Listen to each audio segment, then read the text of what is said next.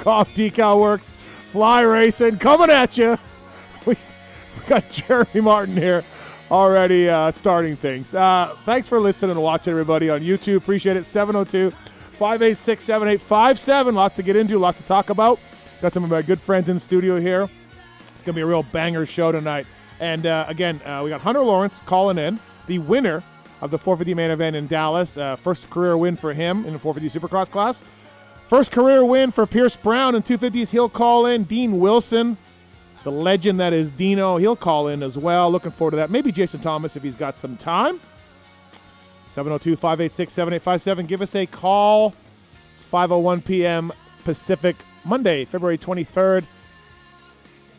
Should be a good time tonight, everybody. Looking forward to it. And we got some stuff to talk about the AMA because I don't know if you heard, but there was some shit that went down with the AMA, and they got it. They released a statement today. I talked to some people on both sides of the situation.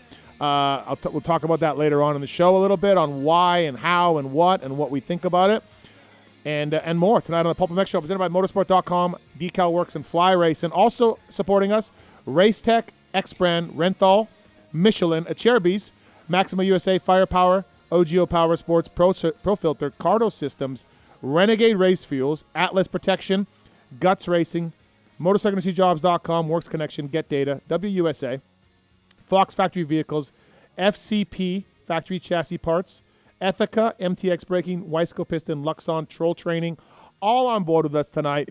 And we'll talk about Dallas Supercross and more tonight. So looking forward to you guys calling in. 702-586-PULP.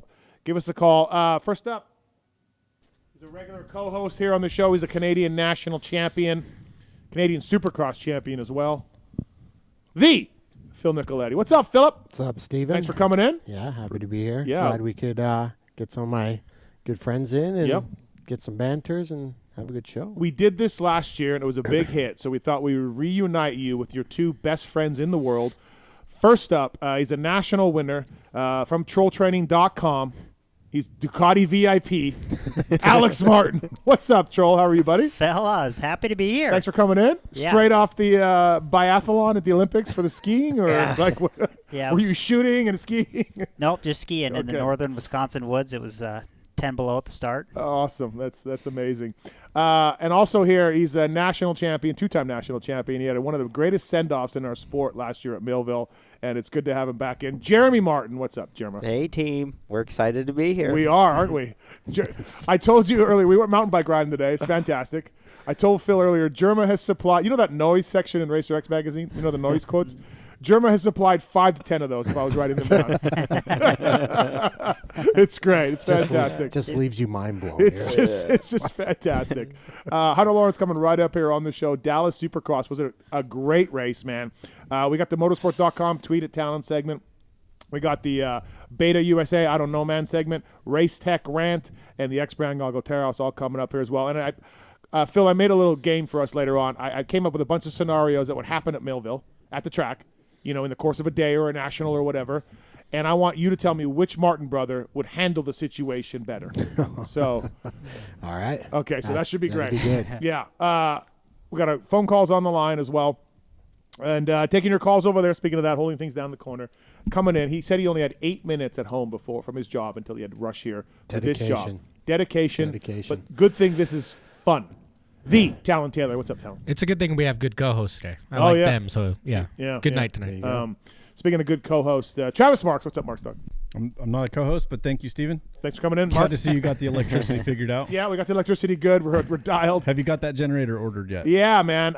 The big generator talked this week. Phil, very upset with me that I don't have a generator. I don't know what the fuck to do with a generator. Doesn't even know how to utilize the generator if he had it in his house, to plug it into his house to make his house function. I don't think... Alex, Jeremy, did you know that your dryer outlet can power your house? I had no idea. I mean, I just think when you have an operation like yours, Steve, you need a backup plan, right?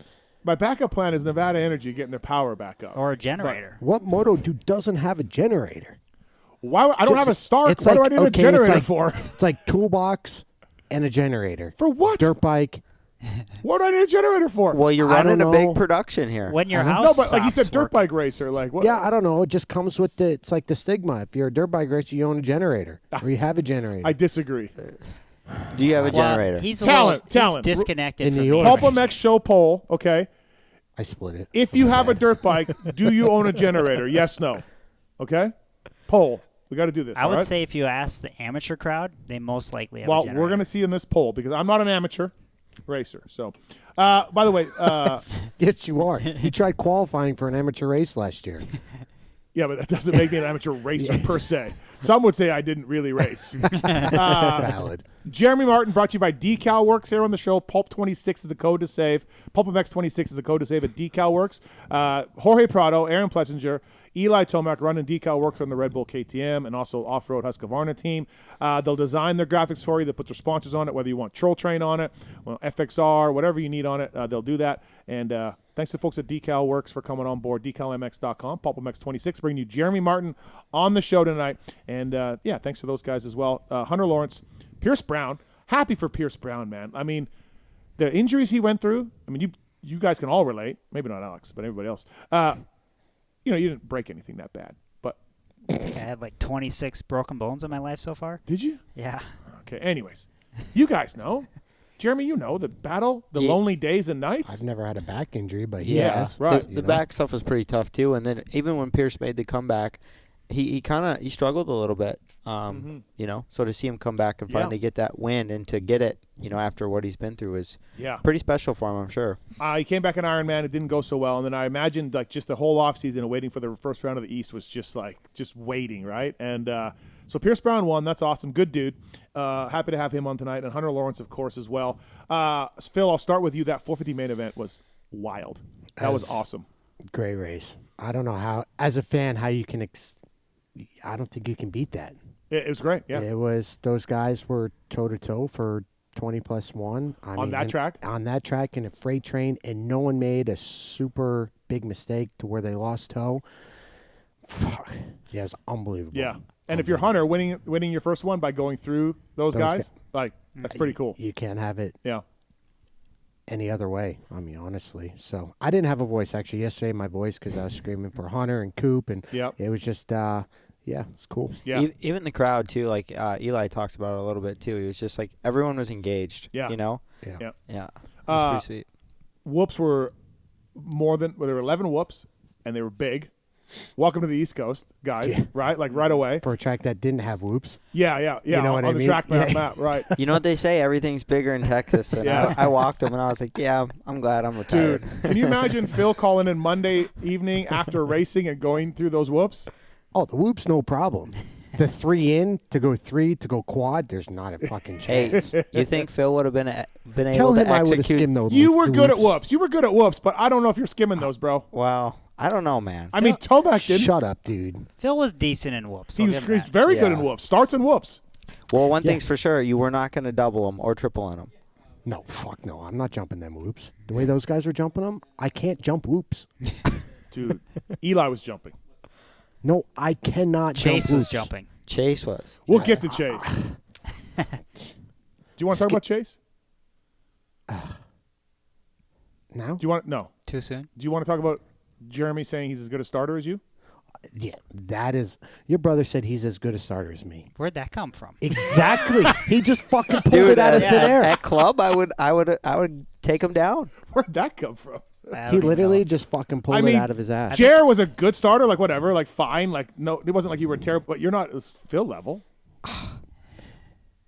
Dude, you are delusional. I don't know, man. I remember the 6 coming around that first turn a lot at club. No. You weren't even in the same fucking ballpark. I've just seen Phil's face. We're when getting him Jeremy's- flustered. He needs another cup of coffee. Hey, by the way, don't forget all the codes to save on PulpMXShow.com as well. Thank you to those guys for coming on. Troll Training, bringing you Alex Martin. TrollTraining.com. John Westling, Alex Martin doing a good job. You guys are crushing it. Very popular. Very, very cool for you guys to see the success you've had with this thing. Yeah, no, thank you, Steve. It's been a wild ride. We hit 5 years last December. Really, huh? already. Okay, yeah. So we're 5 years in. Yeah. And I feel like there's some stat out there. If you make it 5 years, you're doing maybe something right. Right. But no, it's been it's really fun. Yeah. You know, it keeps me connected to the sport and working with privateers to off-road guys to. Yeah. We had a guy up in Alaska sign up the other day. He's doing a snowmobile race. Oh, is he really? Yeah. So and it's cool because there is a certain element of fitness being very general. Yeah. And you obviously have to fine tune depending on the sport and the length of the races. But it's been really fun just to work with the people we've had over the last 5 years and meeting people honestly all over the world, from Australia to New Zealand. We had a guy from Israel sign up the other day last year at some point. So that was interesting when you clicked on his workout. He was doing it in like Baghdad. Trilltraining.com, whether you're a vet racer, up-and-coming amateur rider, pro rider, whatever it is, trilltraining.com for more information on that. They'll build and customize a program for you. And, it's cool to see your guys' success for sure. J.A.'s not on the program anymore. He's stealth training. J.A., but still doing some troll training things. Yeah, he reaches out for advice. Yeah. He talks with John quite a bit, but he's just doing his own thing. We got to get some kickstarting lessons. Dude, is that covered in troll training? Calf raises. Calf raises. All right, we got AJ on 3. He wants to give us a call before we get to Hunter Lawrence. AJ, you got a Race Tech rant on me? I do. It's actually you. Okay. I was listening to the one of your other show. I don't remember which show it was this morning. Yep. And you with the off-road guys being kooks comment. Mm-hmm. Listen, I moto, I off-road, I ADV. We're not kooky, man. No, it's just I meant that in a nice way. I meant that. Listen, off-road guys can be a little different. Okay. A little different. Maybe. That's all. I said off-road kooks for fly racing gear. Also, take your butt to Home Depot. They sell Generac generators. They'll hook you up, man. They'll do. Dude, they're like 10 grand. They're like 10K. Dude, you're made of money. Oh my God! Listen, stop it. Yes, I'm not kidding you. I got 10 to 20 DMs with links to Generac, and look into this, Matthes. So, yeah, I did hear that. No, I say off-road kooks it's a term of endearment. As an off-road guy, I agree. Okay. Yeah, see, look, Tallon agrees. Yeah, we got some kooks. Because Moto does too, but more in off-road. Yeah. All right. Yeah. All right, AJ. Anything else? Question or comment / question on the Kawasaki. And can we say now that the green bike is a problem for a truly elite guy? Because, Prado couldn't ride it. Chase, he's got a win, but realistically speaking, he can't do anything consistently with it. Okay. Tomac couldn't do anything consistently with it. Okay, Tomac won. It works fine for regular guys. Tomac won a ton of races. Anderson, I was going to talk about. We'll talk about this new model. Let's talk about the new model in 2023, right? 23, the new model. That one appears Anderson podiumed a bunch on it. Never really won. Yep. But Anderson made a podium a bunch on it. AC was fast on it. I don't, Phil, would you go there with that bike, with the new bike? Phil won a national title on it. I don't think anything that I did you could compare to what Chase is doing, but... that was no offense to Phil, but that was kind of my point. Jeez, dude. Sorry. Sorry, tough guy.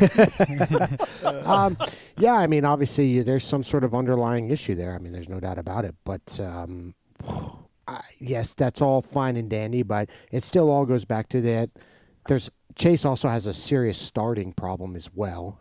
You can lead it to the bike. It might have some deficiencies or whatever it is at their level, but from a starting aspect, you think it would be somewhat close, but his first laps are horrific. He comes around in 15th, and it's, at this point, that part is more embarrassing than anything. He's not even giving himself a decent chance to run with the top guys to see if he does get dropped, you know? So, I don't know.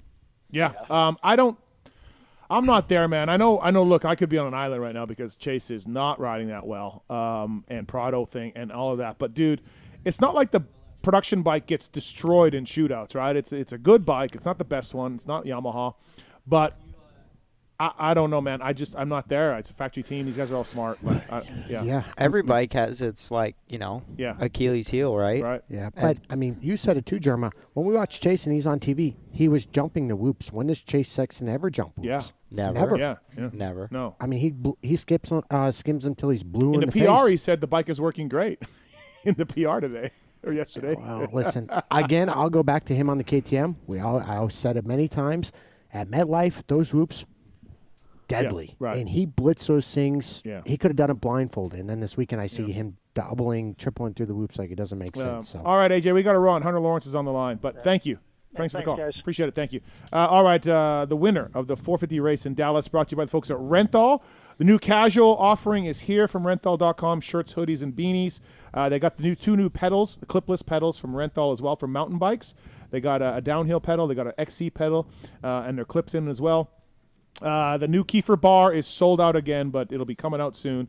Please check it out, Renthal.com, a direct-to-consumer website now. This gentleman won the race in Dallas with Renthals, and we're happy to have him on. From Honda HRC, it's Hunter Lawrence. What's up? Hunter, how are you, man? Hey, mate.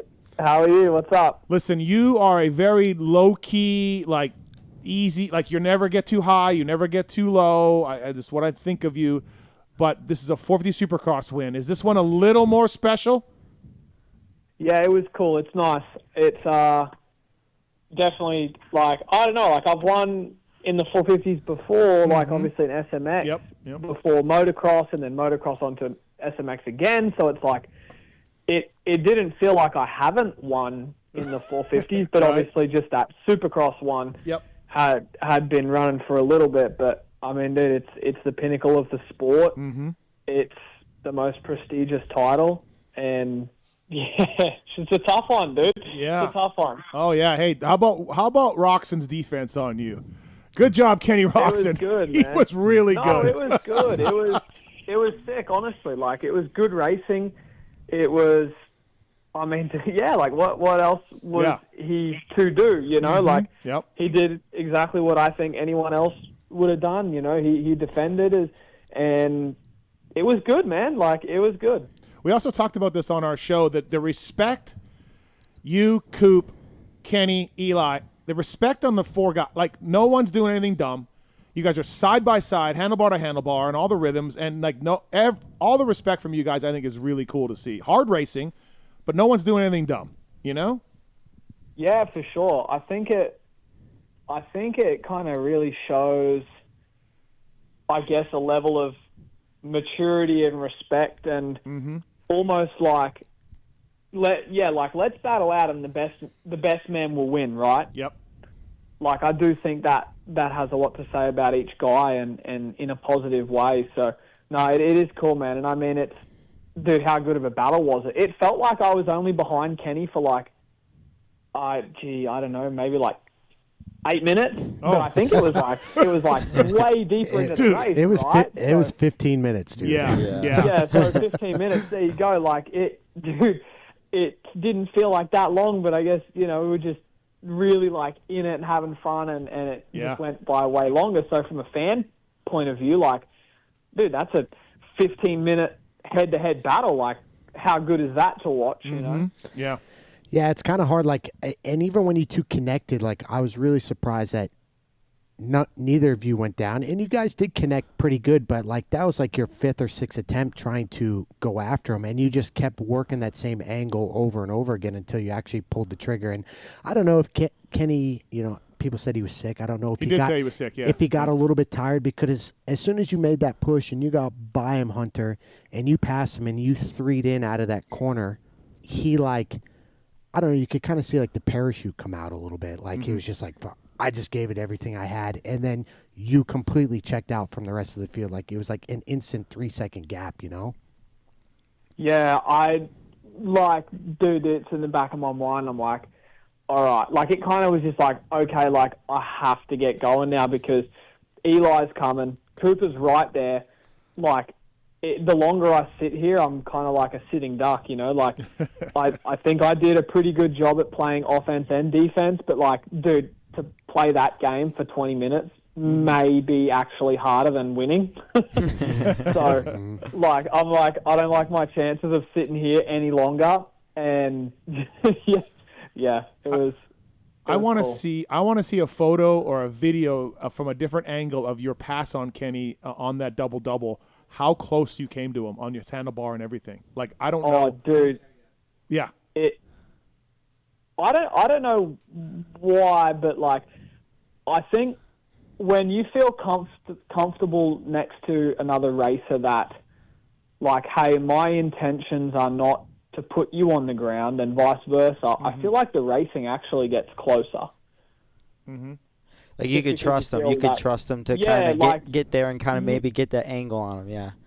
Yeah, I feel like you trust, okay, like I feel comfortable jumping close with you. I feel comfortable in the corner close, like, or in the straights or in the whoops. Like, I feel like there is an unspoken trust between each other, which I think is pretty special, and I think it's really cool. All right, so we're all talking about these AMA penalties, and we haven't really touched on it this show yet because you came on so early, but I'm getting a little conflicting results. You rolled the finish, obviously. You saw the flag that but I've seen the red flashing lights on the down ramp of the double. That's what I'm getting at. So I've heard they were on and they weren't on. I've heard two stories. You're saying they're on. Yeah, okay. I mean, that's what caught my attention was the red flashing lights and the flagger guy on the inside of the track on that double. Right. Because the first thing I thought was, when I went off it, I see the red flashing lights, and I went, oh, shit. But then I'm like, oh, okay, it's on the down ramp. I'm good. Because I thought I would have got docked for jumping the double. But I'm like, oh, okay, no, it's fine. It's on the down ramp, right? And which was a similar thing that happened in Seattle. There was red flashing lights on the down ramp of a jump in the rhythm. And we doubled to that landing where the red flashing lights were, then rolled from then on out. And then once I got to the down ramp, obviously the Red Cross flag is hanging right next to the race line, which was on the left side of that Supercross finish line. So I'm like, oh yeah, beautiful, like, nice work, HJ, like, I caught it. Yep, yeah. There's been so many fucking times where I've not seen the Red Cross flag on the other side of the track where it's not been in obvious sight. Yeah. But this time it was in obvious sight. So I was like, oh yeah, like, pat on the shoulder, like, nice work. And I actually didn't know the other guys jumped it under Red Cross until, like, after the race. Because I'm like, oh, if they jumped it, like, they would have been way closer, right? Yep. But, obviously, so, I mean, I'm kind of confused still. Yeah, I mean, look, if Eli gets you there and goes to win, or if Eli gets pressure on you and you crash, like, good God, the can of worms that has opened up even greater than what is now. But I did want to – so I'm also getting results – or I'm getting told that during the SMX Media Days that these are lead-in lights that were put there because of your brother's penalty in St. Louis. We all know these three guys across from me know much better than I would, but we all know how hard it is to race, look up the finish line, and see a flag. And still back off and roll. Like, and we all know that. So after your brother got penalized, which was not correct in my opinion back then, they said, okay, we're going to put some lead-in lights so that racers know a flag is coming. Exactly how it – and they weren't on for Eli and Cooper and Kenny, and we'll get into that later in the show. But what I'm saying is, did you know anything about these lead-on lights as far as someone from AMA in December or even after that talking to you about these things? No. Okay. But if the lead-in lights are up and like the 250s where there's no Red Cross flag, then the lead-in lights are not actually a lead-in light. No. So if I see lead-in lights this weekend in Daytona and I don't see a Red Cross flag because I'm focusing on the ruts and Daytona's super ruddy, and I go, all good, I can jump, like last weekend, where I didn't, but I found out I could, right? Because that's what they're saying is the case. But then after the race, someone tells me, oh, yeah, there was a Red Cross flag. You just didn't see it. So does that mean I'm getting penalized or not? Yeah, we are going to dive into this. I've been told this all really boils down to an issue with those lead-in lights in Dallas. There was an issue with the lights. So do you remember at Charlotte last year in the 250 first motor, obviously got cancelled. The track was very, very brutal, and Seth Hammaker got penalised because he jumped where there was flashing red lights, but there wasn't a cross flag, red cross flag present. Yep. So I'm curious on how that worked then, and then this new rule that no one seems to know about. Yeah. It's interesting, and it's not like I don't want to come across like it's a personal vendetta because I want more points. What happens if the riders that jumped hit a medical crew on the down ramp? This would be a completely different story, would it not? Yeah. You know, 1,000%. just thankfully there wasn't anyone down on that side. Like, I feel like the Red Cross flag, because I've been on the other end of it where I've jumped as I've seen the rider who the red cross flag is being held for on his motorcycle riding away from where he's crashed, and because the flag marshal wasn't watching, has not pulled away, and I've gone, okay, the rider's good, I've been penalised because even though the flag marshal hadn't reacted fast enough and he was arguably in the wrong, that red cross flag is a no-tolerance flag. Yeah, you have to obey that. Yep. I agree. The red cross flag should be a no tolerance whatsoever, but I don't know. It's kind of scary because, like, we just the rule that's popped up, dude. The AMA the AMA is turning themselves into pretzels with this explanation, and we'll talk about it later. But it's really, really hard to read what they said and be like, wait, guys. So because I don't care where you are in the world, the red cross, no matter what, from your kid, when you see that, you roll. Wheels on the ground. Wheels on the ground, regardless. Leader lights, or red light, whatever the fuck you call those things, okay? If there's a red cross, I don't care if there's someone down or not down or whatever. If the guy just got antsy and wanted to throw it out for whatever reason, dude, you roll. Yeah. And that's the penalty. Whether the AMA is right for putting out or wrong, they have to eat that, whether it should have been out or not, and be like, hey, I'm sorry. But they have to take it on the chin saying, hey, we fucked up, but you get penalized. We're sorry. I'll say this, Hunter's not saying this, I'm saying this. You look at Jet's thing in St. Louis that led to these lead-in lights. You look at this weekend where the lead-in lights didn't work, and it didn't penalize Hunter, but this competition should have been penalized. You look at Hunter, your thing at High Point last year. It's hard not to see, like, it's a Honda and Joe, and it's like, if Honda's pissed, and I can get it. I get this. Honda's like, hey, man, everything's going against us lately. Like, wait, what? Like, and so I get it. But it's not even like that, Steve. It's more just the sanctioning body, like the AMA, like it says in the rule book, clear as day, you know? Yeah. But not to take any, the fact that I'll go back to when Hunter passed Kenny, I don't care about the Red Cross anymore. It's like, it's the stupidest fucking thing ever. Right. Like, they should be penalized. But that's just a testament to show, like, when you got by Kenny, how big your gap was, Hunter, to get away from those guys, to roll that section, and you still had a 4-second gap. Yeah. And you had to roll the finish. Yeah. How about that turn before the tabletops? Like, everybody, like, I'm going to go inside. I'm going to roll. I can't get all the way over. Now I got to go on. Now I got to go across. That's slow. Outside, it's Beirut with the ruts out there. How do I go outside and still keep my speed and go on? Hunter, I'm guessing, like, and it looked like all four of you guys tried everything across the board, and it was still not working for everybody. How gnarly was that, thinking of what you're going to do? Can I hit this rut? Oh, no, I can't. It's 4 feet deep. You know, like, God, man, you guys were that was a real interesting part of the race to watch you guys and who could nail that and which rhythm and when. Yeah, it was good. Like, I tried the inside a few times just to kind of try and, you know, show a wheel, and just, it's the optical illusion, right? Like, you go inside and you're in front of the guy for a split second, but then you go up in the air and then they pass you back. So try that, and I kind of had a plan in my mind on how I was going to keep doing that outside on-off longer from the rut starting at the bottom of the berm, and then when the guys would drop into the inside after that main rut on the berm was low, I would try to get to the top of the berm, like the very, very top of the berm. That was a little more fresh, you know, and be up there. And it was funny, like, you kind of develop with the track.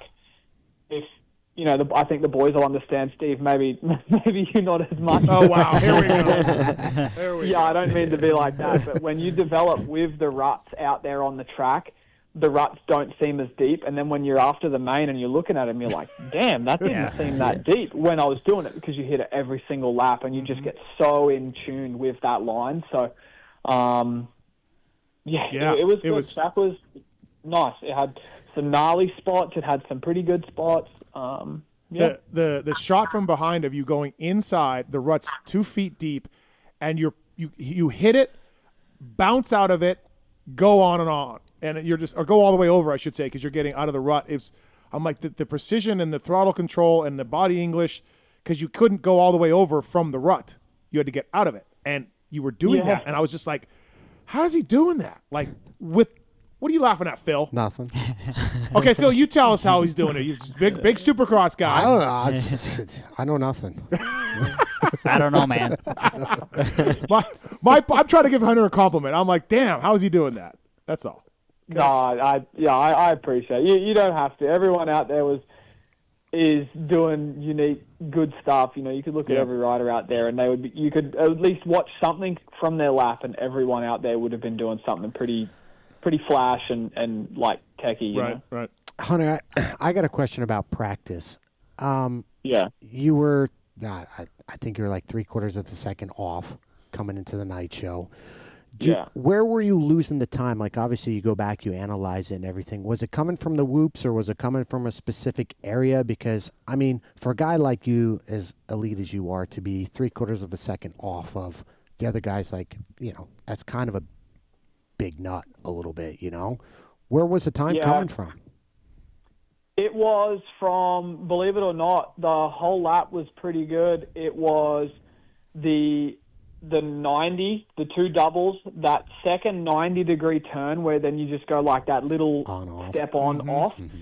That specific corner to the on-off, like I lost time there. I actually pulled quite a substantial amount of time back in the whoops, and then I completely lost it and some in the last corner. Isn't that crazy? In the last corner. And that last turn looked really slippery. Really slippery. Yeah. It was wild because press day, that turn had some gnarly big ruts in it. And then it just didn't get any the whole race day. Yeah, but you think like the average person probably is watching, you know, time qualifying, and they're thinking, oh, maybe the time's coming from the whoops because that's like where everyone's having issues. But when you think of like a little 12-foot double back-to-back and then a right-hand 90 and we're not saying that on-off is easy because it was actually pretty tricky on-off, but like that's where your 3/4 of a second kind of comes from. It's kind of like, what? Yeah. You know, it's mind-blowing. Yeah, it's crazy, mate. And if you were able to, the average viewer at home were able to see exactly how much of a difference 3/4 of a second is, I think they'd be surprised because it's not much. Yeah, no, absolutely. It's not much, you know. We got Hunter Lawrence on the show here, 450 Supercross winner, points leader as well, 4 up on Eli Tomac going into Daytona. We got Donna on 1 for you from Australia. What's up, Donna? What's your question for the Hunter Lawrence? Hello. Hopefully I get past saying you're a bloody legend and the phone doesn't cut out this time. Yeah. No, I just wanted to say, Hunter, we are absolutely so proud of you. We've been watching your career, obviously, since you moved over and have been chasing your dreams. And I just wanted to say, never forget like in a world of social media where everyone's so quick to chirp in and chime in with hate, you have so many people that are watching you, cheering you on, and just so proud. Thank you. I appreciate the kind words. Thank you very much. All right, Donna. Anything and else? Please win the championship. All right. Thank you. Thank you. Thanks, Bye. Donna. Appreciate it. Thank you. Thanks, Donna. Hunter, we got Daytona this weekend. I don't know if you heard about Eli at Daytona. I don't. Are you aware of this? Are you aware of this? Yeah. I am. Okay, no, I'm looking forward to it. It should be good. Looks like we got a little weather on the horizon too for Friday and maybe early Saturday morning. No, I'm looking forward to it, mate. Looking forward to it. I really am. We got Connor on 5. Connor, what's your question for Hunter Lawrence? Yeah. First, I just wanted to say congratulations on your win, man. You've been riding really good lately. I was wanting to ask if how did you feel about all of Jet's tattoos? Because I feel like he had no tattoos, and then all of a sudden, like, has a full sleeve in his hands. I just was curious how you felt about it. Yeah, it's something he's always kind of really wanted, and I feel good about it because the meaning behind a lot of his tattoos actually makes a lot of sense to me. Obviously, you're just seeing the final product and like what, you know, he's got a full sleeve and stuff, but, you know, I've sat through the numerous, hey, I got an idea for this. Hey, what do you think of this? Hey, here's what I'm thinking. So I've sat through a lot of those ones where I'm just like cringing and just like, oh, Jet, please, mate, please, for the love of God, no, don't do that. Like, so actually, no, I like his tattoos. As long as he has a good meaning and you know, he obviously likes it. That's first and foremost. He's got to be comfortable with what he's putting on his body. That's going to be there for the rest of his life. But all of his tattoos are pretty cool. I think he suits them. He's always been pretty artsy and arts and that kind of stuff into that. So yeah, as long as they're not just stupid ideas, I'm fine with that, mate. That's pretty sweet. Do you plan on getting any yourself? Dude, I don't know. I don't think so in the near future. Yeah, no, I don't think so, mate. Man, when you got a sleeve and you're riding, it looks so cool. But that's about all the time I'd want a sleeve was when I'd ride, and then I'd cut my jersey short, you know, so people could see my sleeve, like Josh Grant. Yeah. Oh, dude, I think it's sick. I always think that's sick. Yeah, but I don't want to do all the work to get to that sleeve, right? So, yeah, I'm out on that. I would love tattoos. Now you can just put on your arm. What's that, Connor? Yeah, like, I would love tattoos. Like, I'd love a full back piece, like, sleeves, leg sleeves. Like, I would, but I don't have enough ideas and stuff to put the whole thing on, you know? Like, I don't know. I'd like to get one of me. I got you. I'd like to get one of me beating JT in the whole shot challenge. Like, just doing that. So that'd be really sweet. Yeah, I'll get that on my neck, Steve. Oh, that'd be fantastic. All right, Connor, anything else? Yeah, well, one quick question. It's kind of funny, I guess, but do you ever think a privateer would ever be capable of winning a main event in today's age with the bikes being a lot better and stuff from the manufacturer? Well, Chad came. Oh, yeah, dude. Yeah, absolutely. Yeah. I mean, you know, arguably Kenny and Jason Anderson's team, you know, that's not quote-unquote a factory-supported race team, you know, and they're able to do it. You look at Justin Brayton winning Daytona on, you know, MCR Honda, like that's not a factory team. So, okay, they're just got a little bit more funding behind them than maybe what you're trying to refer to with a privateer team. But, yeah, I would say anything that's not a factory-based team is just a very well-funded privateer team. Sure. Chad did it, too. Oh, okay. Yeah, a couple times. Yeah, exactly. So, yeah, absolutely. yeah. I would say yes. All right. Thanks, Connor. Appreciate the call. Cool. Thank you. You. Hunter Lawrence here on the show, brought to you by the folks at Renthal. New casual order available as well. Hunter, we had big whoops this weekend, and 11 of them. And, like, obviously you won the race, so everything worked out great. But if you could bring back big whoops, an 11, 12, or just keep them to 9 and kind of what we had at the beginning of the year, do you have a preference either way? I mean, obviously we saw the whoops gave a lot of guys problems, but even a guy like you, I imagine you're like, fuck these things, you know? So, but where would you stand if you could just make whoops every week? I mean, dude, we have big whoops. I wouldn't say we don't have big whoops. Like, obviously, I know where this question's coming from, what was put up on social media, but oh no, not at all. I do think no.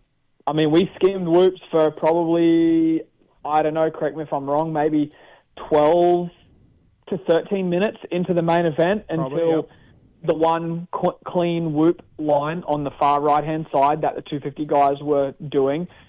We were skimming that until that was completely, you know, cooked. Yep. And then at that point, okay, the risk versus reward, I can now go to the jump line, which is just as fast. I'm saving energy, and I mean, you got to mess it up pretty bad to mess up the jump line, right? Opposed to skimming on whoops that are already really slippery, even during the first quali session and stuff when the whoops were quite fine. Those whoops were very slippery. They didn't have a lot of traction, but yeah, I remember obviously 23 being on 250, skimming whoops every lap.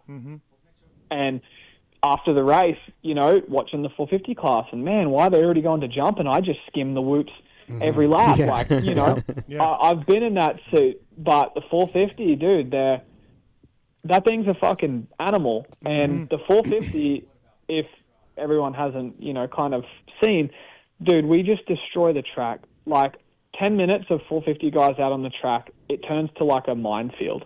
Like there's just craters. Things blow through. You see, like, Phil, you know, J Martin, A Mart, you guys know how much dirt a 450 motorcycle moves, how beat down the whoops get. It gets to a point where jumping is actually faster than skimming.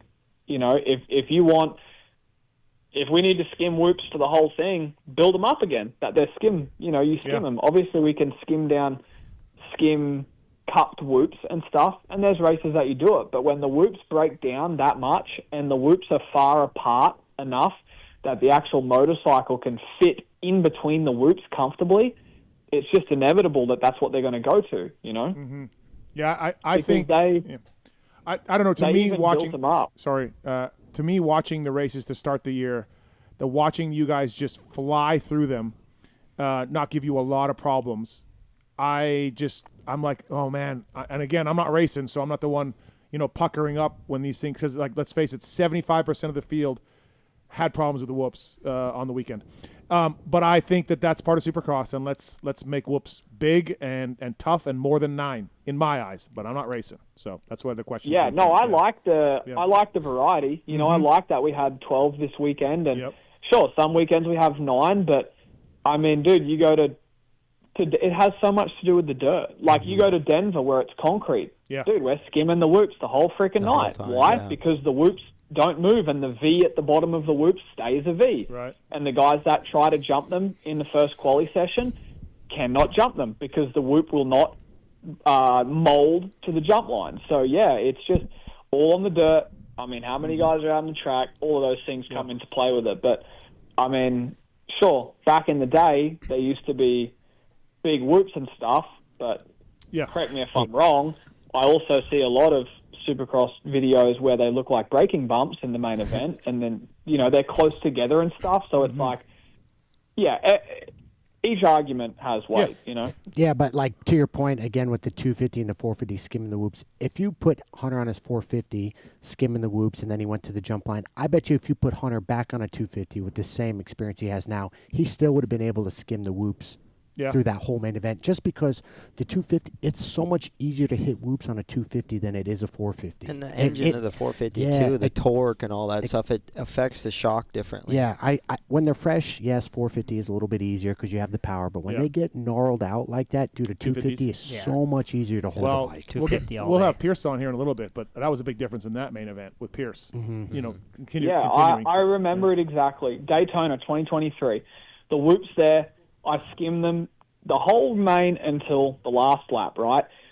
Coop and ET remember that 123, they battled it out. Coop almost beat Eli until the very last lap. Yep. And like a couple laps in, they started jumping it, We're looking like, man, why are they jumping it? Like I skimmed it no problem. Fast forward, you get in a 450. Dude, same cup on a 450. Like it's you get almost somewhat ignorant, because you're like, fuck, man, like, dude, I skim that stuff, but it's just, dude, that 450 there's so much power in that thing. It handles different. Like I've said it before in interviews, riding a 450 or racing a 450, it's not like you forget how to ride Supercross. It's just you can't do the same things on a 450 that you did on a 250 immediately, right? It takes time. You have to do things a little differently. The bike handles different. It's just like going from a 500-pound bull to a 2,000-pound bull. Alex, would you like bull. Alex, would you like to weigh in on the different? Well, heavy flywheel all the way for me. Alex got the 450, he was like, "What's happening?" Yeah, but I wanted to actually change gears a little bit. Hunter, first off, congrats on getting the red plate 7 rounds in. I think we can. Thanks, mate. All agree this is the best version of you in 450 Supercross we've seen. But I'm curious, coming into this year, preparation-wise, I'm kind of in the training guide now. Cycling, running, strength training, nutrition, sleep, bike setup. Like what did you focus on this off season? Because I think, like I said, you have the red plate 7 rounds in, but was there one thing you really buckled down on this off season in particular? I mean, I really put a lot of emphasis and stubbornness on bike setup and trying my best to have that really put first and foremost, because I felt like a lot of things, obviously, I'm trying to get stronger, I'm trying to get fitter and stuff. I think it helps that I was coming off of a really good season as well. Keep the ball rolling, didn't really take too much time off, just trying to keep that rolling. But I mean, yeah, like if I went back to like 24 and 25, I'm like, okay, the rounds I struggled, like why did I struggle? And it felt like I just, in my mind was like, yeah, like I struggled there because I didn't have confidence in the bike and commitment issues, right? Like I wouldn't feel 100% confident to commit into a said section and stuff. So that's a little bit kind of what I focused on as well. Obviously strength. I think physical strength in Supercross plays a bigger role than the physical strength does in motocross. I think cardiovascular plays a bigger role in motocross than the physical strength, where I think sheer strength plays a little bit of a stronger role in Supercross than cardio does. Obviously, you need both to be really, really phenomenal, but yeah. Last question for Hunter from J Mart. Hey, Hunter, J Mart here. Obviously, a 450 main event on the big dog is no joke, right? Yeah. So in Monday or Tuesday, there's definitely a little bit of fatigue there when you kind of get back into the program. After a win like that, is it a little bit easier to wake up in the morning and get back into the program on maybe Monday or Tuesday? Yeah, I mean, I kind of like don't really let emotion play on that. Like I kind of just, it's so embedded in me that it's what I do, win or lose. So, and I feel like that way I just have a little bit more of effective way to go about it. I think is like, Sunday, you know, hey, Sunday I'll get back, do a little bit recovery, move around a little bit, and Monday, you know, cycle, go through the same stuff in the gym and still trying to critique and improve and stuff, get the body primed and ready to go riding on Tuesday. So, yeah, I don't know. I kind of like Monday, I'm going back to work, man. Yeah, I like that. Clocking in, and this is what I need to do at work to give myself the best chance to go out and perform the best on the weekend. So this is what I do. Rain, sunshine, sick, not sick, you know? Yeah, okay, so one more question for you. With that being said, one of your main competitors now has a plane. Rumors are we might be looking for a plane, potentially, maybe, in the Lawrence compound. to help with that, you know? It would be great for sure. Like, obviously, you know, Coop has one and stuff, and a lot of guys charter, and, you know, we're trying to just make the best financial decision we can, obviously, you know. So if we can do it and it's not just a money pit, you know, that great. If it's going to save us a lot of time and get us back, you know, 24 hours a weekend, that's awesome, but it also has to make sense money-wise and stuff like that. Not that once our career's finished and we have this thing that we thought was an asset to our program, to our recovery, to our tax and all that, and it was actually just a money pit, you know, and it's like, you don't have anything to show. So, yeah, don't have all the answers on it yet, but we're trying to get as many as we can, you know, to make the best calculated decision that we can with all the information that is available to us and with feedback from, you know, people in the industry and pilots and all that kind of stuff and people that have been in the same situation. So, awesome. Well, hey, Hunter, thanks for the time tonight. I know you were bombarded with people wanting to do it, so I super appreciate you finding the time for our janky show with the Martin brothers and Phil. No worries.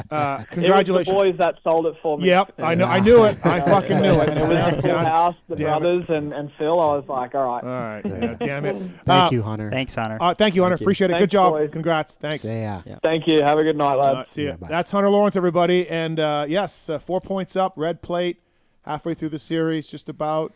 Yeah, it should be good to see, you know? It's the best Hunter we've seen so far. It really is. And, you know, at the beginning of the year, we all were like, okay, you got to add Hunter to the win list. Like, everyone said that. Like, he's going to win one. But I got to admit, like, after, you know, he got run down a couple times and he still kept the red plate, I was like, okay, he's going to get one, right? Like, I wasn't 100. I was 100% locked in before the year that he's going to get a win or more than one. Yeah. And then as the weeks went on here, I'm like, is he going to get a win? I mean, I'm looking at it. We got 4 second places in a row. To 4 different riders. In 450 Supercross, I mean, you guys know how hard that is. I mean, he's been so consistent. And those were like, he wasn't that far behind. You know, there were close second place finishes. No, absolutely. Good job for him and the Honda crew, and that was an awesome race for sure to do that. That was a good interview. A lot of insight with some stuff. It's cool. Yeah. Well, because of you guys. Yeah. You're just you've never been there, so you don't know. Like you said, it's okay. But I mean, I'm just a media guy. That's I'm up in the press box. I'm up in the press box. From Dallas press box, the track looks super easy. No way. So only 40 stories high. In Glendale, I was walking the track, and I walked up to AP and Joey with the whoops in Glendale. You were there, and I was like, I could blitz these, and they were dying. Oh, trust me, you told me. Oh, I told you this whole story? No, you told me that you could blitz those whoops, Yeah. and I'm like, you're the. Yeah. I'm like, I could blitz these, and they thought that was great. And then we got on and on. So this weekend, I'm walking out at the end of the night. Rental car pulls up next to me, window down. It's AP. You still think you could blitz those? I go, no, man. I'm out on those. I am out on Dallas. Like, look good in practice. You saw a lot of guys hit those whoops, and you're like, yeah. Dude, just to get Gavin Towers is going to see those in his nightmares. Oh, from this past week, yes. Yes, that's what I mean. He's going to see when he looks under his bed or in the closet, it's Dallas whoops. Ah! Like it. We've been there before. Gavin hit the ground almost every session in those. Jordan was fast in them, but he hit the ground. I think Jordan just Hail Married him every time. He just put a blindfold on him. Sometimes that's my motto when I go through. He just did this. He just did this. And like, fuck it, here we go. Yeah, you got to have a plan. Baby Jesus. All right, Pierce Brown's coming up here shortly, and we're still going to talk about the AMA penalties. I want to talk to you guys about Eli's first lap as well. That was phenomenal. Got a lot more coming up in the show, but for now, it's the X Brand Goggle Tear-Off segment. Let's do this. It's the X Brand Tear-Off segment. 15-second rapid-fire Q&A. X Brand Goggles, Pulp Show 26, the code to save, new straps, colors, all that, improvements to the line, quick change lens, of course. They've got the Gox goggles still as well. Pulp Show 26 saves, great goggle, and Carson Brown, amongst others, wearing it. Some GNCC guys. I really got to get that list. I keep thinking that I need to get a better list of who wears them, but you know who wears them? Chiz. Testing for PRMX and Factory Kawi. The Chiz, still running X. EKSbrand.com, Pulp Show 24. These questions, Pulp Show 26 to save. These questions are submitted by Corey Moser, J-Mart. Do you know who that is? I don't know Corey Moser. Okay, all right, here we go. Rapid fire. Phil, with the Martins both being athletic freaks, is there any sport you can do better than either one of them? Yeah, any stick and ball sport. You think so? Yeah, you guys are so unathletic. I can't argue that. You should watch Alex dribble a basketball. Dude, I can dribble basketball pretty good, actually. Yeah, I can't put it in the hoop. You can double dribble and travel like a motherfucker, but no, you can't. So any sport, yeah. Any stick or ball sport for sure. Okay. You think you'd be good on ice skates? Yeah. That's not. I mean, he's from New York. Yeah, well, we're from Minnesota, dude. Well, I know, but that doesn't mean much for you. Yeah, I seen you cross country skiing, dude. It ain't good. All right.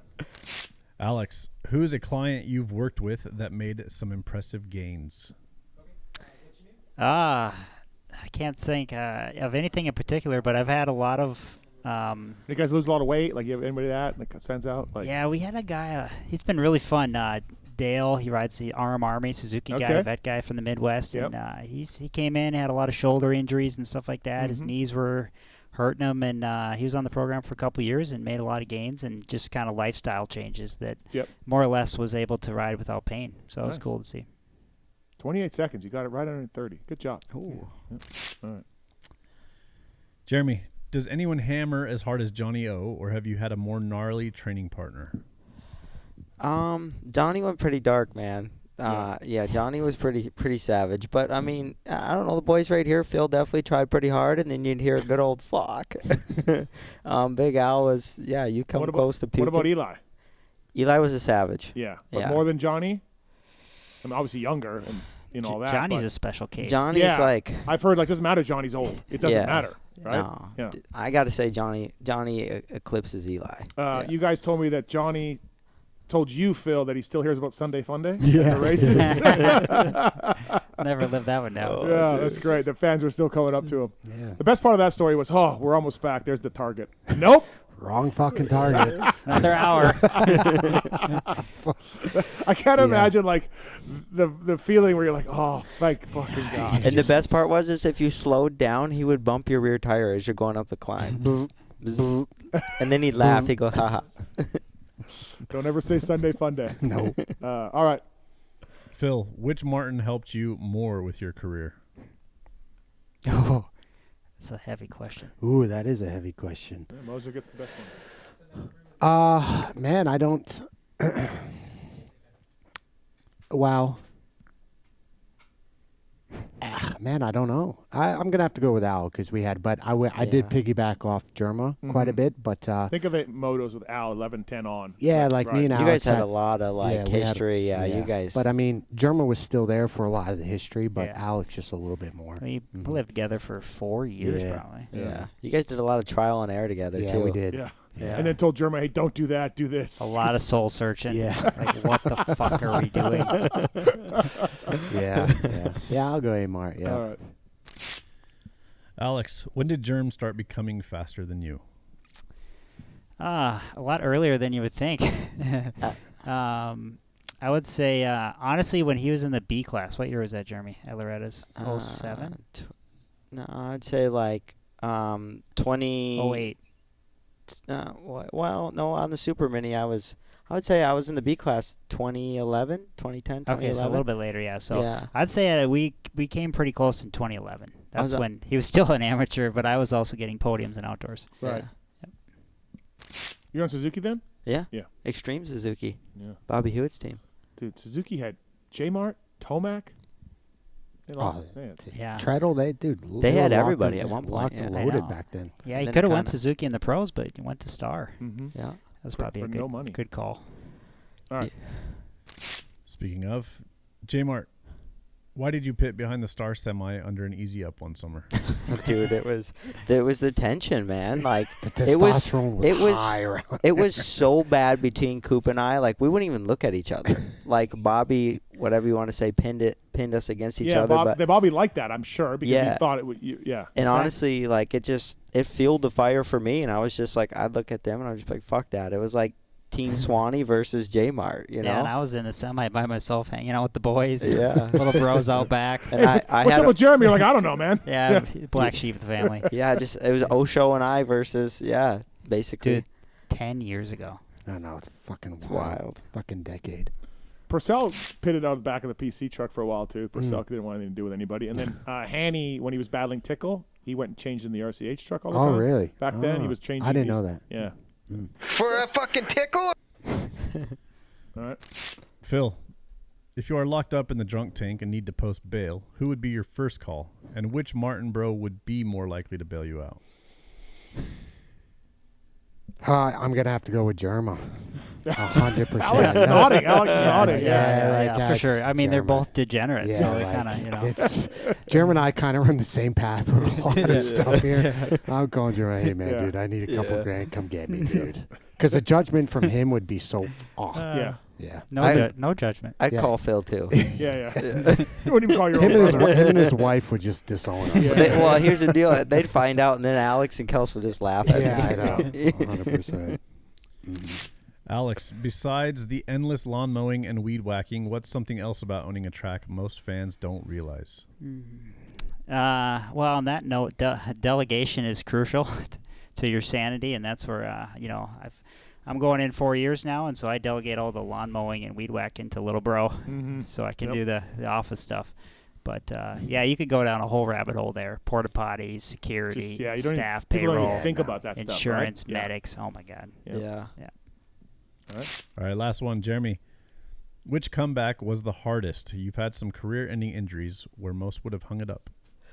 I think the back really affected me. That one was pretty hard. And then to come back for the retirement race, that was the hardest one I'd done. I had a really couple bad years. I really doubted and questioned myself a lot. And to dig myself out of the hole one last time to get a result that I honestly didn't expect. I just lined up and gave it everything I had. That was probably it. All right.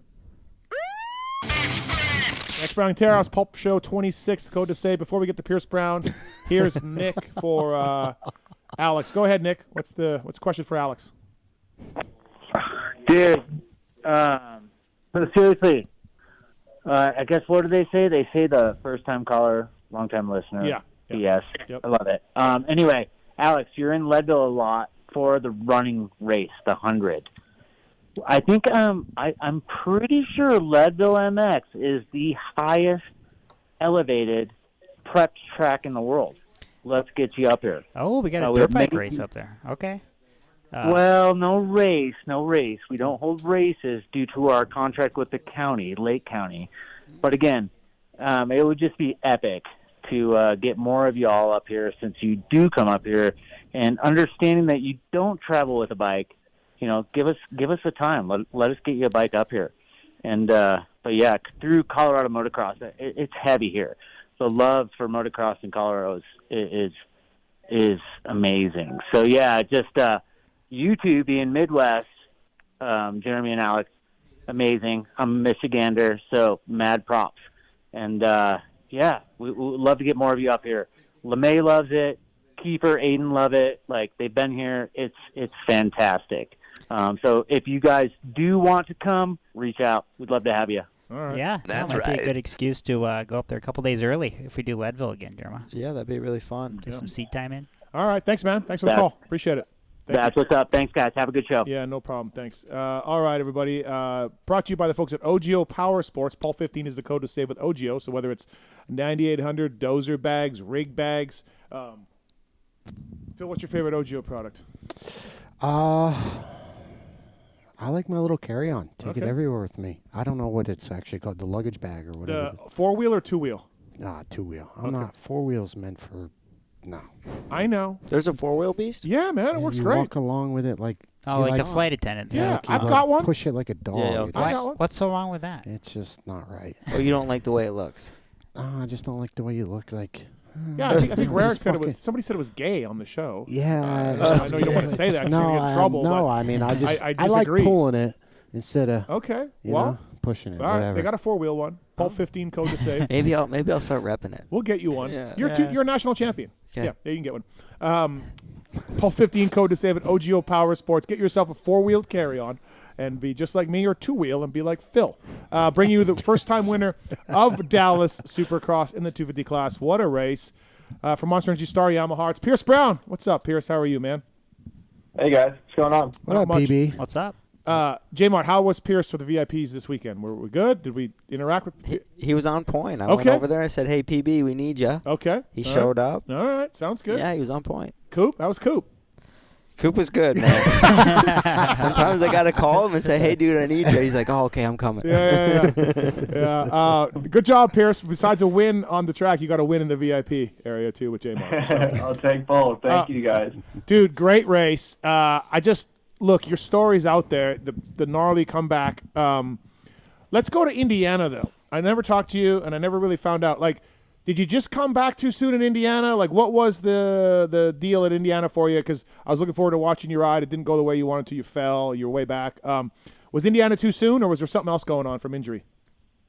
Dude, it was just, I mean, I'd say a little bit of everything. Like, I busted my butt to try to get back for some of the outdoors just to make, like, a couple rounds at least. My goal was just to not get a 3-digit number, just do enough to honestly get a number and get an SMX. That was the goal. And, I mean, yes, I'd say I did kind of rush it, but I got dealt with, like, a bad card with, like, if I would have just broken my back and everything with the surgery gone smooth, like, I probably would have been able to make most of the outdoors, like, I'd say the last half, but I got an infection and had to go back for 2 more surgeries and then was on, like, a take line for 6 weeks with, like, heavy antibiotics. So I, by the time I actually got healed, my body was just depleted of pretty much everything. And I had to stay on antibiotics. I got off of them around, like, December. So, I was on them for another 4 or 5 months and trying to get my fitness back, and it was middle of the gnarliest summer of Florida. Like, I was just kind of behind the 8 ball. And, maybe I wasn't ready to come back, but it was, I mean, I get paid to race a dirt bike, and that was kind of my mentality. I wanted to at least make some races and just, like, get some gate drops. Main goal, big picture was for this year, and yeah, it just didn't go. It didn't go right. So after that crash, it was kind of scary too, because like I collided with another rider and I struck, and I haven't really told anybody this, but like I must have like struck a nerve in my neck and my whole right arm went numb, and I was like, oh shit, like this. Yeah. I thought it was related to Tampa, so I was honestly too scared to tell anybody, because at that moment I'm like, dude, this is it. Like, I don't know if I'll be able to like come back from this. And took some time off, ended up getting a couple like MRIs, and they came back good, like unrelated to the back injury. So yeah, it was honestly just like a matter of time until everything with my body health-wise came back to normal. And then, I'd say we started right on time, October, off-season, and ever since it's been smooth. Isn't it mental, in Phil's words, that Julian Beaumer broke back Budds Creek, come back for outdoors. J-Mart, you broke your back. Yeah. Pierce Brown's on the line, he broke his back. Our sport, and they're just like, yeah, you broke your back. I'll be back, man. I'll just heal up and I'll come out. Like, our sport is just, yes, it is a normal injury, Alex, you said it. And it's just, when you really think about it, we're nuts. Like, that's why when I read about football players and I follow mainstream sports, and people are like, oh, it's got a long road. And yeah, man, he'll be fine, because I know 10 racers that had that injury and they came back to win, but sports writers are like, we don't know. Like, yeah, I mean, the average person is just like, oh, collarbone. Just like, dude. But I mean, having said that, even though it is a normal in our eyes, it's still, like Pierce is saying, it's traumatic. Yeah. You know what I mean? It's tough to come back from mentally, almost. Pierce, here's what I like. So I got a lot of buddies down there in the compound and everything else. And I how's Pierce doing? How's he looking? And look, you've never won a Supercross before. You got a SMX win, obviously. You never won a Supercross before. But I got to think, Pierce, and even with what you've been going through, everyone I talked to was like, he's going to win races. And I'm like, this was like months ago, where I'm like, is he okay? Like, is he going to race again? And I was told, like, he's flying. He's going to win races. And even in the last couple of weeks, hey, when we're talking about all of us idiots in the media talking about the East Coast, we're like, Pierce can win. And I just was like, he's never won a race before. But Pierce, I'm guessing you felt really good coming into this round, because a lot of people around the team and a lot of people that know you, that know me, are like, and even though you haven't won, people are like, PB is going to win. So this must have been a really good off season for you, a boot camp. Yeah, no, it was. I mean, I'd say last year I had a better off season. I think last year, like, I grew so much, like, with where I was at in my career, and it was just such a bummer not being able to show it. This off season, I started off slow, to be honest. Like, I wasn't really up to speed until around like December. Okay. Which still was early for East Coast, I'd say, but like in my eyes, I was behind the 8 ball with comparing myself to Deegs and like Max and all those guys. So I mean, dude, to be honest, like, did I think I was gonna win round one a month ago? I was definitely not gonna rule it out the table, but I didn't think it was gonna happen for sure. Like, it was one of those deals. I just wanted to come back and just prove to myself that I could. Like, I still, I mean, up until last weekend, didn't know if I was going to be able to line up on the gate and not think about, what I've been through. And, I was just lucky to prove myself wrong. I don't want to use the word lucky, because it was a lot of hard work that went into it. But, I mean, back to your question, it was a good off season, but in my eyes, I wasn't coming in thinking it was going to be something crazy, Yeah. So when you went out there and you qualified P1 in practice 1, dude, you had to have been like, heck yeah. Yeah, no, I was stoked. I've been like really focused on just getting, just coming back from the injury. Like, I've been working on the mental side of things more than I ever have in my career. And, one of the things that I've struggled with in the past is, say I go out and qualify good, I just tend to not almost self-sabotage, like don't believe in myself and like make excuses and this and that. And that was one thing that I made sure not to do. Just like all day I was telling myself like this is where I belong, and it's taken me a while in my career to get to that point. But yeah, I think mentally I just wanted to just give myself the credit that I deserve and like not overthink it. And that was the biggest thing for round one, because everyone comes in super just like stoked. Everyone's just ready to go, you know, and it normally ends up with a first turn pile up like last weekend did. And I all night was just telling myself, let's be calm, let's just do my laps. And yeah, it worked out round one. So we're stoked with that, but we still have a lot of racing to go. And I do now, I mean, after winning, obviously believe that I do belong up there. So I'm excited. This could be a dumb question. Is your 3-digit number your amateur number? I don't know. Is it? Yeah. Okay, all right. Okay, dumb question then. So what Pierce, for me, what I was impressed with was you were P1. You weren't quadding. It was 4/10 quicker to quad. Davies was doing it. I don't think you did it. He knocked you off. He's quadding. I didn't see you do it. Maybe you'll correct me. And then you put in another heater without quadding and got it and got bored. And yeah. I'm like, God damn, like, because it was 4/10 quicker to do the quad. So good job on that, Pierce. Yeah. Yeah, that quad was scaring me all night. Dude, we looked at that 3, and the double was so spaced. I was like, there's no way this 3 is going to be possible.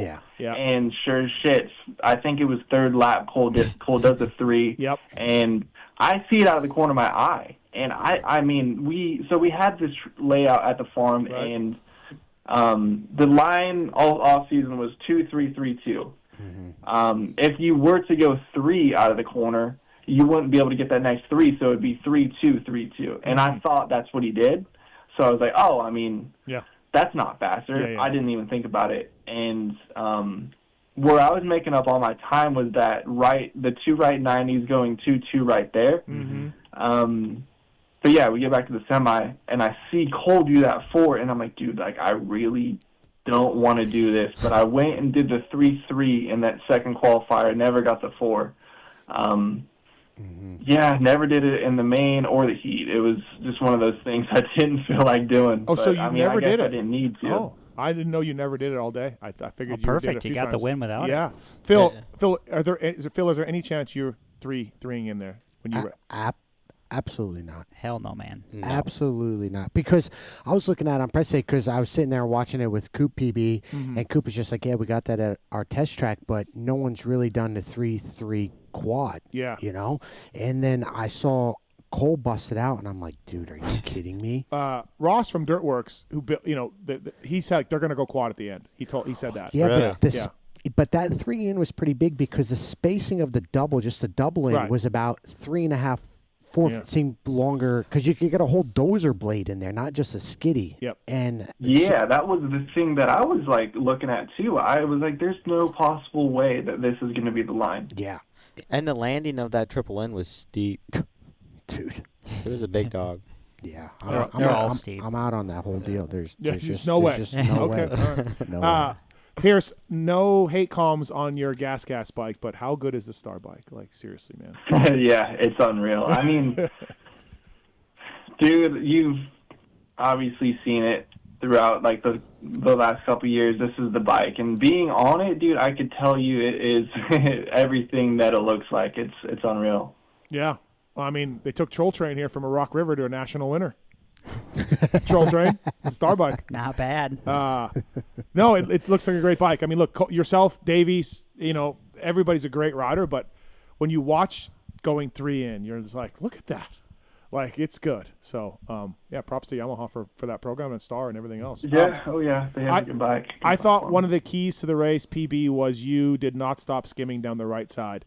And Joe was trying to figure it out and jumping, and you were hammering those things pretty good. What was that like? Yeah, I was in between jumping and skimming the first couple laps. I was pretty set on skimming coming into the main. Like, I had my mind made up, and then I came around for the side lap. I looked left and I looked right. I was like, dude, I don't know where to go.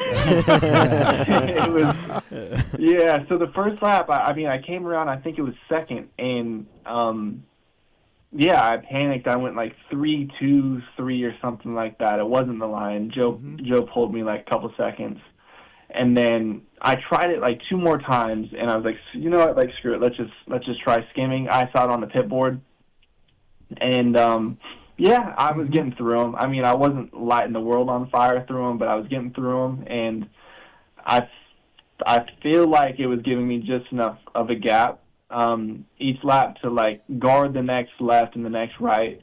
I got into it with a lapper, I think like halfway, and Joe he could have ran it in on me on that right-handed off of the mechanics area, but he didn't. He was close. But that was really the only time that he was close enough to pass me. Like I was, like I said, I was giving myself enough room in the whoops to guard the rest of the track. But yeah, all night, like my best parts of the track were probably like the on-ons and then that right.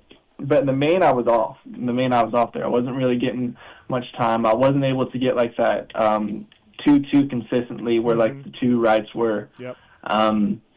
So yeah, it was tough. I was riding pretty tight, but yeah, I mean, we made it happen. It wasn't pretty, but we did it. What's it feel like, man, to win? Like after all you've been through with the back, and I mean, what's it feel like? It must be just be must be fucking unbelievable that you pulled off the win after everything you've been through. You know, good job. Yeah. I mean, Joe's a cool story too, really Joe. You know, but yeah, yours a good story, man.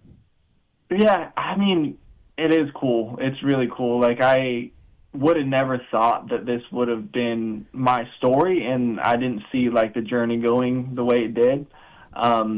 But yeah, the win was surprising for sure. I mean, to be honest though, I haven't really thought about it too much. Like emotions still haven't really set in because it's still, I don't know, it's still early. Like I'm looking championship, and I can't get too wrapped up over one win. So yeah, hopefully at the end of the season we have a couple more and we could look back at what we did. But right now, I mean, the focus is forward. I don't want to get too caught up on one win, you know. But it is cool.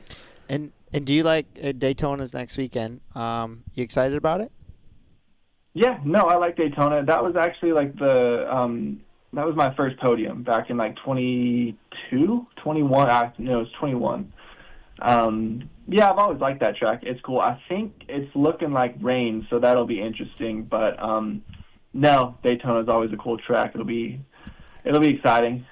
And your deal with Star, I mean, obviously you went there, you had a 2-year deal. Last year didn't go, obviously you got mangled. But coming back right now, everyone after this year's up, there's probably 12 of you badasses that are up, so you're all trying to file in position, follow suit.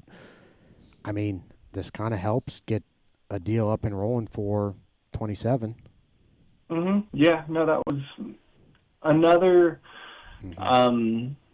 just another factor this year. Like it was a contract year for me, or it is a contract year for me, coming off of a year where I didn't race last year. It's just, yeah, put a lot of pressure on this year, and so far it's gone good. But yeah, to start the year like I did, it definitely kind of lifts a little bit of weight off my shoulders. But yeah, to be honest, dude, like I almost didn't race this year. Like it's crazy. The reason I took some time off after Ironman was because I got an X-ray to see how like the back looked, if it was healing, and the doctor, my surgeon actually noticed that it wasn't fused fully yet, so he was concerned about it. Like he wanted me to go in and get another surgery and like recage it. I think when they went and cleaned out my infection, the second surgery, they cleaned out some of the bone graft. So there's like a little piece of my back that's missing in the vertebrae, or was missing. So they were going to go and fix it. And I was working out a deal with Bobby where I would get an extension year for 27 if I missed 26, but it obviously would have been for little to no money. I mean, it was just kind of a guaranteed ride.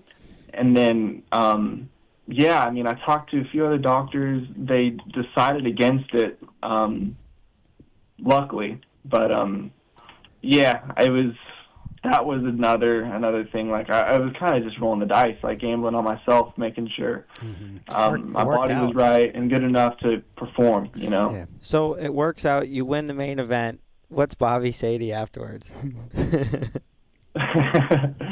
I mean, good job, you son. know Bobby. He was chirping me before the main. Like the heat race, I was a little off. He said, "Boy, you look scared out there." And I was like, I looked at him. I didn't say anything. And he's like, "You can't tell me I'm wrong because I know you are, and I get it. But if this is how you're going to ride this year, we're just going to have to wait till outdoors till you're worth a fuck," is what he said. one fucking heat race? One heat and we're just, that's it? The guy's been off a year. He's been off a year. And we're going. Main, he calls me. Yeah, he calls me after the main. I don't answer. He calls me again Sunday morning. I don't answer. And then finally, third time, he's like, "Yeah, boy. I mean, I told you I was right, but you overcame it." I'm just going to log that one into another unbelievable story about Bobby Reagan. Yeah, like another unbelievable story. You look scared out there. Yeah, no shit, Bobby. Bobby, I haven't raced for over a fucking year, man, and I broke my back. Can I just have a heat race to sort of get my feet wet? No, can't. I can't. No. Okay. You're tiptoeing around. You just got to dive the fuck in. Wow. Pierce Bound here on the show, brought to you by OGO Power Sports. Pulp 15 is the code to save. I'm guessing that story, A-Mart, is not surprising at all? Nothing no, it's right in line with Bobby's character. I think everyone on the team's had a legendary comment from Bobby. I don't know, PB. You don't have to answer this or not, but so last year you missed all year. You're making probably good money from Star. Contractually, how did that work? Did they end up cutting your base pay? Did you have to take a little bit of a hit, or did they honor the whole thing, or did they actually utilize an injury clause that you have in there? So Bobby was actually really cool. Like he honored it for all the way up until Ironman. Mm-hmm. When I crashed at Ironman, he cut my pay after that, and then at that time, like we were kind of indecisive on if I was gonna race this year. Yep. So yeah, there was negotiations with an extension year, and then finally we decided against it. But I was riding for probably a month, maybe it was 2 months. I guess Bobby didn't know I was riding, so he wasn't paying me. He wasn't paying me because he thought I was riding and I wasn't going to race. And then finally I had to I think it was talking to Will. I was like, "Hey, dude, like, when can I see this money back? Like, I have hospital bills due still, and it's just tight right now." And I mean, Bobby was cool. I mean, he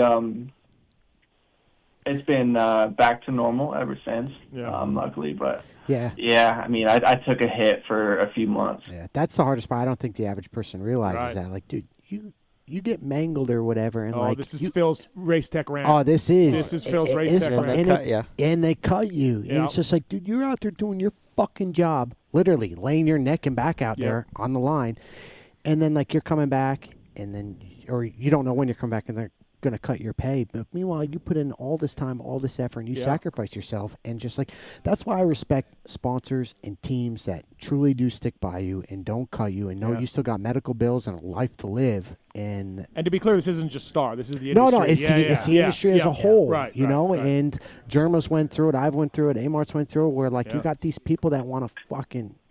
And it's not like you got hurt wake surfing. Yeah. Right. Yeah, if you got hurt outside your job, cool. Yeah. All right, dock my pay. But I'm working, man. I'm trying to get better. Yeah, and PB, what? You're 21 years old, 22 years old, and you're just like, what the fuck do I do here? I got nothing hit my account this month. Like, whoa. Yeah. How am I going to pay my cell phone bill? You're right, Phil. Fans don't realize that. No. Yeah. And meanwhile, not only that, you're not getting paid, but, dude, you're battling the fucking demons of hey, man, is my back going to heal? Am I going to be okay to walk? But yet you're still thinking hey, I still got to make Arlington next year or the first round. It's just dude, you got all these. It's fucked up.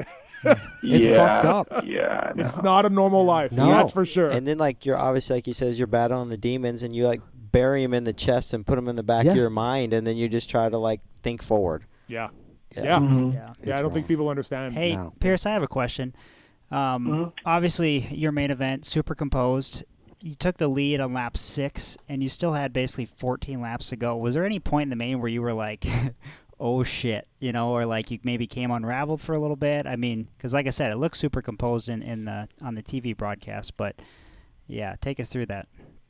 No, I mean, I was pretty chill. I mean, to be honest with you, there was a couple times I didn't see him because he was so close that I didn't know he was there. And that was almost good because, like, I was able to kind of do my laps. Like, watching the replay, there was a couple corners that I was really leaving the door open. I'm pretty surprised he didn't take it. I'm like, thankful he did, obviously. But yeah, if it was somebody like Deegs, I know they would have took that chance. That's for the East-West shootout. Honestly, just out there riding. Like, it was one of those nights where, I mean, I'm sure you've had them too, where everything's quiet, you know, you're doing your laps and everything's coming together. I was mainly just focused on breathing and making sure that, I was going to make it to the end. Mm-hmm. Yeah, because like I said, that's a long time to lead a race for. Can we talk about Joe? Yeah, I was just about to say, when Joe rolled that finish line, did you wonder, like, what the fuck was he doing? Or did you think you missed something, or wondered, like, dude, what's happening? Well, I thought he slid out in that corner and missed the double. Yeah. Because that corner is really slick. Mm-hmm. But I actually did that in qualifying one lap. I went like roll, and then I still hit the finish. But he rolled the finish, so I was like I don't know. I was confused on why he didn't hit it. But after that, I didn't really think about it. And then it was probably when I got back to the hotel room, my girlfriend's like, yeah, like they were pretty upset about the light situation. I was like, what do you mean? And They're like, lights. What lights? That's like, funny. you didn't earn that. You cheated, this and that. And I didn't see lights. I didn't see a flag. But dude, on Sunday morning, somebody posted a photo on like their story of me jumping with the lights on that first double, and I was like, oh shit, like that's not good. But they didn't end up doing anything. I guess the story was every rider but Joe jumped. So those are lead-in lights. They're not the same as triple lights. It's different lights. Yes, Yeah. Even though they look the same, and fans were getting confused on that. I thought you were going to get pinned for jumping on a red cross because I thought that was the deal. You know what I mean? Yeah. But then again, Joe didn't jump the finish line, and I'm like, well, what's happening here? So I was super confused along with everybody else. I mean, and you could tell even like Ricky, like on the broadcast, didn't know what happened. Mm-hmm. Like you couldn't really see the lights on the broadcast, and everyone was wondering why he rolled. Because I came around, I didn't see any flags or lights. I don't know how he did, to be honest. It's impressive that he did because I was not looking out for lights for sure. No, absolutely not. Daytona this weekend. You mentioned your podium there. How do you feel about Daytona? It's a little bit like Dallas, where what's going to work one lap isn't going to work 5 laps later, and you really got to adapt to it. It's a changing track. Yeah, it's one of those tracks like. It's going to require a lot of patience. There's going to be a lot of mistakes. I'm excited, though. It's definitely normally a softer track. I know it's going to be, I think, like I said earlier, it might rain. Yep. I mean, we'll see how that goes. But, yeah, I'm excited. Should be a good weekend. I'm just, focusing forward. Just going to, stay calm and do my laps. See where we end up. Did the boys at the farm build a nice little Daytona section for you? We'll find out tomorrow. We might. Yeah, I'm not sure what the plan is. I'm sure with all the resources we got, they have. Mm-hmm. But we might just do an outdoor session and then a Supercross session. We'll see. That's so overrated. It is. It's my just experience. But it's fun. It mixes it up. It breaks it up, but it's just like, that's going to make you better at Daytona. Like, no, it's not. It's a fucking scam. Dude, nobody even changes the suspension anymore. No, I agree with that, Phil. We've tried it. It's amazing, Pierce, that you did as well as you did, too, with Will Hahn dragging the whole program down. So it's awesome. Like, with Wilbur, over there hurting everybody and everything, and you still able to overcome that, man. It's great. It's fantastic. All right, anything else for Chris Brown? I got a question. All right. Pierce, I hear you have a pretty good engine on you, pretty strong on the bicycle. Do you have FTP status or anything? Do you know where you're kind of at? Because I keep hearing that you got an engine on you. That's what I've been told too. I mean, I've worked with Will for a couple years, and then now being with Swanee, we obviously do the VO2 max test pre-season. I haven't done an FTP test yet, actually, so I don't have those kind of numbers for you. Well, what kind of VO2 are we talking? Not like it matters in motocross anyway. No. Dude, to be honest, I couldn't tell you the last one. I mean, my highest was. It definitely wasn't in the 70s. I know there's a couple people that's been in the 70s. I'm sure A-Mart and J-Mart are in the 70s, but I want to say like maybe 65. I could be completely off. Okay. That's still very solid. I don't know what this means. How would I do? Yeah, you're an probably amateur like 39 probably. J-Mart, what was yours? I had a pretty high VO2 max. I was in the 80s. In the 80s? Yeah. Okay. Yeah. So that's really good? Yeah, he's a freak. He's a freak. Alex is a freak. What would Lance have been back in the day? Like 80s. 80s, so that's a tour level of VO2. There was actually for this idiot right here. Yeah. This guy right here. Yeah. Genetically, if he wanted to go after it, he could. If someone actually wanted to put money into it in the time, Germa could go after it. Yeah. Well, and there was actually just a Norwegian that's unreal. triathlete. You know him. What's his name? Christian Blumenfeld. Yeah. 101 VO2. Okay. I mean, it's the highest record, ever. right? Highest ever and recorded. that is genetic. How much of that is genetic in that stuff? A lot. Yeah. Okay. A lot. Yeah. Just. Yeah. I mean, that's an outlier. Yeah. But even J-Mart's 80. That's genetic. A lot of it. Yeah. That's still an outlier. Right. Okay. Like for Pierce to be at 65, like that's really good. That's really superior. Yeah. No, that's awesome. Good for you, Pierce. Awesome, man. Well, listen, it's a really cool story, Pierce. I think everyone in the pits is really happy for you, maybe outside of Joe and Lars. But good job, man. You rode great. Honda's coming after you, dude. No, but I mean, they're pissed. But again, we're going to talk about this later. It's not your fault. Those lights, Joe could have jumped. He made a mistake. It's not nothing to do with you broke no rule for anybody who's listening, you know? So, fair play. There was no flag on the jump. Guys, I appreciate it. Awesome. Good work, man. Thanks, Pierce. Thanks for the time. I know people were blowing up your phone too, so I appreciate your time on the show tonight. Thanks, man. Yeah, thank you, guys. See you, buddy. Awesome. Okay, thank you, man. See you. See you. Pierce Brown, everybody, brought to you by the folks at OGO Power Sports. Paul 15 is the code to save. So this guy is tour level VO2. Literally. Yeah. Literally. It's fucked up. Right. It doesn't make much sense. But that's the only thing I'm good at is suffering. Yeah. 81. But you were tubby as a kid, right? Oh yeah. So even back when you were tubby, you good? We used to call him Bubba Chubbs. So when he was fatter, Alex, was he still on a bicycle? And no. It was like it was a several year transformation. Okay, to get to that. But I was still I was pretty big, and I ran cross country in school because of Alex, and I still had a pretty good mile time, and I boogied for sure on a 5K. Being bigger too. Being bigger. Yeah. But then once I shedded the weight, the VO2 starts to go up, and then the VO2 is affected by big time. Not like I know nothing. You can't gain like 20% on a VO2. But you can though. gain. Yeah, you can gain a little bit. Right. Yeah. 81 VO2 doesn't make much sense. It just doesn't make much sense, man. We got Mike for a Phil story on 2. Go ahead, Mike. What's going on? Hey, how's it going, guys? Good. First time caller, all that good stuff. Thank you. Phil, 2008 Daytona Supercross. Fuck. Buddy of mine are standing on the speedway watching practice. I look up and see this Motosport Kawasaki just yard sale through the whoops. Thought the guy was dead. About 5 minutes later, I turn around, and Phil, I don't know if you remember, you and your dad were actually sitting up on the wall to the speedway watching the 450 practice. And you guys actually sat and talked to my buddy and I for probably a good 5 minutes before you headed back to the truck. And this is after yard sailing. After the yard sale. Yep. Took his helmet off, walked through the gate, straight up on the speedway. Fuck the bike, fuck everybody else. Just after the crash? And just, Oh yeah, just walked straight off the track. left the bike up on the field. Yeah. Yep. Contemplating life.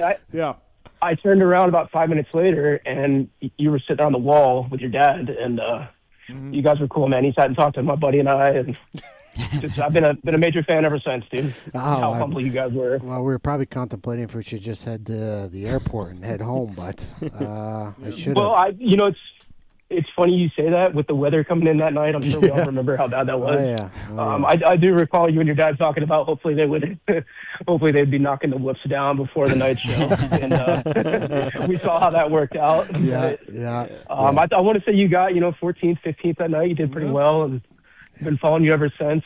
Awesome. I appreciate it. And shout out to a local boy to me. I grew up riding with Matt Bonnie. He put her on the podium that night as well. Dude. Bonnie was good. Bonnie's a good rider.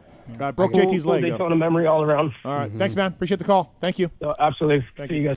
It would have been better, but my bike blew up. DJ's on 4 for Alex. What's up, man? How are you, DJ? Hey, I'm good. Thanks, guys. So, Alex, I'm not going to ask you to give up any proprietary training and fitness secrets, but you're done racing now, and I've been dying to know. You used to spray something on your gloves before you would go out and ride, and now that it's not a secret you can use against everybody else, what was it, dude? Maybe you're thinking, I don't know, Jeremy, did you spray something in your gloves? Because I never did that. You know, like that KT tape kind of stuff? Oh, there was like a spray in like a can of sticky stuff. Yeah, So your gloves would roll. stick to it, and then if like as you go, you get sweat in your hands.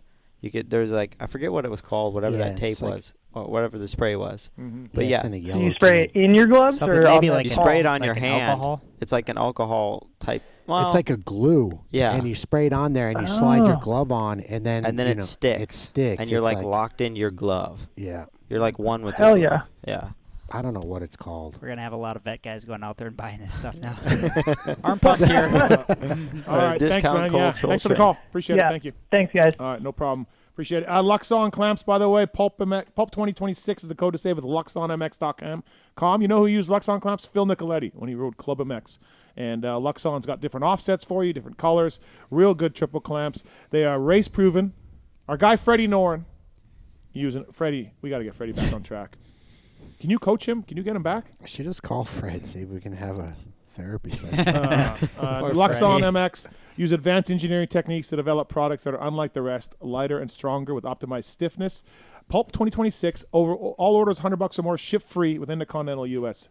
And also WLab.com. They use all of that. They do all my merch. These guys, they're doing great work. You know their wheel business, and you know the cool wheels they made for Club MX. Do you see those like gunmetal gray they did for Club this weekend? Looked really good for W. Okay. WUSA, they're carrying forward the same commitment to quality and reliability at WLab. Competitive pricing, no minimum order requirements. PulpMX for a free sample, WLab.com. And a discount, PulpMX. All right, we have another celebrity calling in. This man is crushing it right now. He's doing a great job. It is Joey Savatgy. Oh, Joey. Joe Dog. Dude, I called for one reason earlier, but now I have two. First, does Phil know what the F-bomb counter is at currently?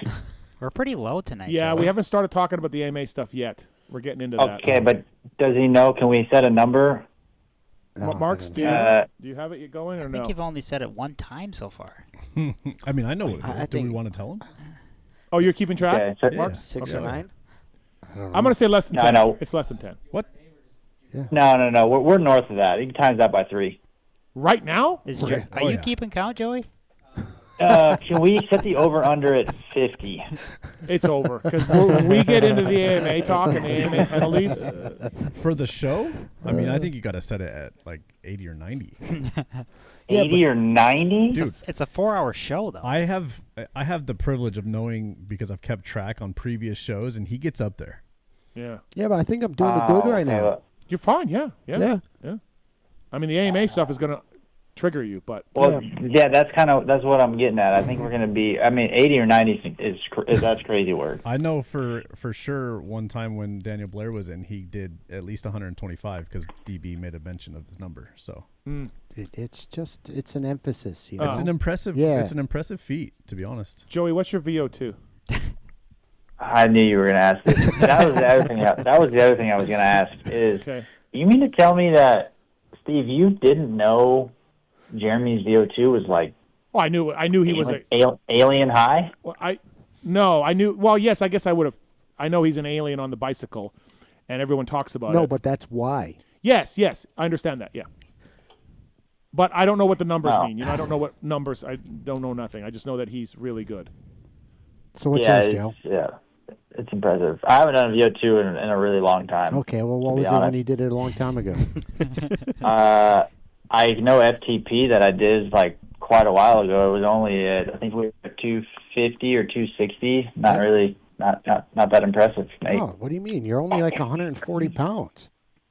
Yeah, I'm a small guy, but Yeah. I mean, Jeremy's a small guy. He's probably at least 80 on top of that. Yeah, but I mean, those are good numbers for a little guy. Yeah, yeah, watts that's per still kilo, gnarly, that's Joey. fucking Yeah, good. you're hammering. The part that's gnarly to me is like Lance was a physical freak. They talked about, obviously, never mind all the drugs or whatever. But Same number. Like that's what I'm saying. Like what drugs? They said like Lance was a physical freak on the bicycle, and that's why he won, and that's why he was so gnarly. Blah blah. And then this dude's got the same number. That guy across from me right here. Well, it's not all VO2 though. I know, right? but it's still. It's a lot. No, it's a lot of the it. bread though. and water too. Yeah, the bread and water they eat's really good. Yeah. Oh yeah. It's nuts. Yeah. I mean, I know Steve probably doesn't keep up with it, but I would be curious to know what Tade's VO2 is because it's got to be. He's probably in the what 90s. mid-90s? Yeah, they say. I thought I saw something not too long ago that he's pretty close to like Greg LeMond. Like 95, 96. Yeah, like in the 90s. Oh, LeMond was higher than Lance. Like LeMond is more of a freak. They said he was a freak. Yeah. Yeah. Yeah, J-Mart, dude. The Steve, stories of J-Mart, like in cycling, Phil and Troll have told me a bunch. Yeah, just so like Believe it or Sunday not, Fun Day dude. was no problem for him. Like Sunday No. Fun Day, right? Yeah. That's why when I'm always off the back, it's like, fuck, Yep. you're going up against an alien. Who's the best guy you've trained with, Joey, on a bicycle? Strongest? Yeah. I mean, it's all relevant in my opinion because like if we're going more flat route stuff, I mean Zach is somebody that's able to push a pretty high power outage. But he's a bigger guy, so it's like if we have a loop that we do that doesn't have any elevation, it's like I'm stringing on for dear life because he's able to push so much more than me, and the watts per kilo on flat versus hills, et cetera, is different. I mean, obviously, I rode a lot with Osho before the knee. Obviously, nowhere near his prime. J-Mar probably got a way more prime Osho than I did, but yeah, I mean, it all depends. Zach's strong. He's a slow cadence burner, but Osho was also really good in the hills, being a smaller guy. So I know RC's fit right now. I know that for sure. So I used to kind of before I liked Joey when I thought he was an arrogant prick, but we used to like Colt Nichols and like all these other guys. Right? Yeah. I can't really say I talk shit on Joey, but maybe I used to be like, dang, no fucking way Joey's putting in the time and effort I did up those fucking mountains with Osho. Not a fucking chance. But I was just judging a book by its cover. Sorry, Joe. that's all right, dude. It happens. Let's talk transmissions. Let's talk transmissions. Yeah. Transmission gate. So there's a wild rumor going around that you have a factory transmission. I don't know who started that rumor. I don't know. It's just going around. I hear it in the ether. It's around.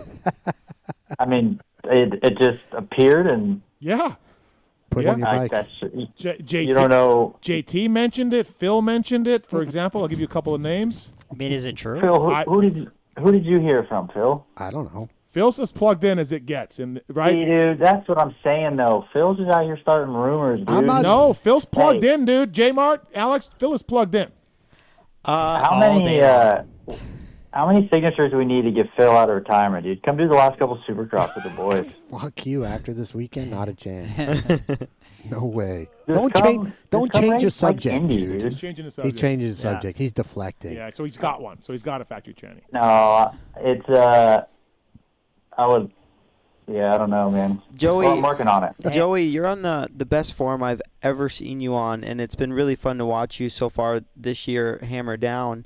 What has changed, or have you found something in suspension with the bike? Yeah, like, the transmission, man. You were gelling like I've never seen before, and I mean it's really been fun to watch. I appreciate it. Yeah, I mean, honestly, I was talking to my dad actually this morning about it. I would argue that I'm better right now than, I mean, even in 2019. Obviously, results on paper, maybe not so much, but also looking at depth of field now versus then. You know, for me lately, like, it's easy to say, but I haven't been on a motorcycle that like I trust in a really long time, especially on Supercross. I mean, J-Mart, you know how it is, and even you, Alex. Like outdoor, you can kind of say a little Phil bit. doesn't know. Phil doesn't know. Well, I mean, listen, all right? You don't disrespect the Canadian champion, okay? You said it. You said Alex and Jeremy know. Well, yeah, because I was talking to Jeremy. Jeremy asked the question. Calm down, Steve. Phil, you don't know. You rode shit bikes all the That's time. all right. I'll take it on the chin. And it's just like, you know, like it's to have a good bike on Supercross opens Pandora's box in a way as far as comfortability and things that you're able to do on the bike that you just can't. And I'm not built like that, but I personally can't force myself to do if I'm not in a position that I'm comfortable. Yeah.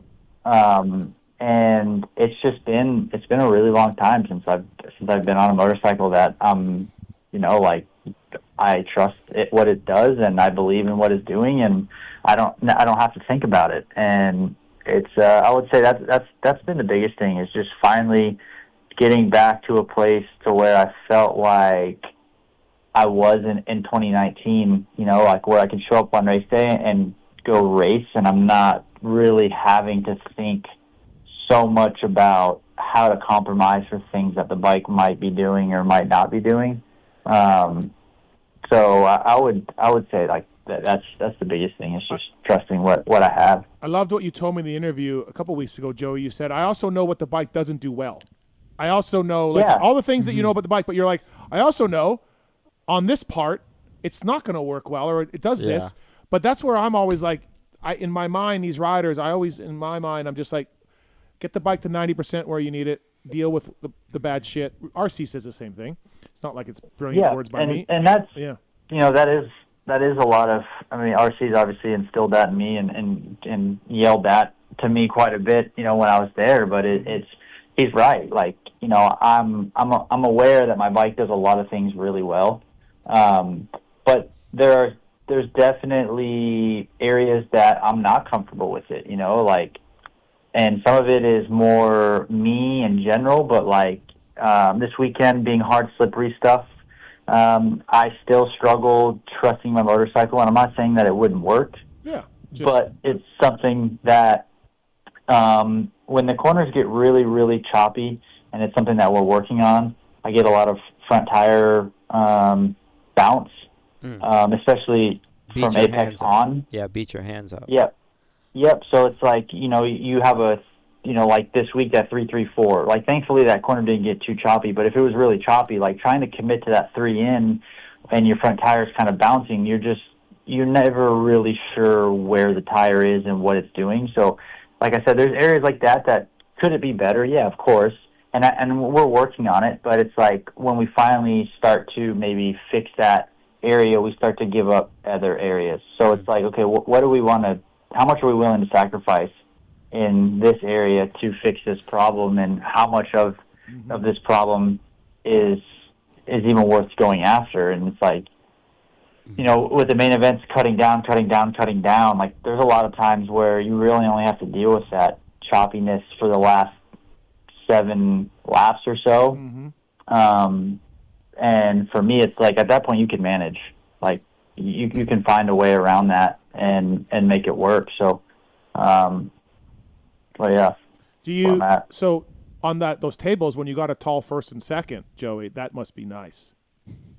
Like on those. What do you mean a tall? Like in the transmission, like when you come inside. Like a longer first gear. Yeah, like a longer really first, nice. you know? I'm not sure what the relevancy is here, but. Just must be. I mean, right, Phil? Wouldn't that be great right there? Yeah. I mean, especially in 450, again, like you said, you cut down a long first to get those 3 ins is a kind of a nice thing. Yeah, good to see that working out for Joey that way. Yeah. Good. The biggest thing right now, honestly though, is starts. Like you just. God, I hate to keep saying it because it's a every week discussion, but dude, you have to start with those guys. Yep. Yeah, I hate that our sport is that way right now. Honestly, outside of Eli. But how do you fix it? Yeah, I don't Joey, know. Well, I'll tell you why you fix it. You want to race tech Rant? I'll tell you how to fix it. Get rid of the start devices and the grates and the ECUs. Oh my. Well, but it's also the depth of the class. Yeah. Right. There's so many guys that are so close right now. Yeah. But when Joey starts up front, though, he never gets. You can latch on to the pace pretty well, Joey. For sure. You don't get dropped. Like if you start fourth, you finish fourth, and you stay right there. You know, it's not like you get dropped at any point. No, and that's something that I've been working on. It's for me. It's like.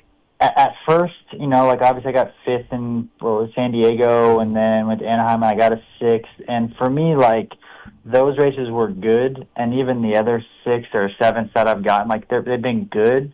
But it's up until I would say this weekend, it was a situation where it's like, with the years that I've had, they haven't been very good.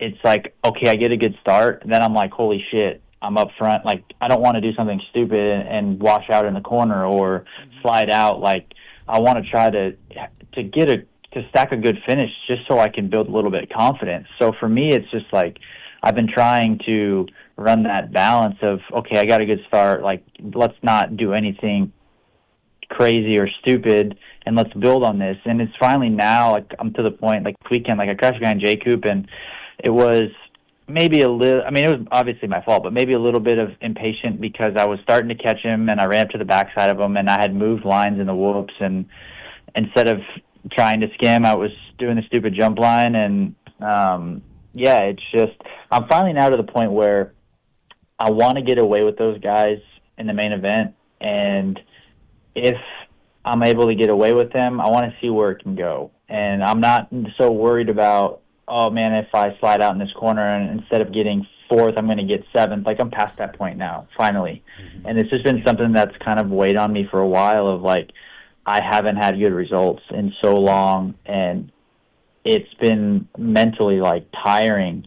And I'm finally, like I said, I'm in a place now where, like, I'm confident in my ability. And it's not that I've never been, but saying you're confident and going and doing the job is two totally different things. So I just, and this weekend was a good step for that because my practice start, my heat race start, I mean, even my main event start, if I didn't slide out, like, were really good starts. So I would have liked to have known where I would have stacked if I could have stayed on J. Coop, how far off the lead I would have been. But moving forward, I feel like I've kind of broke through in a sense of I kind of want to explore those limits and not be so conservative and just try to not mail in a finish because that's never the case. But, like sometimes you can take a little bit more risk in a corner or in a rhythm lane, like trying to push through and just those little things that those few tenths a lap that add up. It's just been a long time since I've been comfortable, number one, and had the confidence, number two, to do. And I just feel like I'm at that place now where, it's kind of just trial and error at this point. J-Mark, best battle with Savatgy for you? Colorado, or was it? He was probably High Point. High Point was good. Colorado. He was nasty fast. He was a beast at Thunder Valley, Colorado. Yeah. I always hated Joey. I was like, God damn it, Joey. But you and your 80 VO2 riding around, I mean, fuck, man. Dude, the old boy can throw that bike into a turn, and he can send it when he's comfortable. So yeah, we had a gnarly battle at Millville too, 2015. Yep. That's right. I remember that. My clutch perch or the bolt. Yeah, that's right. The bolt came out. Oh yeah. And then, dude, I was flopping around. I threw everything I could at him.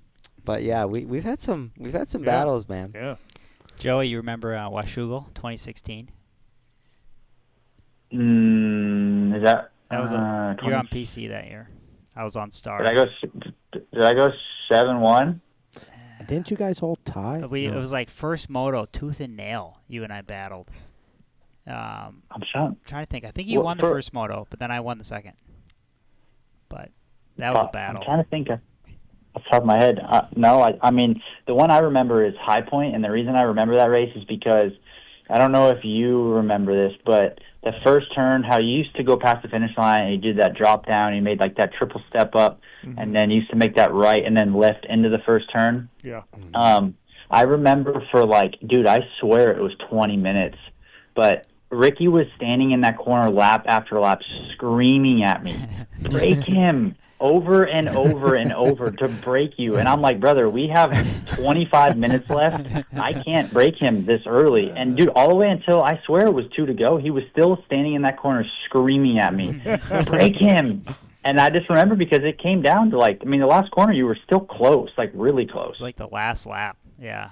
Yeah, last lap, like last corner, 2 to go, like you were still in a place where if I made a small mistake, you would have got me in. But and that's the reason I remember that one is because after the fact I was laughing, but dude, he sat there just screaming at me the entire moto. Joey Savatgy here on the PulpMX show. All right, Joe Dog. Anything else for Joey? Good job. He's crushing it. Really good. Yeah, great year. I was Joey. cheering for you in that heat, man. Oh, Steve, stop it. Stop it. But I will say it's cool, Joey, to see you kind of bridge the gap from like an 8th to 10th guy to like, dude, you're right there in that top 5 group now. Alex, we've been saying, let's pretend he's not on the line right now. This, and Yuriv runs a great program, all of that. All these guys always get their B-Haas and Yuriv, and these guys get their noses bent out of shape, so I don't care about that. So pretend he's not on the line. Like, he can get another factory ride. He keeps riding like this. He's in the mix. You'll look to hire Joey for another factory ride. I absolutely believe that. Yeah, I disagree.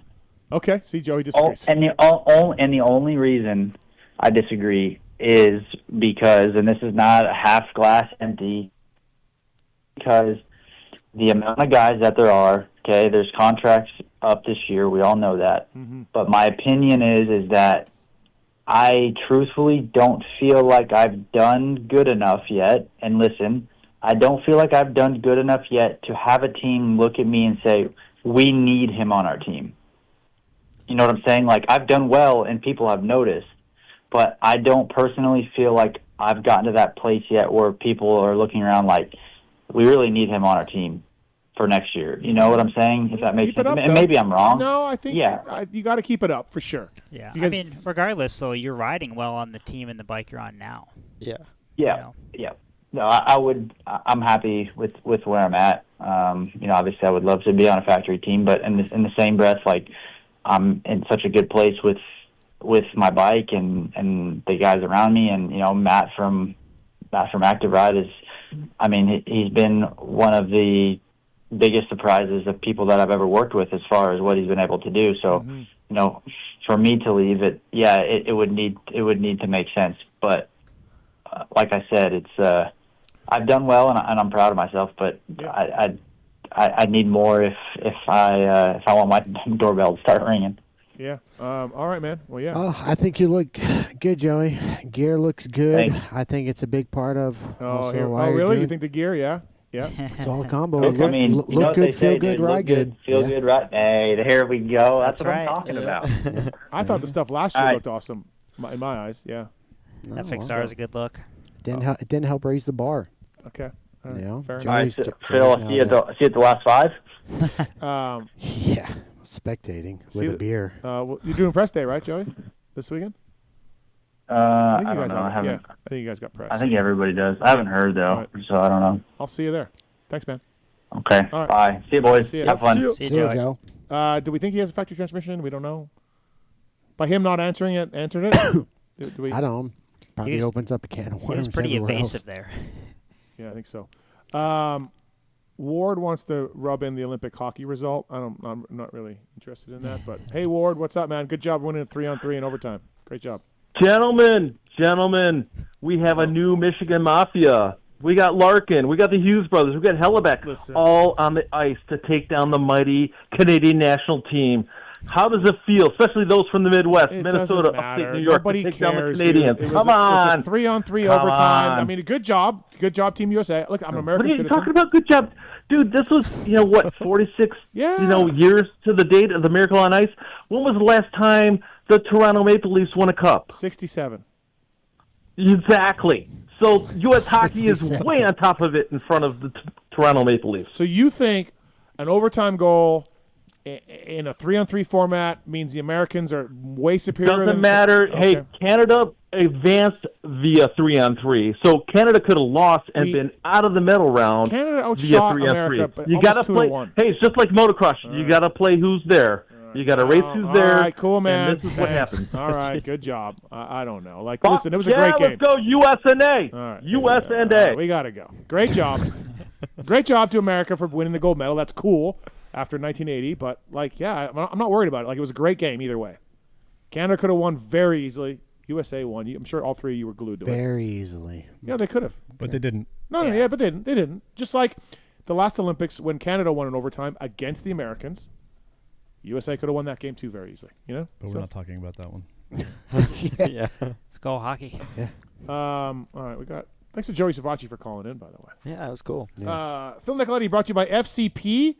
You using these yet on your new bike or no? We're not getting that point yet. We're not at the point where you're calling Chris for anything. I haven't rode. I know. Yeah, but you have rode a little bit, but we're not full. Okay. I called Chris when I had the Kawi. Oh, there we go. Yeah. I wanted to rake that front end out. Pulp-FCP26 bring you Phil Nicoletti. He sent a care package of socks. They're great socks. Yeah. So thanks to FCP for the socks. We giving them out, and they got the race cups. They've got the steering race cups that will help you rake out your front end. These are different than an offset. This is different. This is trail. This is rake, not trail. Works much better for your bike for different models. J Mart runs them in the Kawi. You still got that thing? Are you selling it? No, I sold it. Oh, you sold it? Yeah. Oh, okay. Yeah. Right. And of course, they've also got the motor mounts that help the flex of the frame as well. And please check it out. Pulp-FCP26 factory chassis parts. I think Triumph's using the race cups too as well. All right, got a commercial break here, and then we are going to talk about the AMA flagging. And we got some I Don't Know Mans coming up as well. We can do... No, okay, let's do this. 250Ys, Phil, I meant to prep you for the show, but I did not. Opening round of 250s. Who surprised you? Who disappointed you? Maybe disappointment is too much of a word because it's one round. Did anybody show you something you didn't expect, positive or negative, from 250 class? I'm going to go with Dax Bennett for impress me. But you know he's podiumed the opening round the last 2 years. Yes, he has. Yeah. But Dax's pace, I thought his ceiling was high, could have been higher in that main event than what it was. I think he actually settled in that main. Whatever happened to the heat race, I don't know what, because he got freight trained. But I think he settled in the main. I think he could have potentially been the winner of that main event. I think he just trail rode behind those guys. Okay.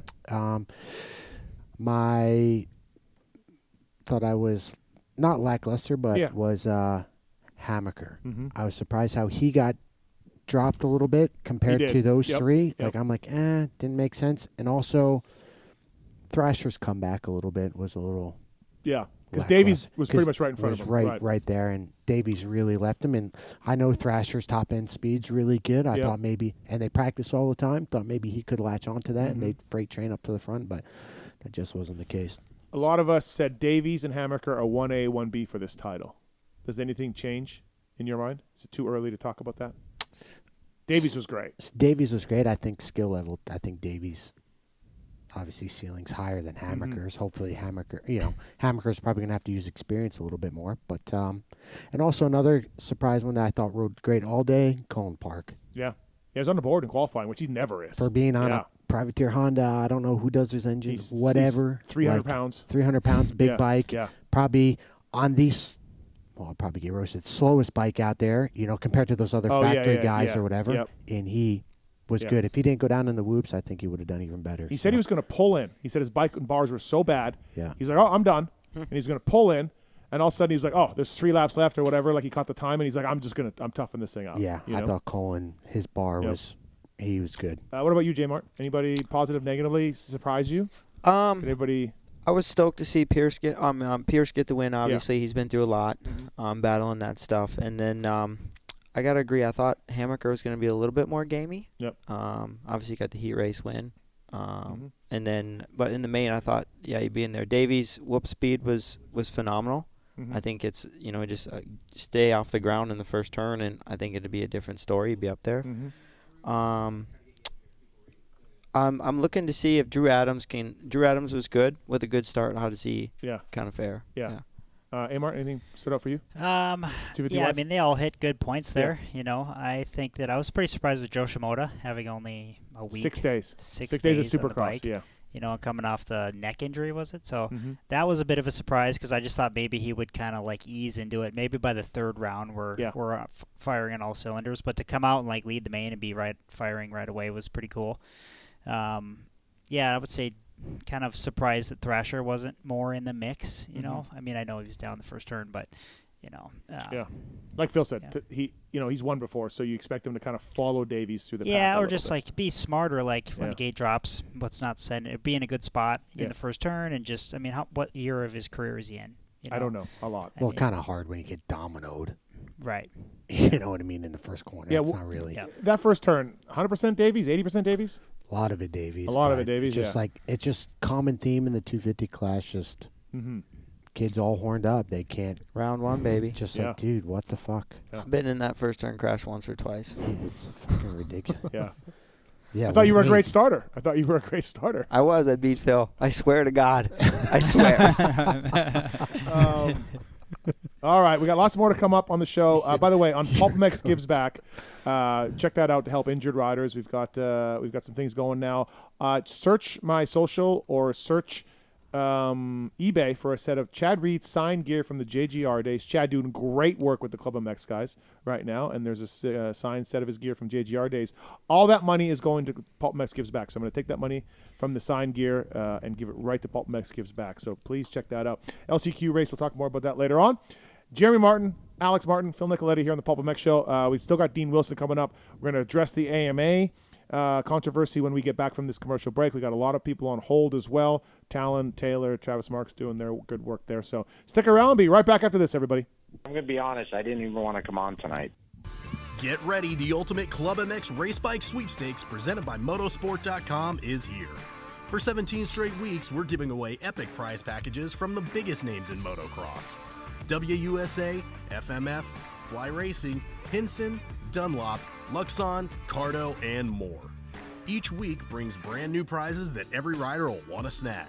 But that's not all. It all builds up to the grand prize, a 2026 Yamaha YZ250F Club MX replica race bike. The real deal built for real champions.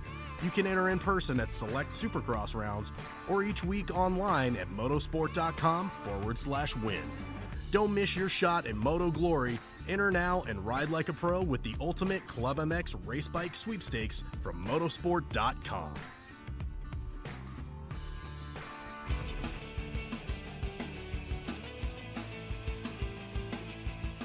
You likely know Racetech as the suspension and engine tuner of choice for the world's fastest privateers. But what you may not know is behind the scenes, Racetech is the trusted source for many OEMs and factory teams throughout the motorcycle industry. For nearly 40 years, Racetech has been producing high-performance suspension and engine components and services right here in the USA. Racetech doesn't just specialize in motocross. In fact, they have many off-road, hill climb, flat track, road racing, and supermoto championships on the mantle as well. Not a racer but want to smooth out the ride on the street or add some performance to your Harley? Racetech offers a full line of suspension solutions including industry-leading, built-to-order G3S custom shocks. All Racetech products are 100% guaranteed to exceed your highest expectations. Don't wait. Experience the Gold Valve advantage today by logging on to racetech.com. Don't forget to mention PulpMX when ordering for a discount.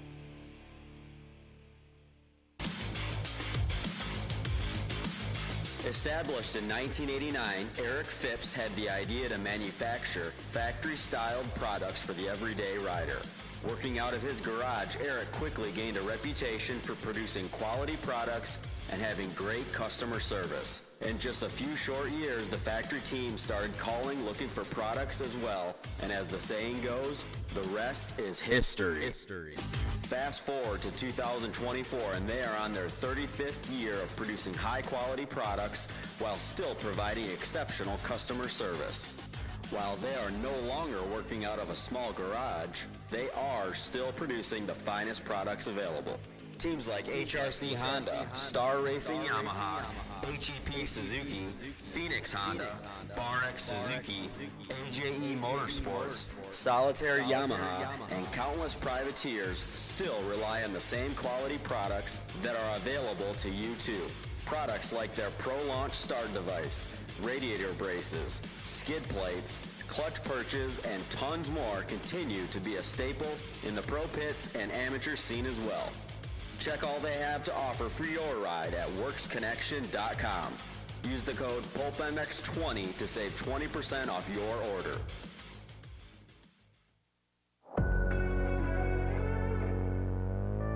Wiseco Piston has over 80 years of experience manufacturing pistons in Cleveland, Ohio, USA. Wiseco pistons are developed and proven through professional racers, teams, and engine builders, including factory Honda, HRC, Club MX, DBTV, Twisted Development, and many more. Wiseco is rooted in supporting grassroots racers across the country.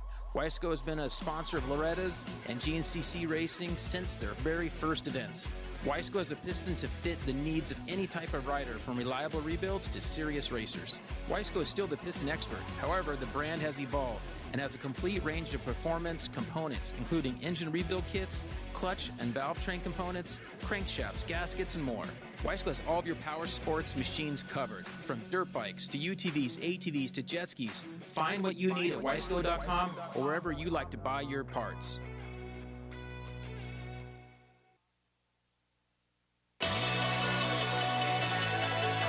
Factory Chassis Parts was founded in 2018 with one goal in mind: to offer the highest quality works level upgrades to the average rider.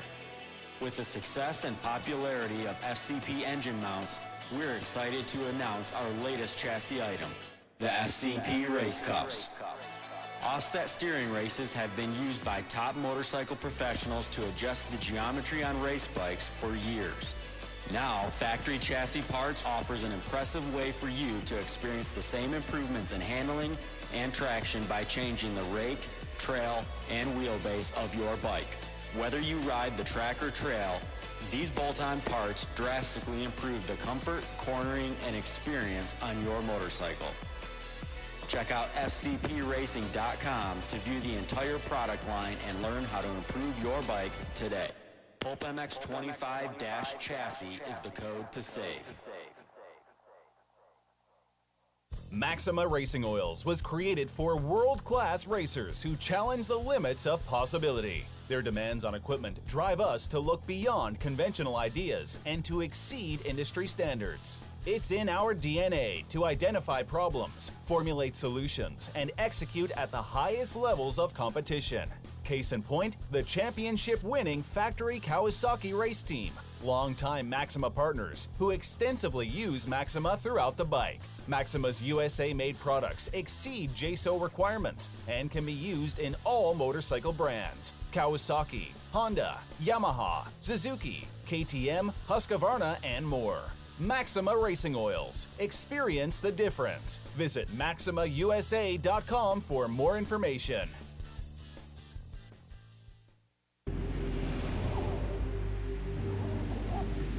I'm Cooper Webb, and I choose OGO. I'm Christian Craig. I'm Dean Wilson. I'm Aaron Plessinger. I'm Jerry Martin. I'm Nate Thrasher. I'm Shane McElrath. I'm Hunter Lawrence. My name's Jett Lawrence. I'm Jordan Smith. I'm Tal Hawkins. Stargate Hampshire. I'm Hayden Deegan. I'm Colt Nichols, and I choose OGO. And I choose OGO. And I choose OGO. I'm Tom Diallo. I choose OGO. And I choose OGO. And I choose OGO. I'm Jiren Ferranges, and I choose OGO.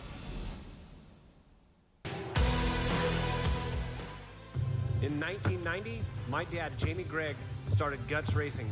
Guts stands for Greg's Ultra Trick Seats, because I was just a little kid that wanted a trick seat. And if you're out there looking for a trick seat, go to gutsracing.com, your local dealer, or Motosport, and place your order. Support the people that support PulpMX. you can use Pulp 2025 for 20% off at gutsracing.com.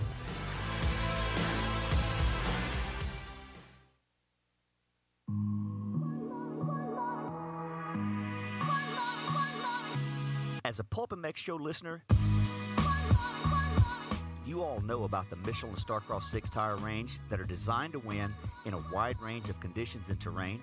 But do you know that Michelin makes tires for essentially every motorcycling and bicycling segment? In 2025, Michelin continues to expand their product offer to include the Michelin Road W GT tires for the Honda Goldwing. The Michelin Road W GT tires are designed to go the distance, are reliable in wet conditions, and provide easy handling on Honda Goldwing motorcycles.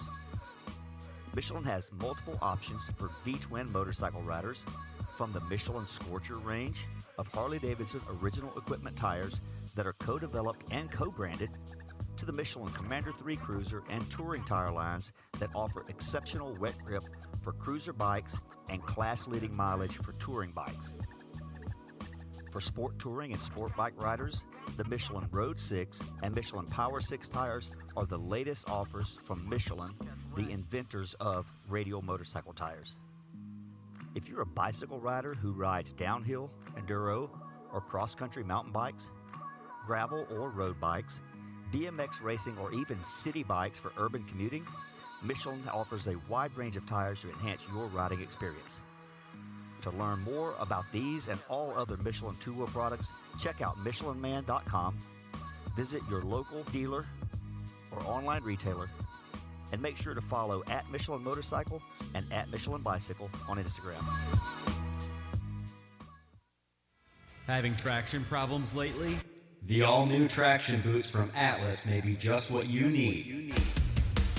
Developed as a premium entry-level boot for the masses, they are super lightweight and durable, featuring a modern Velcro-free enclosure, molded sole, and plush memory foam around the ankles for maximum comfort. An incredible value at just $199 in the United States. Atlas traction boots are available in MX and Enduro sole versions to suit the needs of all riders, racers, and weekend warriors. The addition of boots to the Atlas product line is just the start. Head to social media and follow at Atlas Brace so you don't miss all the product announcements that are still to come. To shop now, visit atlasbrace.com.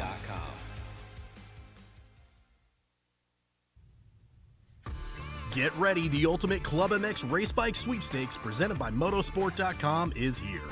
For 17 straight weeks, we're giving away epic prize packages from the biggest names in motocross: WUSA, FMF, Fly Racing, Hinson, Dunlop, Luxon, CARDO, and more. Each week brings brand new prizes that every rider will want to snag. But that's not all. It all builds up to the grand prize, a 2026 Yamaha YZ250F Club MX replica race bike. The real deal built for real champions. You can enter in person at select Supercross rounds or each week online at motosport.com/win. Don't miss your shot at Moto Glory. Enter now and ride like a pro with the ultimate Club MX race bike sweepstakes from motosport.com.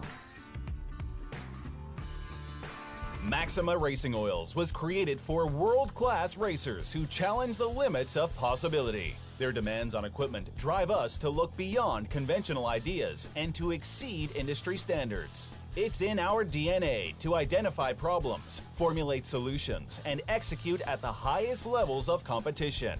Case in point, the championship-winning factory Kawasaki race team, longtime Maxima partners who extensively use Maxima throughout the bike. Maxima's USA-made products exceed JSO requirements and can be used in all motorcycle brands: Kawasaki, Honda, Yamaha, Suzuki, KTM, Husqvarna, and more.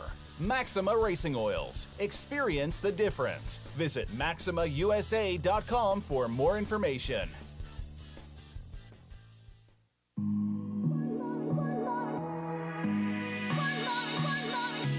As a PulpMX show listener, you all know about the Michelin Starcross 6-tire range that are designed to win in a wide range of conditions and terrain. But do you know that Michelin makes tires for essentially every motorcycling and bicycling segment?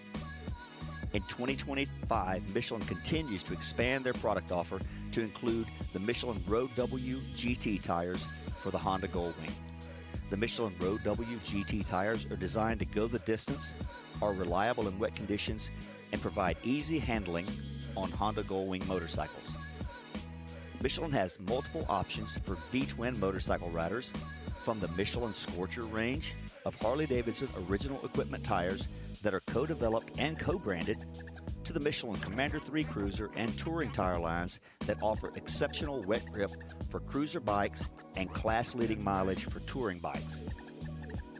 For sport touring and sport bike riders, the Michelin Road 6 and Michelin Power 6 tires are the latest offers from Michelin, the inventors of radial motorcycle tires.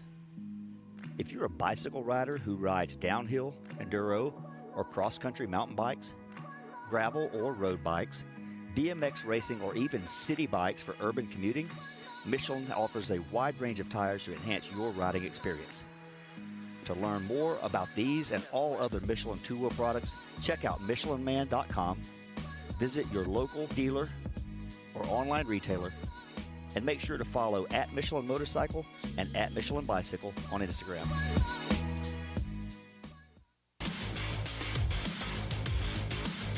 Established in 1989, Eric Phipps had the idea to manufacture factory-styled products for the everyday rider.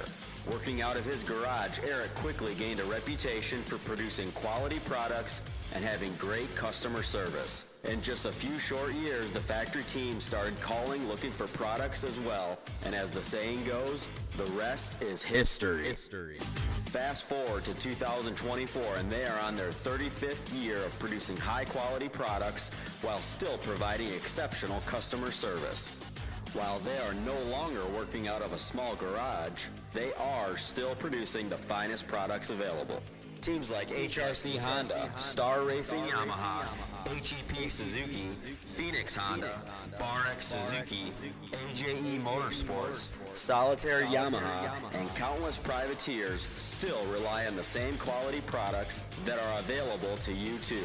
Products like their Pro Launch start device, radiator braces, skid plates, clutch perches, and tons more continue to be a staple in the pro pits and amateur scene as well. Check all they have to offer for your ride at WorksConnection.com. Use the code PulpMX20 to save 20% off your order.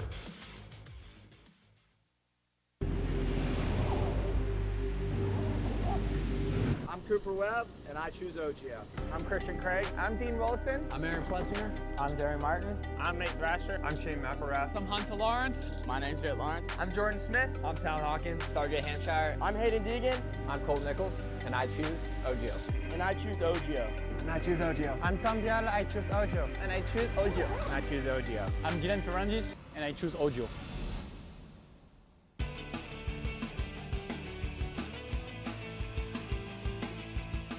You likely know Racetech as the suspension and engine tuner of choice for the world's fastest privateers. But what you may not know is behind the scenes, Racetech is the trusted source for many OEMs and factory teams throughout the motorcycle industry. For nearly 40 years, Racetech has been producing high-performance suspension and engine components and services right here in the USA. Racetech doesn't just specialize in motocross. In fact, they have many off-road, hill climb, flat track, road racing, and supermoto championships on the mantle as well. Not a racer but want to smooth out the ride on the street or add some performance to your Harley? Racetech offers a full line of suspension solutions including industry-leading built-to-order G3S custom shocks. All Racetech products are 100% guaranteed to exceed your highest expectations. Don't wait. Experience the Gold Valve advantage today by logging on to racetech.com. Don't forget to mention PulpMX when ordering for a discount.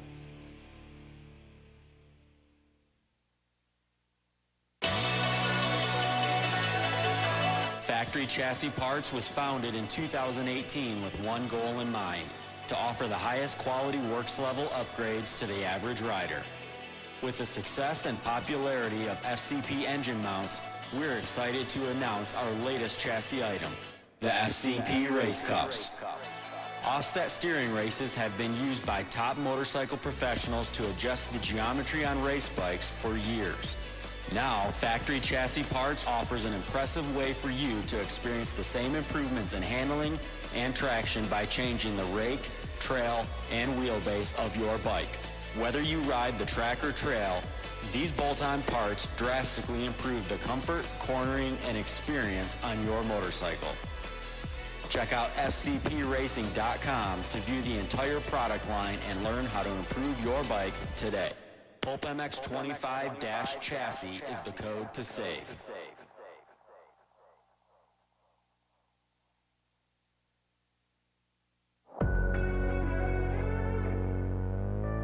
Wiseco Piston has over 80 years of experience manufacturing pistons in Cleveland, Ohio, USA.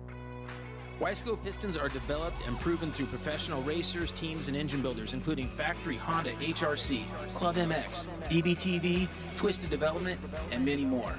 Wiseco is rooted in supporting grassroots racers across the country.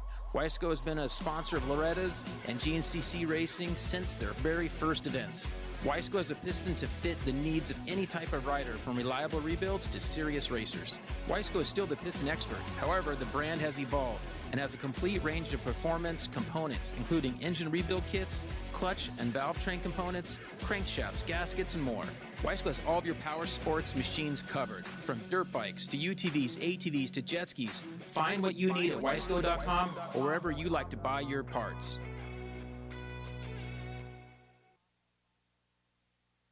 From beginners to seasoned vets, race teams, project builds, and magazine tests, DeCAL WORKS' mission is to cater to those who love to ride, upholding the true definition of quality, service, and knowledge.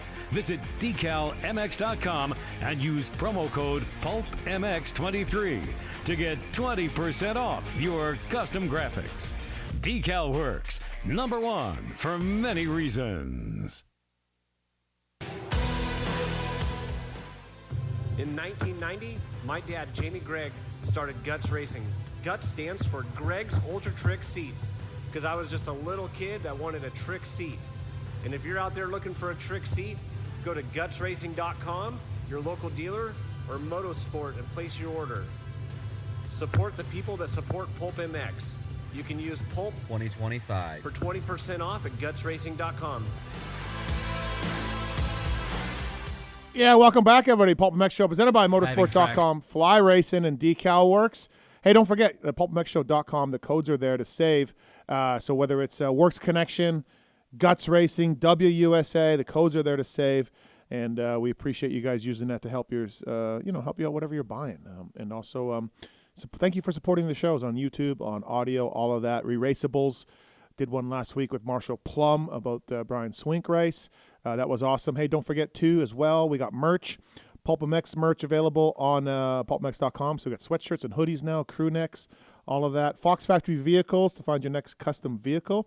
Backed by the OEM manufacturer's factory warranty. Easily financed through your local dealership. Chevy, GMC, Ford, Jeep, Nissan, and more, and Ram. We bring you the ultimate turnkey custom trucks and SUVs. Home for Black Widow, Rocky Ridge, Black Ops, Shelby American, and more. FoxFactoryVehicles.com. And thank you to Michelin as well. Our guy, Randy. MichelinMan.com/motorcycle to learn more about their motorcycle offerings. But they also got great mountain bike tires. The E-Wild series are great. J-Mart, what was my VO2 on the Michelin-equipped mountain bike ride today? What were you thinking?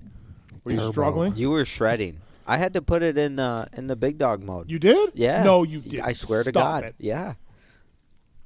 Phil? Wow. Him ripping down them downhills? I know. And I was Dude, you went off into left field. You did that one. In the one. And you ripped the climb up.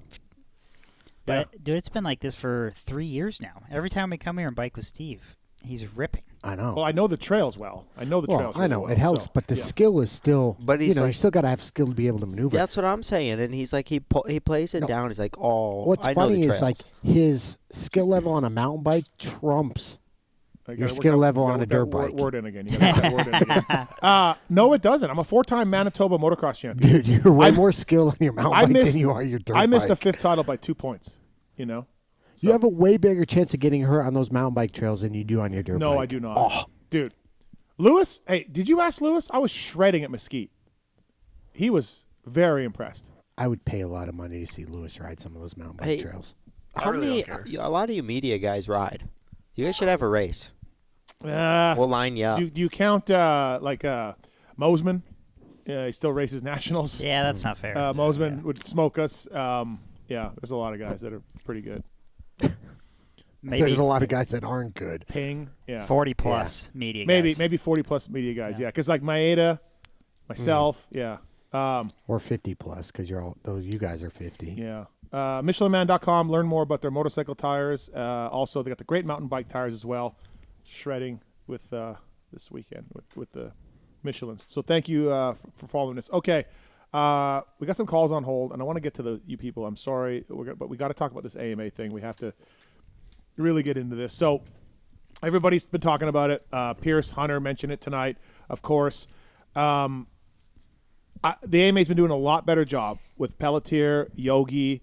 There's a committee. Christina Denny's been helping out. There's a real committee change to the AMA from the days of back in the day when they made strange rulings, and then they had probation and double secret probation. Now they have these license points, which I like. They've cleaned up the rule book a little bit, but man, let's start 250s first. I'm actually okay with their 250 ruling. So they have these lead-in lights. They put them in after Jet Lawrence, because you guys know when a red crosses out on a finish line, it's hard to break and look at it and look up and look to the left or right and all of that and see the flag. So they put in these lead-in lights after Jet got penalized, which Jet's penalty was dumb in my opinion.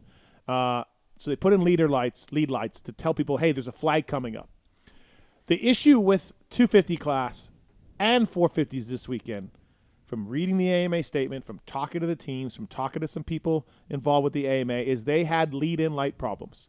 Again, I don't think the lead-in lights have been explained enough to these riders. Hunter said he'd never heard of them. Kenny said he'd never heard of them. Joe has never heard of them. So they're not in the rule book. So when you see on social media the AMA rule about flashing red lights captured, that means the ones that are on the triple. That's what those ones are talking about. These lead-in lights are not flashing red warning lights. So these are different. These aren't in the rule book, and that's another problem. So they bring these lead-in lights in. I keep saying lead-in lights. And they were fucked up in Dallas.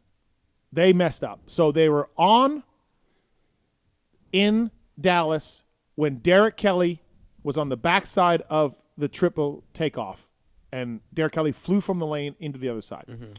He was long gone. Weege told me that Derek Kelly commented, by the time I came around, they were still on.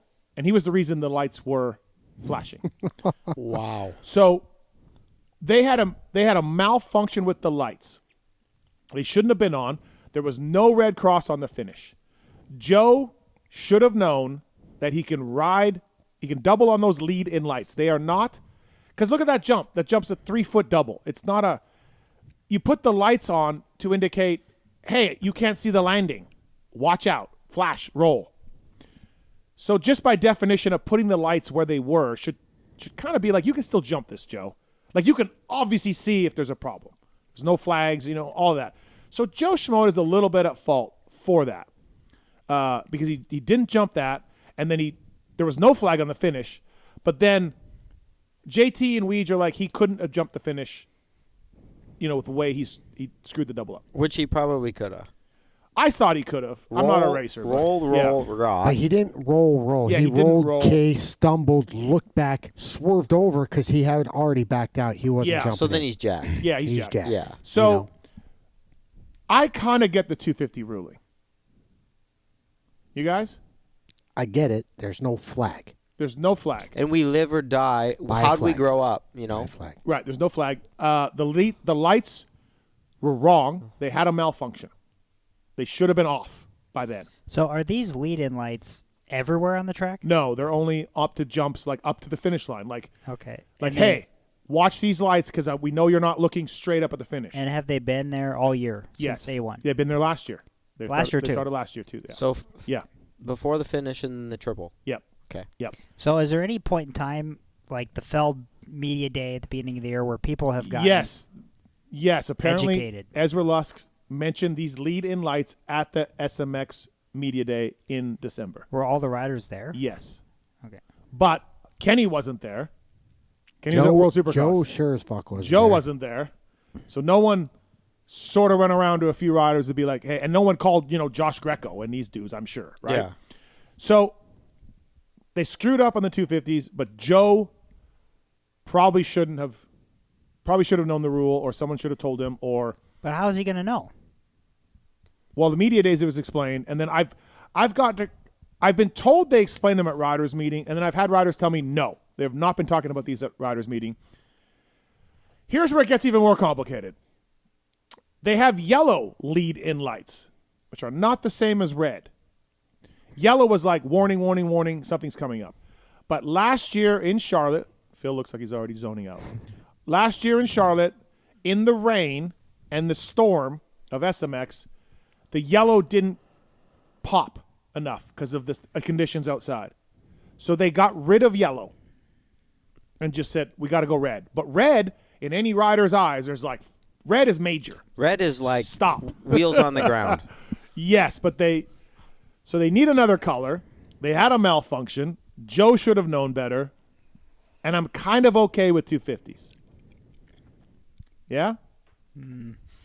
I just think the AMA or whoever needs to do a better job of explaining this to the riders and making it more known, or at least having the team managers tell the riders. Here's the review from AMA in the 250s. During the race, a warning light, also referred to as a single red lead-in light, was displayed in accordance with standard race procedures because Derek Kelly was there. When the warning light is shown, riders are alerted of a future obstacle being shut down, i.e. the finish line. However, the presence of the warning light alone does not prohibit riders from executing jumps unless accompanied by an additional flag, signals, or directives. After the review, there was no penalties. What they're not saying in here, and what I found out, is the lights were screwed up. They shouldn't have been on. They were broken or But they'll or never operator fucking error. say that. No, yeah, they need to say They'll never that. come. That's bullshit. They need to say that. So that's the 251. The 451, we saw this. We had no lights on. Jordan Smith was down on the backside off of that table on and off. He was down over there somewhere. Jordan was. So there was a rider down. There were lights for Hunter, as he said, and then a flag, and he rolled it. The lights went off. Again, lights were wrong. Like they have faulty lights or something's going on with the lights. They'd moved them. After the 250 main, they moved them to the 450s. They were still not working. But the red cross was out. But there was no incident anymore. Yeah. And Eli jumped it, and Cooper jumped it, and Ken Roxon jumped it. And they said involving a red cross flag being displayed at the finish line. At the time of the incident, no red lights or red cross flags were illuminated in the section leading into the jump. Following a comprehensive review, race direction determined there were no blatant violation of the red cross rule. Riders were already committed to the jump without a visible warning light to reasonably signal the restricted condition. Given the absence of the lead-in lights and the lack of advanced visual indication, officials concluded that the circumstances did not warrant the penalties. So what they're saying is, okay, we penalized Jet in St. Louis because there's no lights. You couldn't see we didn't have lights. Mm-hmm. But everyone agreed we need something because you can't see the finish line. You can't see the flag displayed properly, right? That's why they did the lead-in lights. So there's no lead-in lights because of a malfunction in Dallas. They can't go back and say, well, you should have seen the finish line flag. You should have seen the red cross flag because they admitted by putting in the lead-in lights, riders can't see I'm giving you their side. Riders can't see the flag because there's lights. Do you know what I'm saying? It's just a clown show. But they're saying there was no lights. Eli didn't have time to stop. Kenny didn't have time to stop. If Eli stops, Kenny runs into him and Coop runs into them or whatever. He had no time to stop. And I said to this person, yes, but for 15 years we had no lights and a flag and people got penalized for jumping, or they half-assed, like, grabbed the brakes and like cased it or whatever. Yep. And they're like, yeah, but in this instance, because they admitted that seeing the flag is hard without the lights, they can't go back and say you should have seen the flag. That's what they're saying. I'm not saying that. That's what they're saying. It feels just like Are you all right over there, Phil? I'm telling you the mental gymnastics they're using, and I get what they're saying. However, the 251 I'm fine with. The fact that you can't say you're fine with it because it's either you jump that double or you don't jump that double. Joe doesn't know what the fuck's going on. He just blacked in the fucking whoops. He comes around there. He's fighting that fucking corner, which was tough to fucking do. You see those lights, you're hit the fucking brakes. But the lights don't mean don't jump. They've said that. But the lights are still something's still there. fucking going and on. What if So, the like, rider's down? And if it's red or whatever their color is, what color are they? They're red. They're fucking red. Red means fucking stop. What's Joe do? He fucking stops. And then you see Joe looking around like, yeah, where's the incident? There's no flag. What's happening? Right. So he's just an innocent bystander here. And then you can see him look and like, well, am I going to get let out? And he pulls off to the side and he fucking gets jumped over. Right. Joe did his job. The fact that there's no flag, he got fucked. The lead-in lights don't mean don't jump, though. Joe should have known that. Well, that brings me back. Now, the AMA said, they've told people that. The AMA is like, hey, we told you about this. Oh, you told them what? So, if... It's a warning of a flag coming out. A flag coming out, but there's no flag out. Yep. So there was supposed to be a medic flag coming out. No, the incident been cleared. The lights were because screwed the up. lights failed. The lights failed. Okay. The lights failed. They cost Joe about $30,000 because the lights failed. And 3 championship points. And who's to blame for that? Series. Not the AMA, because they sure as fuck didn't say that in that press release saying, hey, we fucked Joe out of $30K and 3 championship points. Sorry. Well, okay, so what should they have done? Say our lights fucked up. What do they do? I don't know. You tell me. Because and there's still 10 laps to go. I'm not the sanctioning body here. Right. There's still 10 laps to go. They make it right. So, but they got no problem taking that whip out and fucking slashing you with it when you fuck up, though. The 451, I'm out on their explanation. I'm out. You guys understood it, right? Like what they're saying? They're saying we put in these lights so that you guys, because you guys can't see the finish line flag, but the lights didn't work, so you can't see the finish line flag, so we don't blame you for jumping. That's what they're saying. But yet, way back in the day, happened to Dunge on the finish line. It happened to many people, but it happened to Dunge on the finish line. He lost the race because of it. Yep. They gave it to Marv. Yep. You know, like, dude, it's wrong. Listen, Cooper Webb's one of my best friends. I don't want him losing points. But, like, dude, you can't do that. Eli, penalized. Kenny, penalized. Yeah. Like, dude, you're because no matter what, again, you're gonna hate this. The flag, the medic flag, trumps anything and everything possible. There's that word again. Oh, is that what you said? Yes. No. They may fucked up in the 450 class. Like to me, that's a penalty. And I'm sorry your lights fucked up. Sorry about the lights fucking up to these. But okay, so like, the malfunctions, whatever. The flag is still out. there. Yes, and for 20 years, we've gone 30 by the years, flag. they've gone by the flag. So sorry, guys. You should have saw that flag. Hunter saw the lights and the flag and rolled it.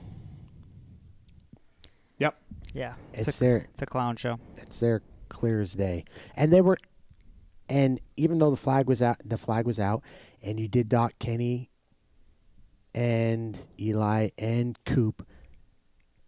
Yes, would it suck for them? Would they fight it? For sure. But at the same time, they would understand, like, yep, you got to pay to play. We fucked up. Yeah. Whether there's nobody down or not, which there wasn't, it was clear they should have jumped it. That goes back to the AMA looking stupid. Well, it should have just been a yellow flag. It's like with Jet's penalty was dumb too. But hey, the flag was out, Jet. Chase got dinged the same way. The flag was out, man. But that's the thing. Where's the accountability on the AMA? They'll just deflect it and go on to the next race like it's no big deal. Yeah. No, listen, I've praised these AMA. I've told you at the beginning of this conversation, like, I like what they're doing. They're very transparent. They're fixing rules. like the jet thing at the gate last year in Ironman. Mike Pelletier said it. I don't want to do this, but the way the rule book is written, I got to do this. Well, okay, Mike. Yeah. The way the rule book is written, jumping on a red cross, regardless of lights. There's no mention of lights. Nothing to do with lights. The way the rule book is written, Mike, you got to penalize. That's if you're gonna use the explanation for jet, you got to use it in this time. And I know there was lights and they weren't working. Too bad. I'm with you guys. It really, really. If Hunter loses that race, or if Eli catches Hunter by 3 seconds because he doesn't do the finish, and Eli pressures him and Hunter crashes, what do we do then? Right? I mean, Honda's going to fight it. Well, they put out a release today saying they're going to fight it. They're going to fight this. Yeah, they should. Again, they're going to take no account. The AMA is going to take no accountability. I don't know who comes up with that fucking deal. Well, whether it's Pelletier or whoever, but they have no problem slashing fast lap times because if you go over sound just a little bit or if you don't follow the rule book on their end, you're fucked. At night's end, Honda HRC Progressive personnel vigorously disputed the lack of penalties around the red flag incidents. On Monday, the AMA released an official statement indicating it has no plans to apply penalties. The team, Honda, intends to escalate the issue and is currently reviewing all viable avenues. And Lars didn't want to come on tonight. I don't blame as well. Lars for not coming on because it's fucking bullshit. Fly Racing, by the way, flyracing.com, code PulpMX to save. Let's bring JT in. Hey, JT. What, boys? What's happening? You saw the AMA statement. Are you fine with the 250 class stuff, or are you get that one and not get the 451, or are you mad at both, or where are you at? 450's worse for me. Yeah, me too. Yeah, but yeah, man, it's really tough. I heard you kind of going off on the jet part of it in St. Louis, and I posed that question today to Mike, and he said the lead-in light was a direct result of that jet thing, like this tweak. Man, I hate all of it for everybody because I really like Mike Pelletier. I do.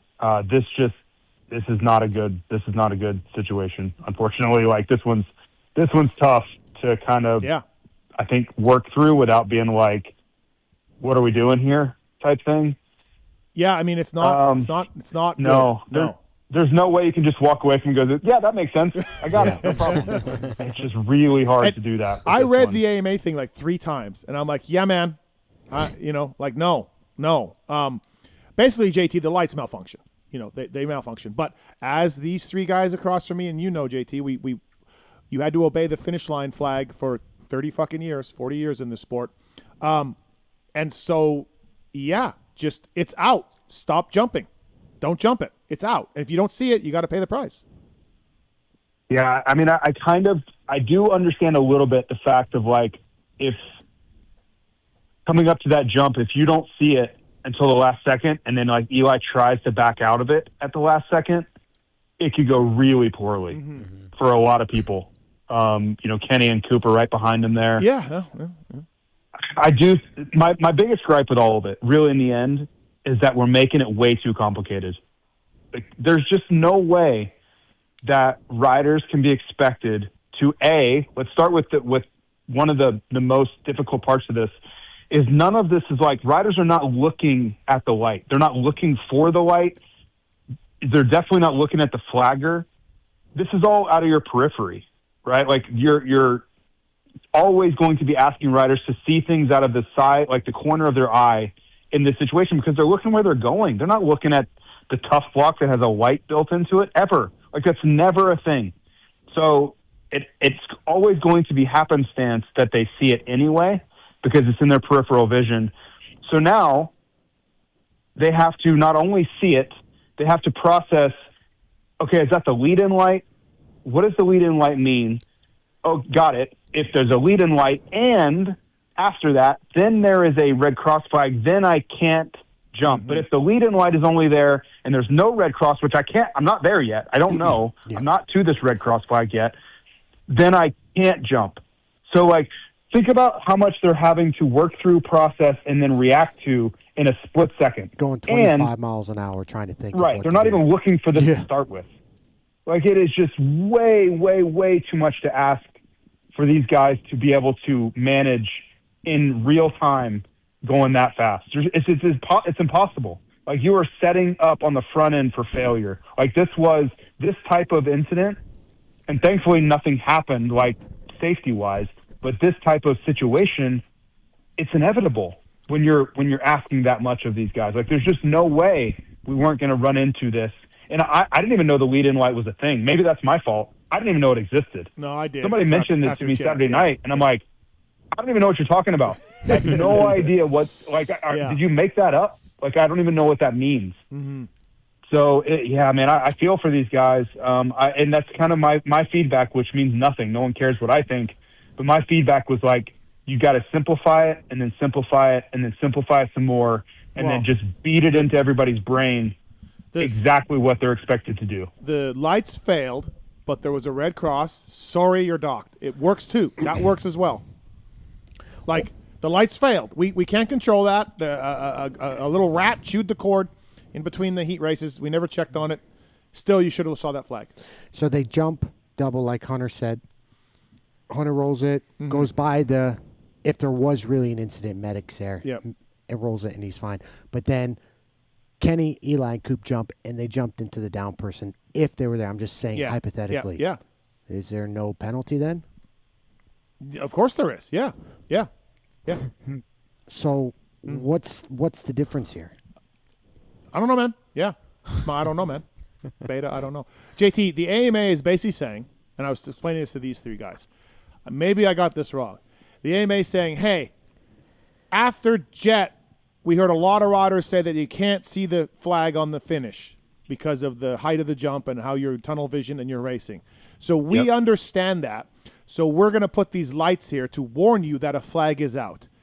And the lights don't work. We already have put the lights there because we know you can't see the flag. So therefore, we can't penalize you for the flag because there was no lights that we've already admitted you can't really see the flag. That's kind of what they're saying. That's basically what they're saying. It feels that way.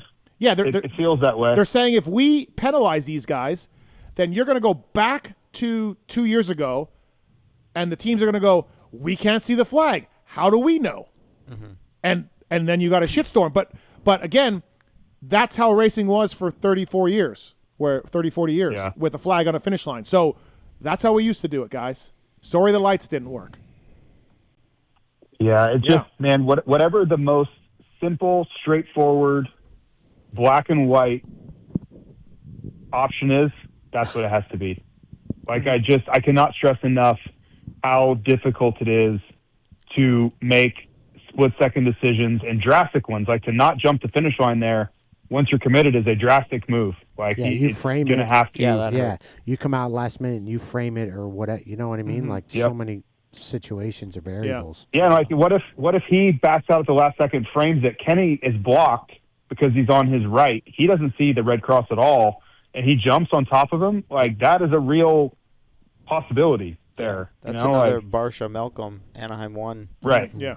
Right. Like, I would venture a guess that Roxon never saw it because of Eli's positioning there. Like, it would be right in his line of sight. Thankfully we're just talking about points, and it all sucks. This all is not great. I feel bad for Joe. I know Hunter's probably pissed because they've been on the losing end of this. Honda feels like they're being picked on here, and I don't blame them. But I'm much more worried about if this goes wrong, because this didn't affect me. Like, in the end, do I really care? Whatever. I don't like it because, I don't like for the sport to be like in duress like this, but it didn't affect my life any. So I'm not going to pretend that it did. But I am worried about this type of thing and the uncertainty of it causing a real incident. That is a concern for me because I think somebody can get seriously hurt. Well, we need to get it really ironed out before that happens. I mean, we went a long time with no lead-in lights and just a guy on the finish waving a flag if there's somebody down. And you took it on the chin. But also, Jet got super screwed in St. Louis. Yeah. Like, full stop. For that sure. was brutal. Right. Like, but terrible situation. So there's nothing in the rule book about lead-in lights, okay? It's just supposed to, as they've said. There will be. Yeah. Yeah, they're changing it. They said they've talked to people about it, and they said they should be awareness of it, but whatever. It's not in the rule book. the lights on the lights that everybody are quoting in the rule book are for the triple takeoff. But JT, this light is not in the rule book. Yeah, so this light isn't in the rule book.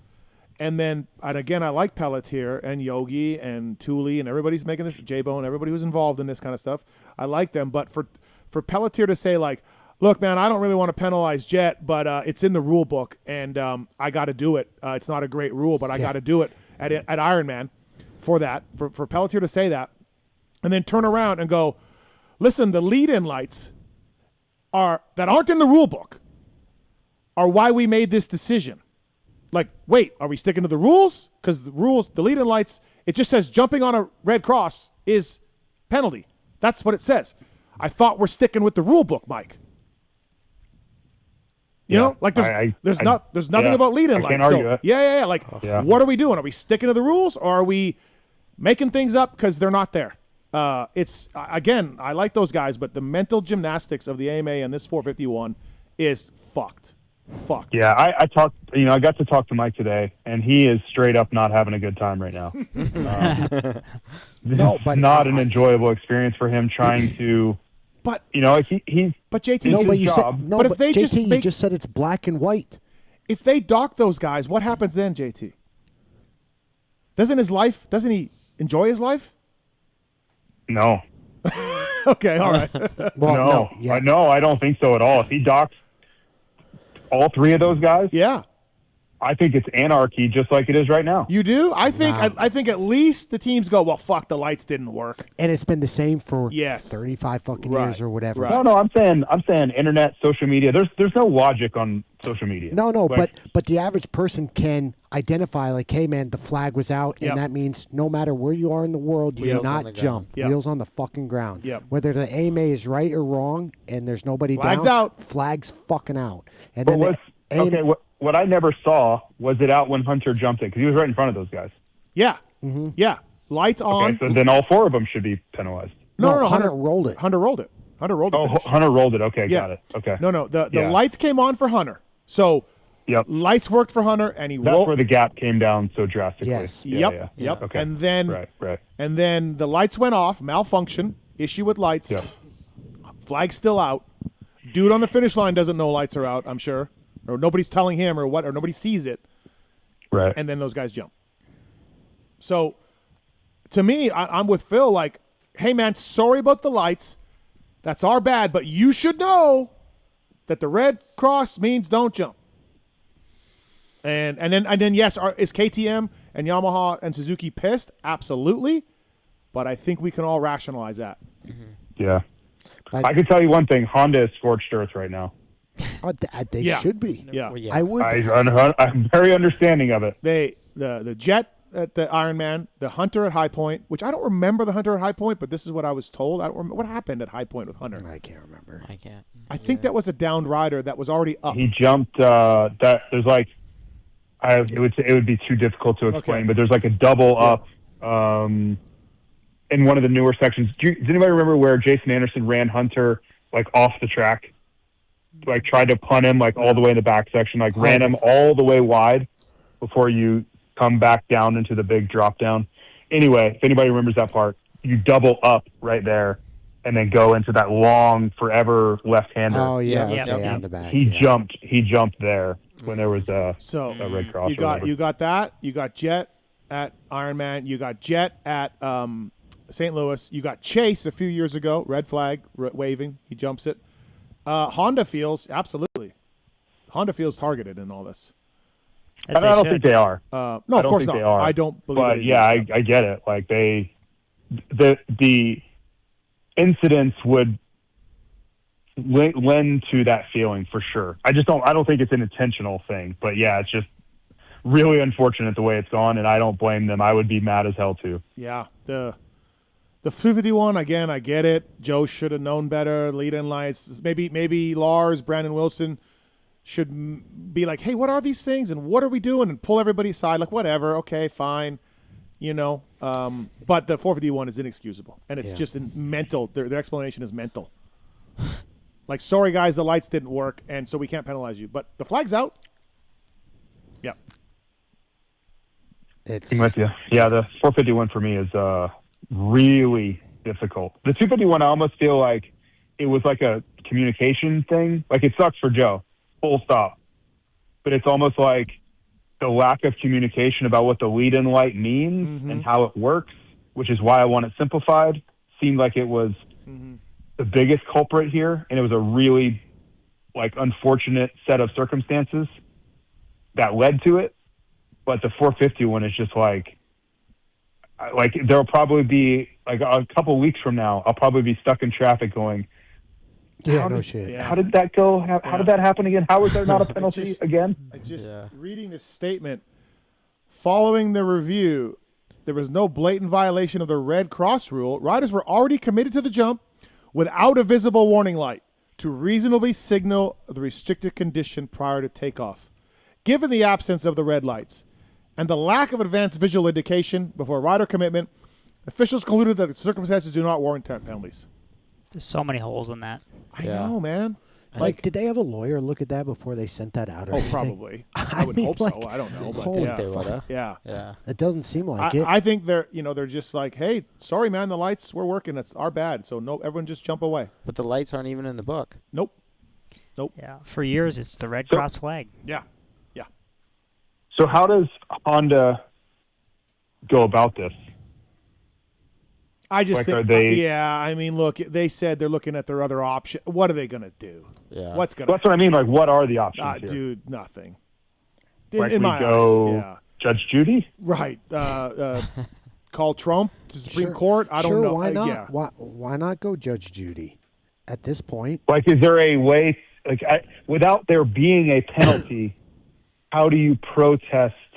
You know, like with Wyndham, right? Like, Wyndham lost points and he got fined and all the things happened in Phoenix 04. But then there was no penalty, so how do you protest? Well, no, JT, they appealed. Honda appealed Wyndham, and he got his points back. That's what I'm saying, Yeah, but there was a penalty. Yeah. When there's no penalty, what are you appealing? Yeah. You're appealing that there should have been a penalty? Like, I think that's going to be tough. Where are you going? Tougher. You're going to the AMA, which never seems to matter. You're going to the Right. AMA, I think the fact that there wasn't anything levied is going to be I could be, trust me, I'm wrong a lot. Yeah. Especially about Mickey Kessler. But if you are trying to prove that there should have been a penalty, I think you're going to have a really difficult time getting anything turned over. Because then they have to go back and retroactively assess a penalty to 3 riders. Like, oh man, that sounds really problematic. Yeah, it's tough. They blew this call, in my opinion. They blew this. I think they know what they're up against. I got the sense that they know that this is going to be a difficult one to get past. Daytona Riders meeting. It's dude, it's going to Not be even gnarly. that, but any other penalty that comes from a red cross now is going to be just fucking scrutinized. Yeah. We're going to have a new rule book at Daytona. For sure. Or different lights, different color lights, because like I said, they got rid of the yellow.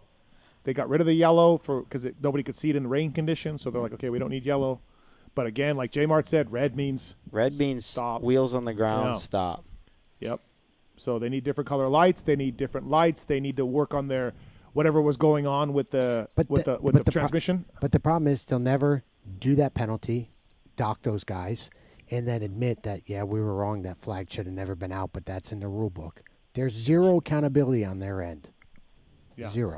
So apparently the lead-in light now is going. They're going to go like, and I suggested this. I'm sure this wasn't the first time they thought of it, but they're going to make it like blatantly obvious to the point of like it's obnoxious that there's something to be seen now. Oh, for so sure. Hopefully, in the end, hopefully all these really negative outcomes turn into something that gets us further down the road. Wasn't there something about how the Red Cross flag wasn't being waved? Right. Yeah, it was just supposed stagnant. to be held though. It was stagnant, held out. Yeah, I think that's supposed to be held stagnant though, so they can tell that it's a Red Cross and not any other flag. Yeah, one of the people I talked to said it should have been waving, but maybe they were wrong. Maybe they were mistaken in that. But that's directly that they were like that. The guy. Yeah, I think they're trying to hold it steady so you can see it versus like. Yeah, it makes sense. If it's waving, you may think it's a blue flag or some other. Yeah. Well, so I can weigh in on this with the outdoors because we're actively trying to improve the locations of flaggers. Yeah. And there's supposed to be a flagger at the base of the jump, right, where the finish line flagger had the flag at the top of the jump. Yeah. I mean, that would eliminate the need for flashing lights if you have a flagger positioned at the bottom of the jump. Absolutely. I think they don't want that for TV purposes and photos and everything else because it's cooler when it's at the top of the jump, but that would help. Well, but there could have been one in that corner for the double. For sure. There's plenty of other people standing around there doing nothing during the main event. Give them a medic flag at the base of the fucking big faces. They got to be qualified for it. And it doesn't help that they had the double right before the, you know. Yeah. But that's there's doubles before every fucking finish line jump. But look, if they had docked the guys, just say, sorry, light's not working. You still should have saw it. We're going to dock you. Then we can work through this in the coming weeks, and be like, okay, we're going to give them back the points or whatever. But to just come out and say, it's almost like they are putting their head in the sand. Nope. And it's just dock them because your lights didn't work. But they did jump on a red cross, and then let's work this out in the coming weeks. Maybe they get their points back, maybe not. But this is they're sort of indignant. They're just nope. And they're like, wait, should we talk about this? Should we think about this? Who's at fault here? Yeah, all of that stuff. Yeah, because I agree with JT's point earlier where it doesn't really matter where the lights are as a rider. It's in your peripheral vision, and you don't see it. I mean, we've been there before. You're just locked in on your line. You almost never see lights. Outdoors is a little bit different, but in Supercross, with it being so tight, it's damn near impossible to see the lights. Yep. For me, it's all about the position of the flagger. Yep. Yeah. It's. But then again, Joe saw the lights. Yeah. And then hit the fucking brakes because he thought something was wrong. He was the only one that Pierce saw. didn't see him, though, yeah. Okay, so obviously they do something somewhere along the lines, but, I don't know. Not good. Not good. FlyRacing.com. No. Code PulpMX to save. No, not a banner moment. No. For but anybody involved. And again, though, as I've said 3 times already, I like these guys. They're doing a better job than they did back in the day, and they are explaining things, and they are trying to make it better. But in this instance, they fucking blew this. Yeah, but again, you just go back to outdoors, and it's completely irrelevant. But Jet hitting the gate, going over, technically jumping it, wins the moto, and you still dock him a whole lap. Got third. Oh, he got third. Yeah, that's right. He did get third. But then you just dock him a whole lap. Yeah. It's like... Yeah. Well, no, I just told you. Mike Pelletier's sorry, man, it's in the rule book. I hate to do that. That's what I'm saying. It's just like... But they change the rule book every year. Yeah. Yeah. So I asked about that, actually. I asked the person about that. Is that rule going to change? Because and they're like, well, no, the gates are changing for outdoors. The gates in Supercross are welded, so they cannot go forward. And the outdoor gates are not. They're different tracks, right, at different gates. Yeah, we're working on getting a pin that you can put to prevent it from going forward. Yeah. All the promoters So they are working on that, so that rule, the gates can't go forward. You hit them, and that's it. So they're changing that a little bit. Phil, you're averaging 1 F-bomb per minute since the start of this talk. Impressive. Yeah. That's more than I Mark's thought. got the math. Wow. Okay. All right, JT. Thanks, buddy. Appreciate it. Thanks for the time. And I think you're in the mud like all of us, wondering what happened for sure. Let me know how this goes on the broadcast, JT. Yeah. I don't know how I don't. Godspeed to everybody. Jim, are you doing a marathon tomorrow or what? No marathon tomorrow, but dude, I went for a run yesterday. He knows. That's why I was Road to asking. sell, though. Yeah, Before we get to Dino, this is the best part of this story. J-Mar, I get him a hotel off the strip. It's on the strip, but it's south of the strip. But it's a nice Hilton Garden Inn. J-Mar's going. He's like, hey, before I go to dinner, I'm gonna go for a run. And I'm like, okay, whatever. He loves to run. Yeah. 20 minutes later, Phil gets a FaceTime video. Hey, man, I think I'm in a marathon. Because there's a Vegas rock and roll marathon on the strip. The whole strip shut down. The whole strip is shut down. Dude, it was electric down there. J-Mart's got no bib, no number, just running. Yeah, dude, I was just like Forrest Gump. Just hopped right in there. I think I'm in a marathon. I'm like, did something not seem right? He goes, well, there's a bus kind of blocking the intersection, but I just kind of weaseled through it. Next thing you know, I'm fucking running with everybody. Worked out pretty good. And then this morning I showed Phil a dude on Strava that ran it. Commenting, he's like, hey, I'm on my cool down, and I think I saw the GOAT, Jeremy Martin. Guy in Vegas is like, is that Jeremy Martin with no bib or nothing, just running? It's great. Hey man, did you win Millville? Yeah. And why are you entered? What are you doing? You don't have a number? You don't have a pin? Dude, they had the buses blocking the whole street, and I was just like, well, I'm going to run down to the Vegas or the Hollywood or the Vegas sign, yeah, and go get But the bus blocking the strip? No, well, I mean, that wasn't a red flag. Or the sidewalk was still open. It's the best part of the story. You're so cooked, dude. He just ends up in a marathon in Vegas and runs it. You're so cooked. JT, great. the FaceTime was so funny, dude. He's just like, hey, man, check this out. I'm running a marathon. Amazing. Running down Las Vegas Boulevard, dude. That's great. Truly Yeah, amazing. it made my night. It was fantastic. All right, JT, thanks, man. Appreciate it. Thank you. All right, guys. All right, See ya, JT. All right, that's JTFlyRacing.com. Dean Wilson coming right up here. Jed is on the line. He's flagged a Supercross. What's up, Jed? You flagged the Supercrosses? Yeah, Steve, how's it going? Good, man. First time caller. Oh, thank you. Enjoy listening to the show. Yeah, but I got to ask you. I've been in the sport since 1974, and I often ask myself, why do we need the AMA at all? I mean, why couldn't they privatize this like Feld and train their people? It is interesting. Feld brought in their own guy. God, I forget his name now. They brought in a guy to do rules and work with the AMA and work on the rule book and all of that. And I raised my eyebrow to that, and I'm like, promoters should never be maybe in the rule-making business because Jed, if Jet Lawrence is selling tickets and then you got to penalize him and he's got to miss the next race, promoters shouldn't be in the rule book business. But the AMA, sure. I mean, look, but the manufacturers that sell street bikes and UTVs, they want to be affiliated with the AMA because the AMA fights for land use rights and helmet laws and motorcyclist rights everywhere. So the OEMs, your partners, essentially, are like, we like the AMA because we work with them. So that's why that kind of happens. I see. So. But I just kind of see them as like a political entity, kind of like the federal government, They get their hands on everything and they screw everything up. No, you're right about that. And look, the AMA's caught themselves in corruption stuff. They've had some issues. There's no doubt about it. Kind of like with you say Ezra Lusk is making some changes, and I'm sure he's facing some kickback from them. Same thing with Trey Kennard. He wanted to get in there for the rider safety and stuff, and I think they kind of ran him out of there. And I don't know. I like I said, I was a flagman for 5 years, and we had no training, Steve. And I hear sometimes, kind of bag on the flagmen once in a while. But that's kind of a thankless job. They're all volunteers.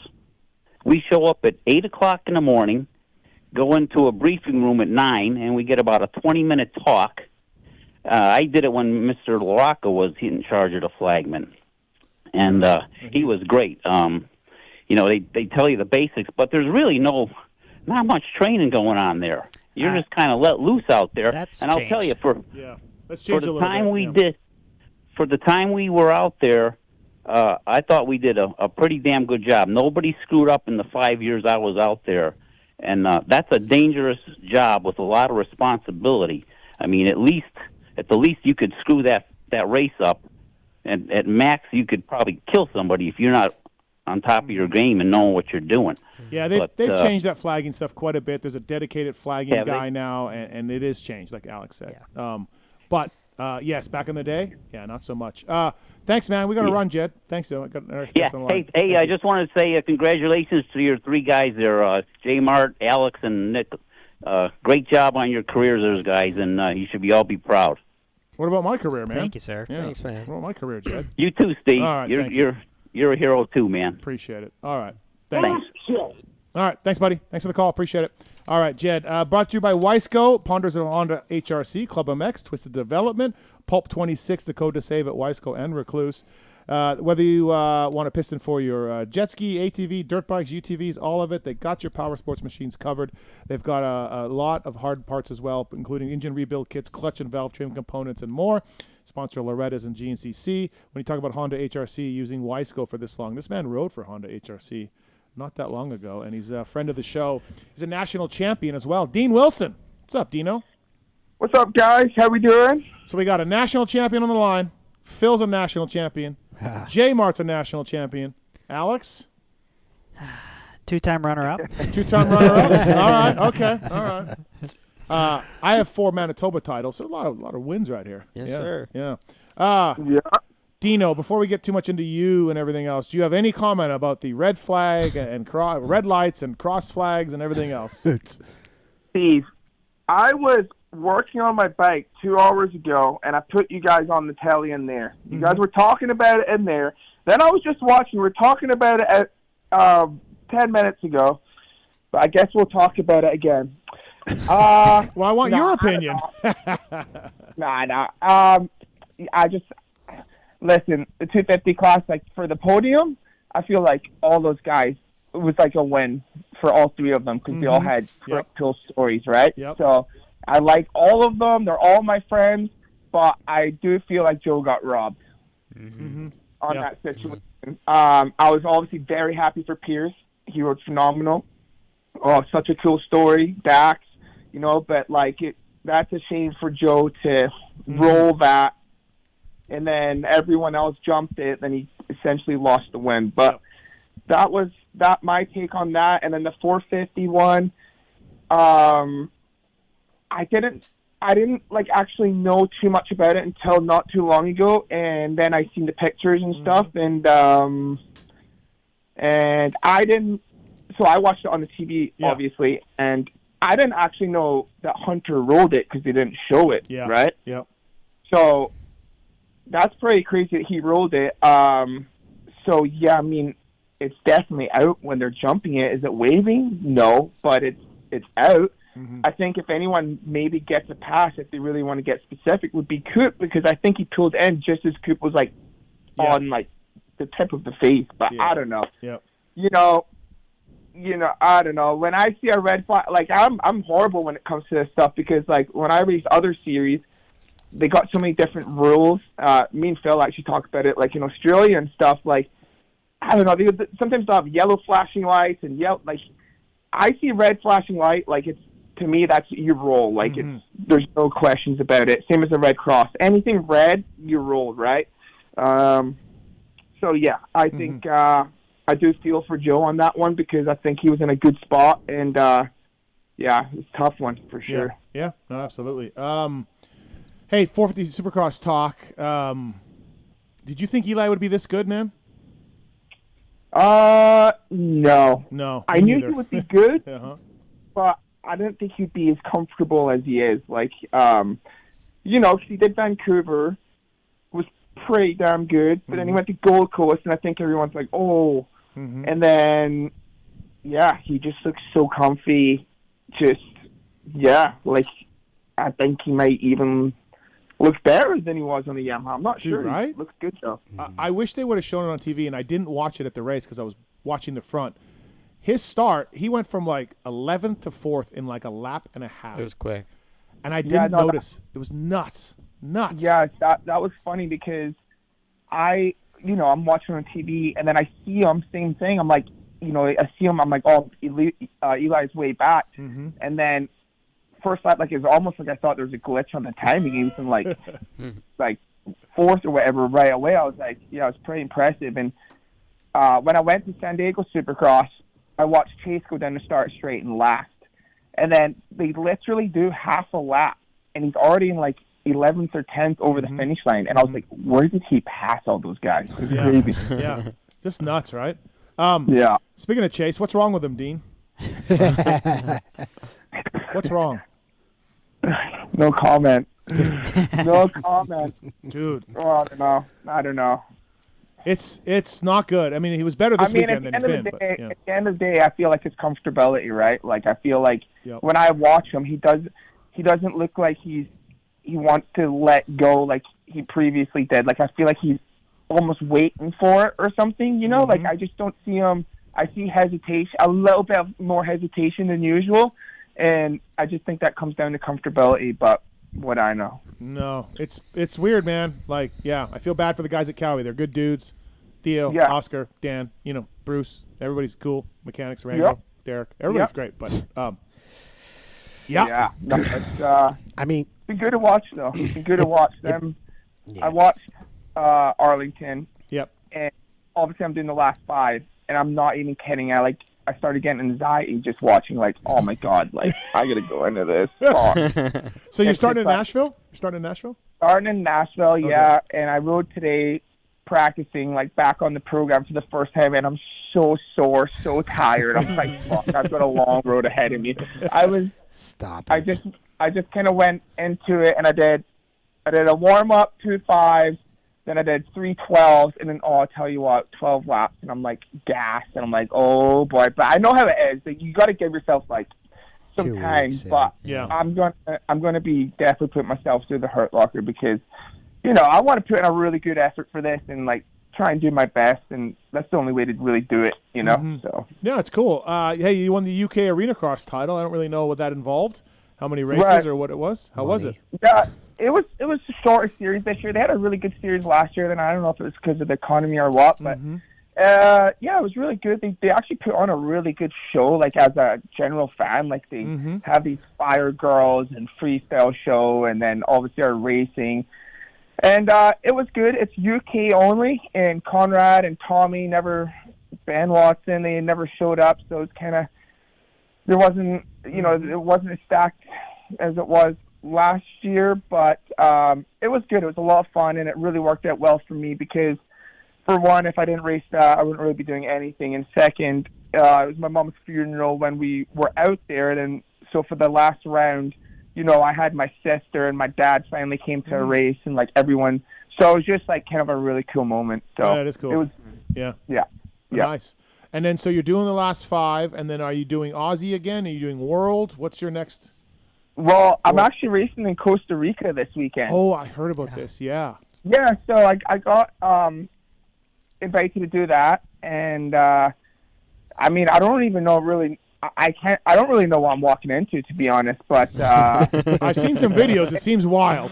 Yeah. Well, it's in the big football stadium or soccer stadium, and it's called X Night. So I'm like, what the hell is X Night? So I look it up on YouTube, and it's this huge freestyle show they do. But dude, you know how those South Americans just love like action sports, and like, I'm not kidding. There must be 50,000 fans in that stadium. So anyways, they're throwing a Supercross track in here. No idea if it's built with shovels or what, but it should make a good YouTube video. So Chiz is going. So yeah, Chiz is going. Yeah. So we fly on Wednesday, race that, and then so then I get a good 5 proper weeks to get ready. Okay. So. Probably a statue of Hardy out front at this stadium.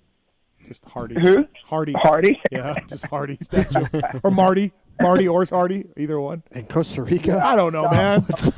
They're like they ain't from those countries. I know, but they're like Central America legends. Oh, yeah. They're Central America legends, Phil. Yeah. So I don't know, just enjoying it. How do you? Hey, I wondered this. I saw your schedule a little while ago, and like Dino's World Tour and all of that, and you mentioned, is that like, so you're with Yariv, and you're back on O'Neill, by the way.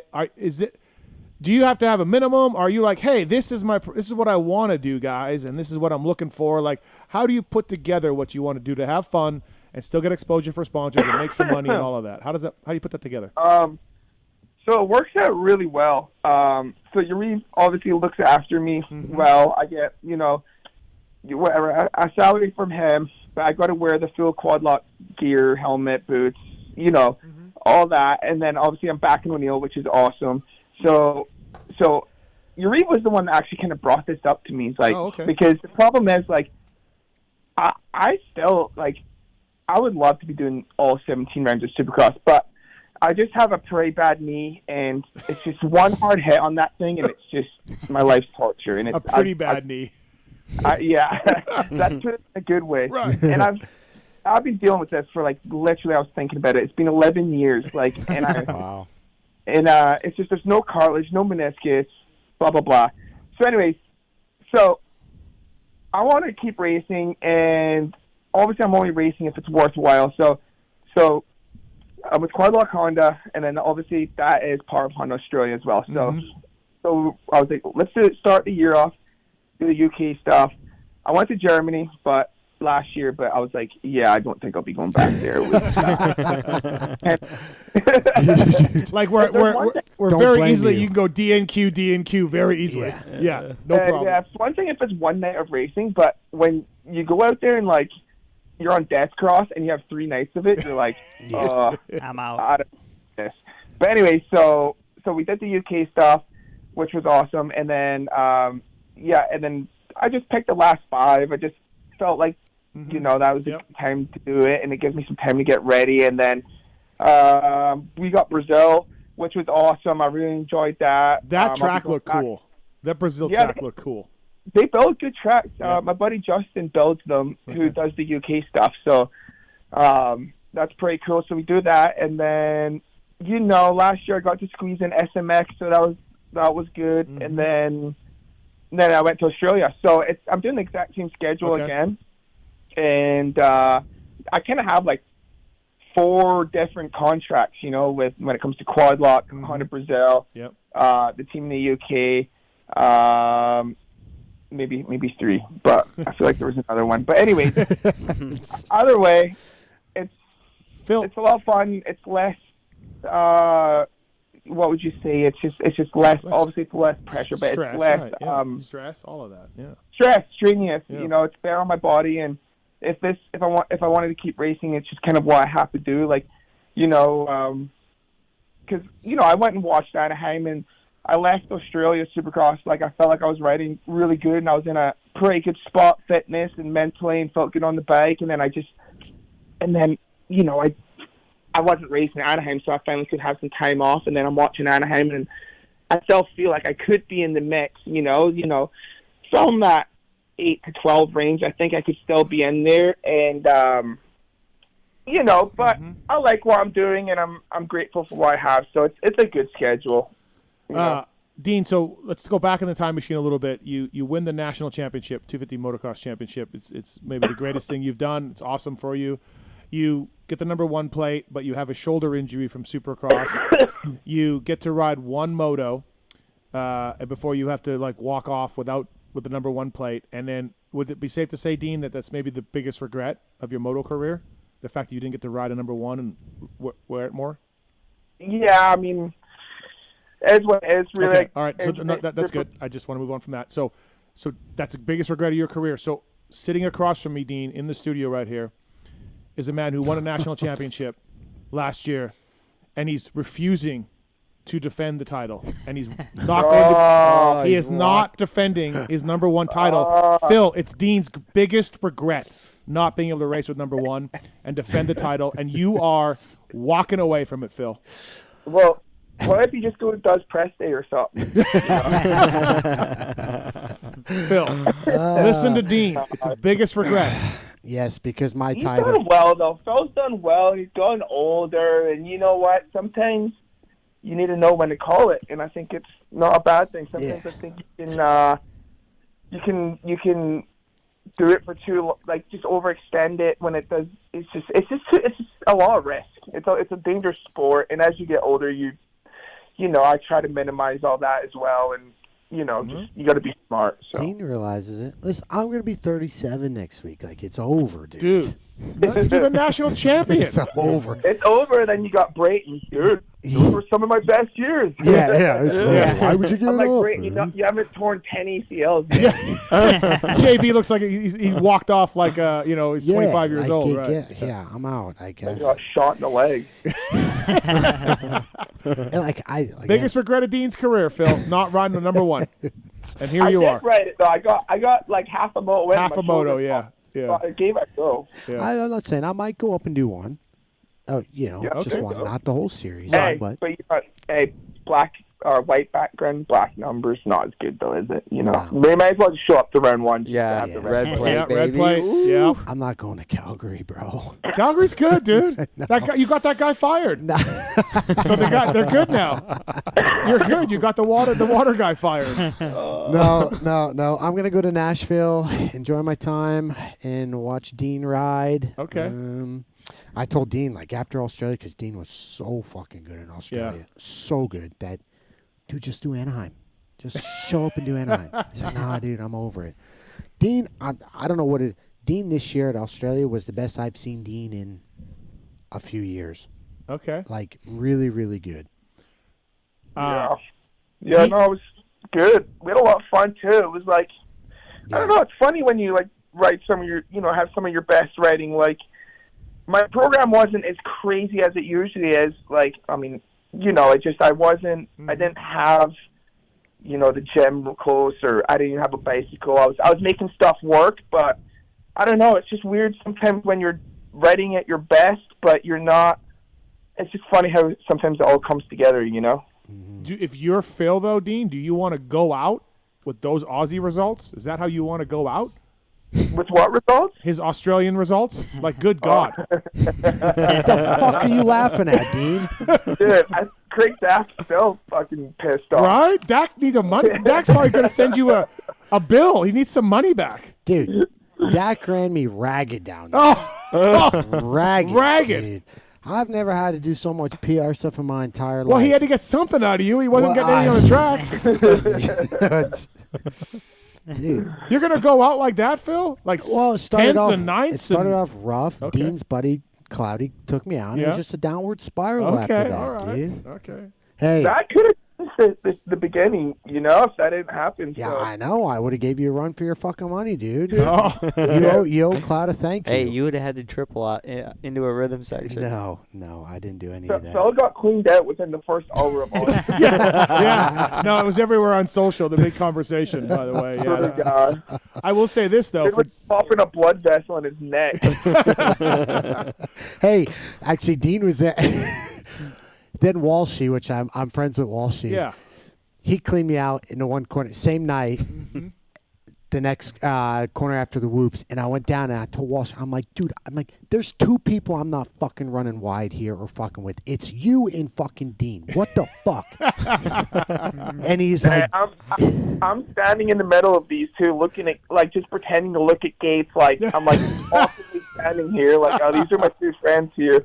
And then Walshy, like, he just loves to scrap. He's like, well, let's fucking go right now. Like, oh, did he? Yeah. So me and Walsh started fucking screaming at each other down there on the fucking starting line, and Dean's standing there looking like Homer in the fucking bushes. Like, I thought Walsh was going to set his Walton team on fire this summer, Dean, or a few times, Phil. Yeah, it was. He was not happy with the DNFs over there. But. Dean was calling me and checking in, just like, hey man, just make sure you watch Walsh at night. Make sure you do something stupid.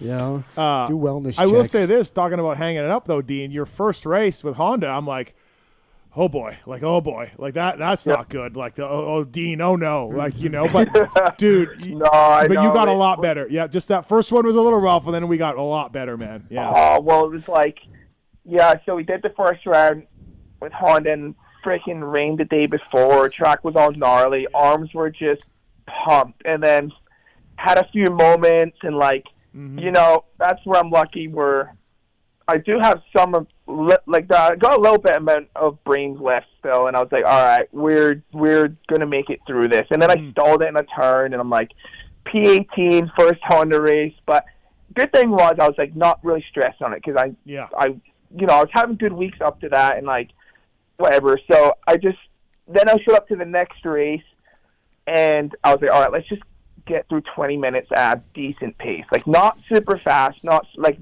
kind of like reserving my gas tank. And then I did that, and then I just got better and better. But yeah, that first race, it was I wasn't pushing the panic button. Good thing, because it was just when your arms are pumped up and you're on supine, you look up at the clock and you have another 12 minutes to go. You're like, oh no. Yeah, you got a lot better for sure. Yeah, it was. Starts then. Yeah, that was good. Yes. It was good. Yes, so. You were on this show, Phil, yelling about Dean starts. Yeah. Yeah, you were saying it every week on this show. You could have started better on the factory Honda than fucking Dean. Actually, I think you did. Tell you what, Phil was next to me on the start line in Oz. I think I dodged ass both times. Dude, you left me. I don't even know where that came from. I thought you were a good starter. I am, but no. Can't I was like, this guy gives me shit all the time. I need to whole shot him. And yeah. He was on this show last year going, Dean's got a fucking Honda and he can't start. What the fuck's wrong with him? That was great. Dude, I remember you got done. Salt Lake City was your last one, and then Hunter and Jet were back for Paula. Right. Yeah. I remember texting Dean. I said, if these Hondas go 1-2 around this first corner, I'm like, dude, you're a fucking lost cause. What do they do? They come around the first corner 1-2. Hunter literally had a mile start too, like in front of everything. Yeah, I know. Dean literally texted me back. He goes, I'm a lost cause. We had an argument at lunch earlier, Dean. J-Mar, after our mountain bike ride, J-Mar told Phil that he's a better starter than Phil. I thought Phil was going to strangle him. The blood vessels were popping. Yeah. Especially like outdoors a few years ago. He was ripping them. So how many more years, Dino? You're 30, 33? You know what? We're 34 now. 34. And I don't have a set time. I just take it year by year because it just depends how the body feels, how I feel. Mm-hmm. You know, that's where I'm at. You know, it's like, because some years you feel better than others, right? And it's like Eli, for example, you know, maybe last year, the year before, you know, I've got 1 year left, and then he gets to that point, he's like, I still feel good, you know, so just depends where you're at, really, and it's pretty cool to see the field even this day. You know, you got kind of like my generation with Anderson, Barsha, Mookie, Eli, you know, and then Coop's in his 30s too, so it's pretty cool to see, you know, all these guys in their 30s, you know, still getting after it. But I'll tell you what, like I said earlier, today being my first day back, and like, man, I'm far from a spring chicken these days. Like, I was just had the Normatex on, the massage gun. Like, I'm just like, oh my god! It's like the Tin Man from. He's getting oil in every joint. He's getting oil in every joint. Like the WD-40 in there. But no, I just take it year by year, honestly, and then I think at the end of the day, I feel like I've had a good run, and I'm on my 17th year of racing. So, like, you know, it's been a good run. And then if I don't feel it, you know, just don't feel good anymore, or if it's not worthwhile doing, then we'll figure something else out. So, do you want to work in the industry when you're done, or do you picture yourself just sitting back with, you know, millions that he has? The millions, yeah, because we know you got a lot. For a lot. Sure. Yeah, Dean has a lot of fucking money, Yeah. and he lives like he's right. broke. I put Dean in the Nick Way category. Guys that are sneaky, really rich that you wouldn't think of, you know, but really, yeah. Yeah, I don't know. Like, you guys are bastards. Yeah, fuck. I don't know. Yeah, what do you want to do? Do you want to be around? Like, everybody loves you. You got a great name in the industry, you know. Like, yeah, you could do whatever. Yeah, it's hard. It's really hard. Like, I've had this conversation with Phil. Had this conversation with a lot of people because I like to be kind of prepare myself for that time, which is coming up, you know. And it's hard because, you know, I'm definitely no rocket scientist. So when I'm done racing, you have to be able to be okay with, you don't have to be, you're not going to be making what you did, right? And then it's very tough to know what you want to do or what you're going to enjoy, or, you know, I love waking up with that purpose and drive, and I love training and writing, like, because when I don't have it, I'm kind of like, I don't know, I get a little bit depressed, if I'm honest, like, cause it's all we've ever done, you know, and it's just taking those blocks. That's what's so cool about the sport, you know, you're just always trying to get better, like, even, you know, all you guys sitting at the table, like, that's what makes it cool. You wake up just trying to be a little bit better and work on your weaknesses, and it's just it's fun.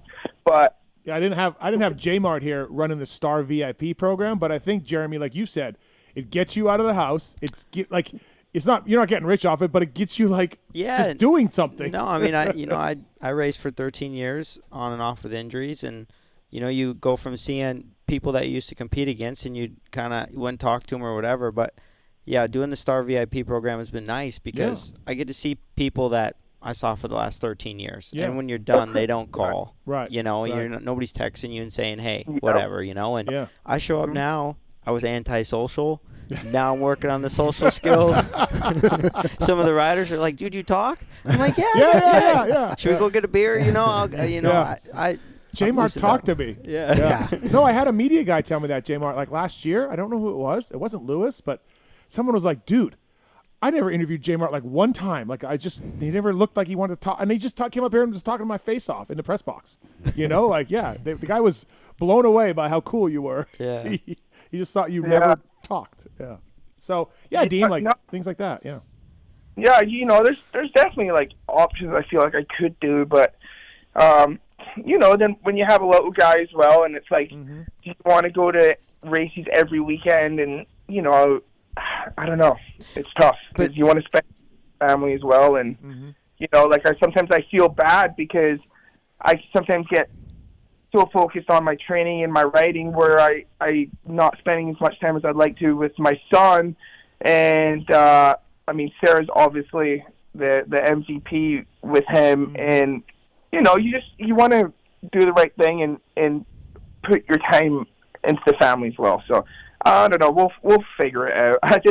I'm one of those guys. I'll figure it out when I get there. Well, listen, Phil's on the payroll here at PulpMX Show, but I mean, maybe we'll have a little. Maybe Dean. Is that another job offer? Yeah, maybe Phil. If Phil doesn't have a good year, if he doesn't perform here on the show, I quit, Dean. He'll replace you with Dino. I quit. You can start next week. Well, that didn't go the way I thought it would. Yeah. No problem. But that is a tough thing, even not in motocross, like basketball, whatever, NFL players, they're not making that kind of money, but that is a tough one. And I know a lot of, I talk to Weimer and stuff like that, and they're like, dude, it's really hard, but you kind of have to go through that hard part and then figure it out, So. Jake's had some dark moments, and he's doing well and he's liking what he's doing, but he went through a time where he was just like, what am I going to do, man? Yeah, what am I going to do? Yeah.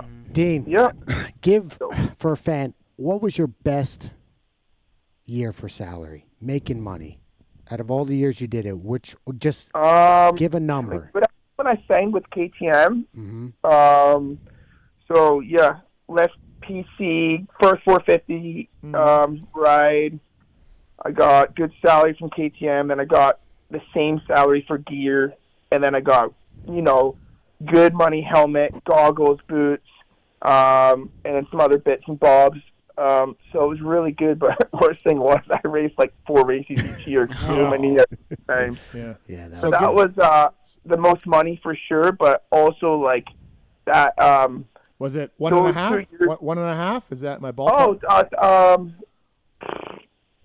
guess I would say around there. Mm-hmm. Yeah, solid. Yeah, solid. It's good. You know, it's I'm happy with what I've done. Like, I feel like my injuries definitely slowed my career, but it's part of the game. And you do look at guys that you used to compete and battle with, like a Jason or a Tomac back in the day, and then they just completely excelled above me and making good 750 from the manufacturer, and then another whatever from the gear, and those guys are pretty damn set for life. And but at the end of the day, like, you got to be grateful for what you got, and I really am, and I think that's really half the battle is just being grateful for what you have, and it's not what my career didn't go how I wanted it to, but what do you do? It's just these things happen, and my knee was definitely my Achilles heel in my career because the thing kept blowing out, and now I have like an artificial ACL that I had to go get in Canada, and rough, but it's all good. Your career, like you said, it didn't go the way you wanted to, but it wasn't for a lack of effort or you pissing away partying. It was injuries, it was knees, it was things like that. So in a way, when you lay your head down at night, you can't be like, oh, I blew it. Like your body just gave out on you. I was thinking about that the other day, and that's one thing that I can say that I'm very proud of is like I definitely left no stone unturned when it came to my riding and training. Like I did my absolute best every time, and it may not look like that so much from the outside because I would if I wanted to go out one night or whatever, I would, and I maybe wouldn't, wouldn't shy away from posting it, and then people would be like, oh, and not everyone listens, but you're all right. You can still enjoy yourself, but I did really put in the work, and I'll never forget this one time. I was like 18, and it was my rookie year, and I was racing East Coast, and I was watching in the stands, and then I get back to the truck, and I was on Accutane for my face, right? So that shit's like really dries out your face and makes your eyes like super watery. So I get back, and I'm only 18, and Mitch says, I heard you've been drinking in the stands. And I'm like, and then like, when you're trying to defend yourself, but it doesn't, and I'm like, Mitch, he's like, well, why are your eyes so watery? I'm like, because I'm on Accutane, like I'm trying to clear up my skin. Yeah. And I'll just never forget that. It was so funny. I was just like, fuck it up. Imagine like your rookie year and like you're getting accused of drinking. Yeah, you're drinking in the stands. Yeah.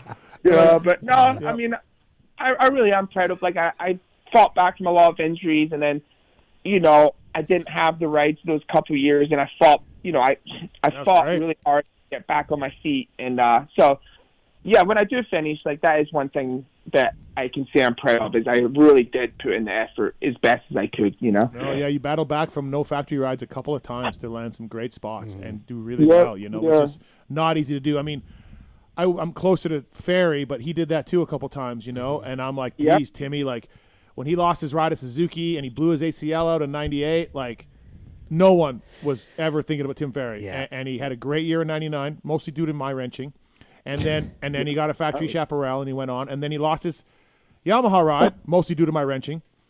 Triple X year went horrible for him, and he got back to factory Kawi. Like that's shit, and Dean, that's impressive, because the industry writes you off. Everybody, you have to really open their eyes to get back on a factory team. I think that's the hardest part with me, with some of these privateer kids that are, well, not private, factory kids that lose their ride, and then they're like, oh, fuck, well, I'm not going to try because I got dumped and I got no help. I got no bike. I got no bike. I got no nothing. Well, or like, they just expect it to get handed back to them. It's just like, fuck you, kid. Like, I don't know, maybe you got the short end of the stick, I'm not sure, but like, if you really want it, you got to go out and fucking hustle and try and fucking dig yourself back out of the hole again and prove yourself. Like, the fuck do you think's gonna happen? Timmy took his last 20 grand and bought a Supercross track, paid for a Supercross track, and he's like, he had no money left. But he's like, I need to get better at Supercross. He built a track. That's pretty cool. That's cool. I made 100 grand in Australia in 2011, which again back then, for me, it was a lot because I wasn't making none. But I went to 2012 that following year. I spent almost all that money to go racing again, to kind of just prove yourself. It's just like, dude, they don't. Kids don't get that. They're like, yeah, fuck it. No, you just find a way, right? Yeah. But you got to want it yourself is the thing. Like, because I, like those times where like I didn't get re-signed, and it was mainly because I was injured, and but I still had that belief in me that like I'm still good on a bike and I'm still willing to do the work, right? And I think that's half the battle. And fuck, I'll tell you what, those are some really dark times where you're just like, but it's also like lights an absolute fire up your ass, because you're just like, I remember battling with the factory guys, when I was on the privateer bike. I'm like, I'm fucking beaten, you had so much motivation. And like, I'll tell you what, like 2017, I remember I was just trying to get some bikes off of Keith McCarty at Yamaha. And I went in for a meeting, and I'm only 25, 26 at the time. And that was after my highest paid factory KTM deals, right? So I just came from like, and I didn't get re-signed, which I kind of knew it was coming. And then, so I was like, all right, well, I'm just going to give it a crack on my own. Like, you know what, we'll do the first 4 Supercrosses. I will do everything I can. And that's what I did. And then I remember, so I went in for this meeting with Keith McCarty, and I remember, like, we had a meeting with him, and he asked me, like, have you ever thought about being a test rider? And I'm like, oh, I felt like I just got a gunshot. Dude, like, I'm not there yet. Holy shit. I came in for a meeting to try to get on your factory team, and he asked if I want to be a test rider, and I'm like, so he was pretty cool, though. He gave me a couple bikes, and he actually set up a little bonus structure. It was pretty good. But then, same thing, like, I just plugged away 3 runs in. Bobby Hewitt called me, Factory Husky, and that was, like, just that feeling of, like, climbing yourself out that hole, and, like, that grateful feeling of, like, I didn't have to wash my bike after and prep it and train, and I had so much on my plate. My dad was, grinding away trying to help me, and I had a lot, good friends and people helping me. But, that was, and then that year I got on the podium twice and then got re-signed. So it was, you just if you really want it bad enough, you find a way. So. No, absolutely. No, it's great. Cool, man. Well, hey, listen, it's great to talk to you. I can't wait to see Nashville. Fantastic. Savatgy, Craig doing really well over there as well. So things are cooking for the team, and it's going to be great to have you back at the races, Dino. No worries. Thanks for having me, boys. All right. Dino. Yeah, Dino. Thanks, Dino. All right. All right. See you hey, in Nashville. Wait. What? Still there? Yeah. My max VO2 test is 8.9. Oh, okay. There we go. Perfect. Right. Thanks, Dino. Yeah, right. Later. Wow. He's even better than J-Mart. Who knew? Definitely not true. Weisco bringing you Dean Wilson on the show. I love Dino. Who's got more money, J-Mart or Dino? Dean. Dean, for sure. Yeah, it's been a while. Yeah. A long time. 17 years, dude. He's sneaky, like you said. He's frugal. Oh, and he's sneaky rich. Yep, sneaky rich. But he doesn't. He's so cheap, He's too. He's so cheap, but you want to know that. Like, Dean is just like a humble dude. Oh, he's a great dude. He's he's honestly one of the best. I watched him turn pro in Canada. His first pro race, I was there. Guy's never changed from when he was 17 or whatever till he's been the same guy. Yeah. Highs, lows, whatever. Yeah. Always cool. Yeah, no. Him and his wife, they're just great people. Super really hot are. wife too. I can't say that. She's very nice. She's very nice. You guys can say that? Big boobs. 18. She's got a great personality. Yes, great personality. Okay, all right. Sorry, guys. I'm sorry to make it weird. I don't know, man. Tell him he's a friend. Yeah, Sarah is a very pretty girl. She is. Yeah, she's a very pretty girl. Renegade Fuels, by the way. Justin Brayton winning a championship with Renegade. So did Dean Wilson back in the day. Races that win, pour it in. PulpMX 26 is the code to save with Renegade Race Fuels. They got a Supercross Mini 50 fuel now. They've got MX4, SX4. Try that. And then CARDO systems as well. PulpMX to save, cardosystems.com. Check these out. They sound crystal clear. They got a JBL sound system. They add a new dimension of safety, fun, and efficiency to moto. Pack Talk Edge and Edge phones are waterproof, dirt-proof. PulpMX to save with CARDO. They were people are talking about comms and helmets, for riders, and I get it. I understand it, but who talks to them? Who talks to the riders? Who supplies the CARDOs? Who charges the CARDOs? All of that. I mean, I could see in-helmet communication with CARDO stuff is, I get it. It would help in this situation. Hey, slow down. Whatever. But yeah, who talks to you in the helmet? Does an AMA guy do that? Do you have a spotter? Does every team need a spotter now? Yeah, I mean, would you want someone? If it's a good spotter, for sure. Yeah. I think it'd be good. Yeah. I don't know. Dude, what about an F1 and stuff? The drivers will tell them to shut up. Yeah, that's okay. Yeah. Could you imagine you? I mean, you got to have the right guy. I couldn't imagine. No, but if you had the right guy on the team that you liked and didn't mind fucking saying something as you're fucking ripping, I kind of would be okay with Especially for lines, like whoops, changing the lineup in the whoops. Well, it would help a lot in Supercross. So the people I've talked to say that they don't want the teams to be talking to the riders because it's almost too much of a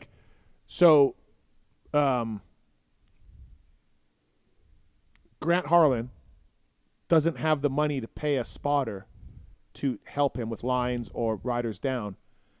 But every factory guys do.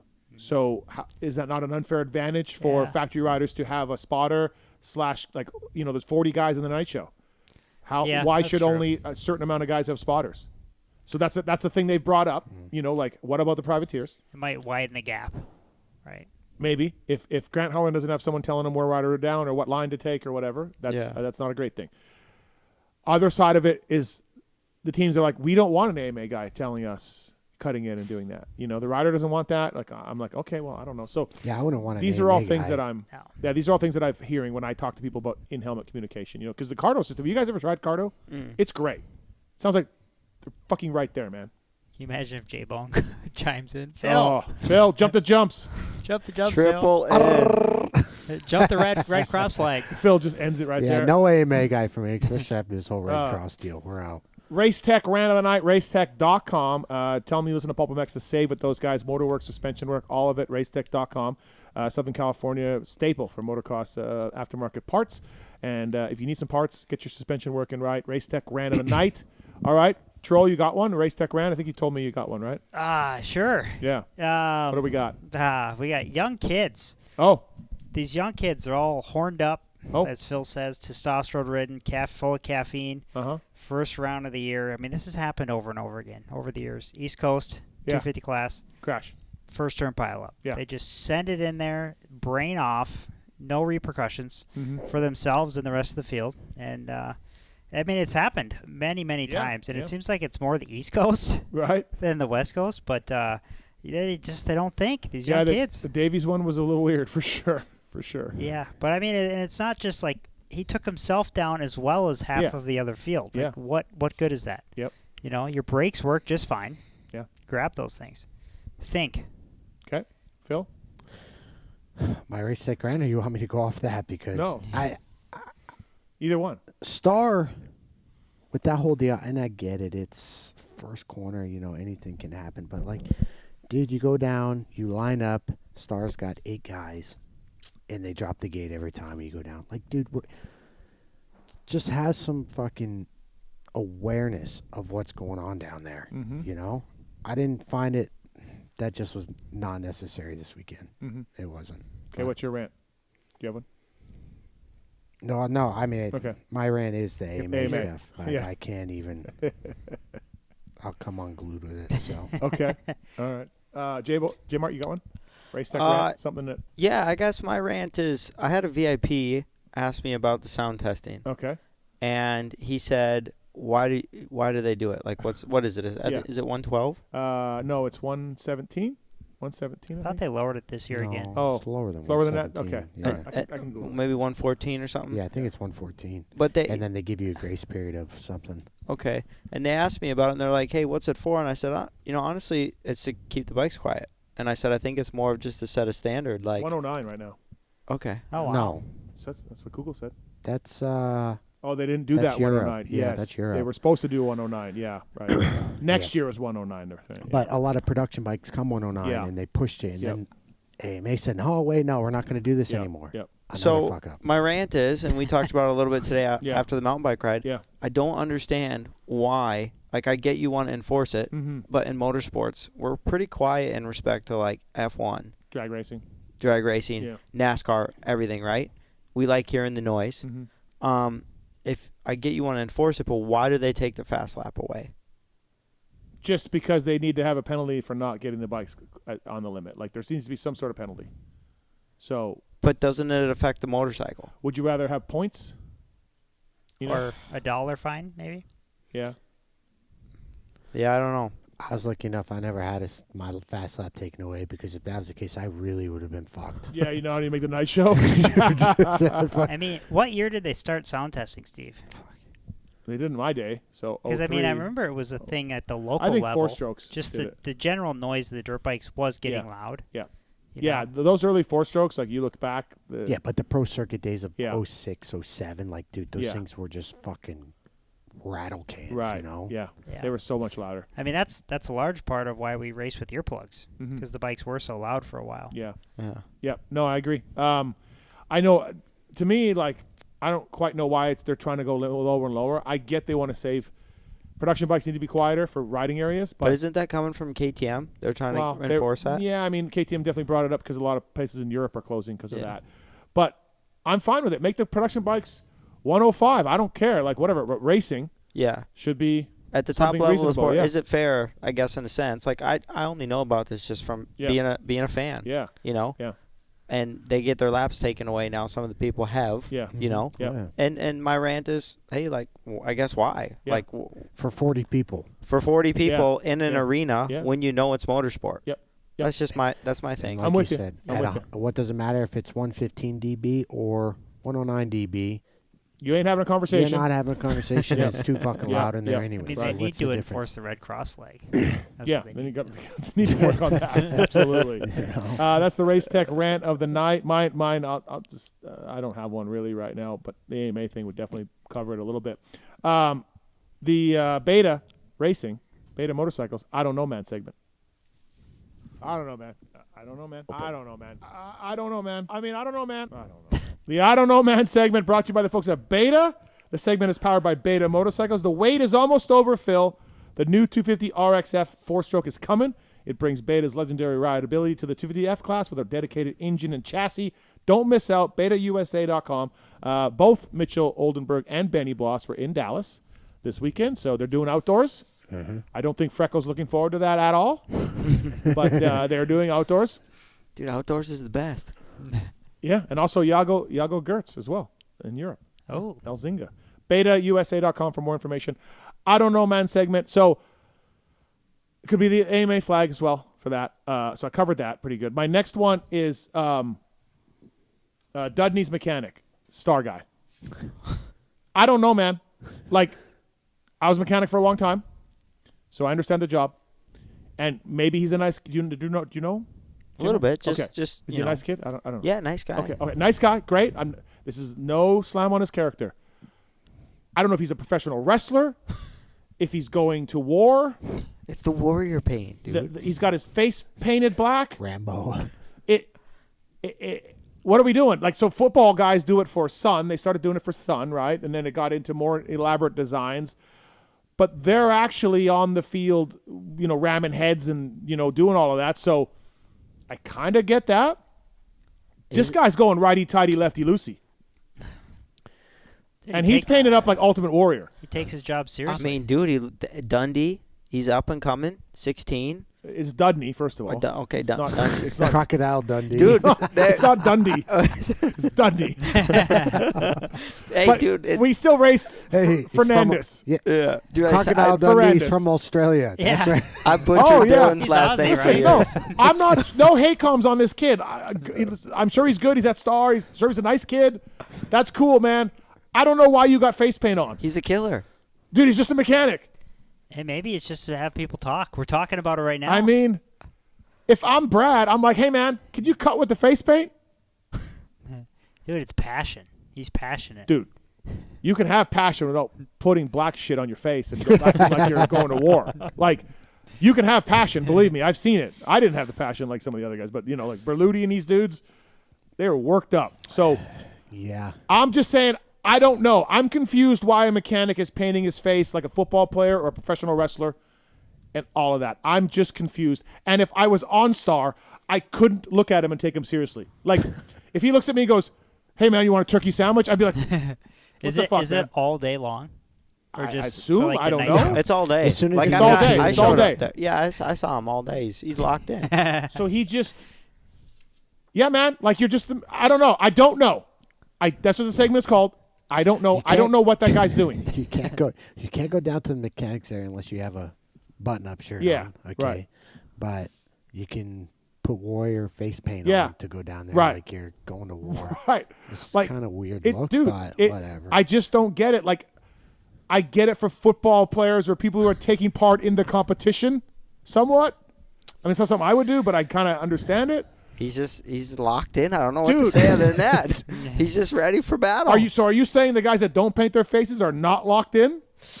I can't. I mean, there's a lot of other really good mechanics out there that do not paint their face. And I feel like if anybody's going to paint their face, it's Duff. Yeah. Yeah.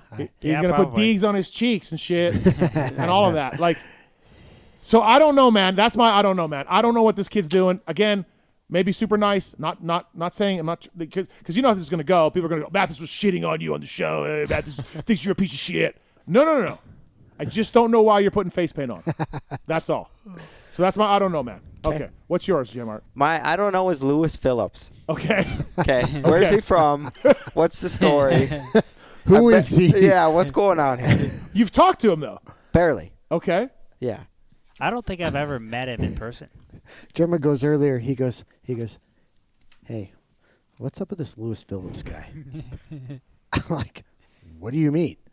He's a media guy. Yeah, but like him and like Chase Sexton, like what is it? Yeah. Dude, I just, the interviews, I watch it. You know, I get home Sunday. Mm-hmm. I rip my coffee, and I'm sitting on the couch, and I'm watching How Was Your Weekend? and you know, they really seem to have. They bond. They bond. They're friends. Yeah. Yeah. Yeah, it's cool. Are they friends? That was cool. That wasn't what you were saying 3 hours ago. I don't know. I don't know, man. Like, I don't know. he's from the UK. Yeah. He works for Vital. And they don't do How Was Your Weekend. That's a swap moto thing. But anyway. Close enough. Close whatever. enough. Close enough. Yeah, close enough. And he's friends with Chase Sexton. Yeah. I don't know, man. I don't know. I'm shot. Okay.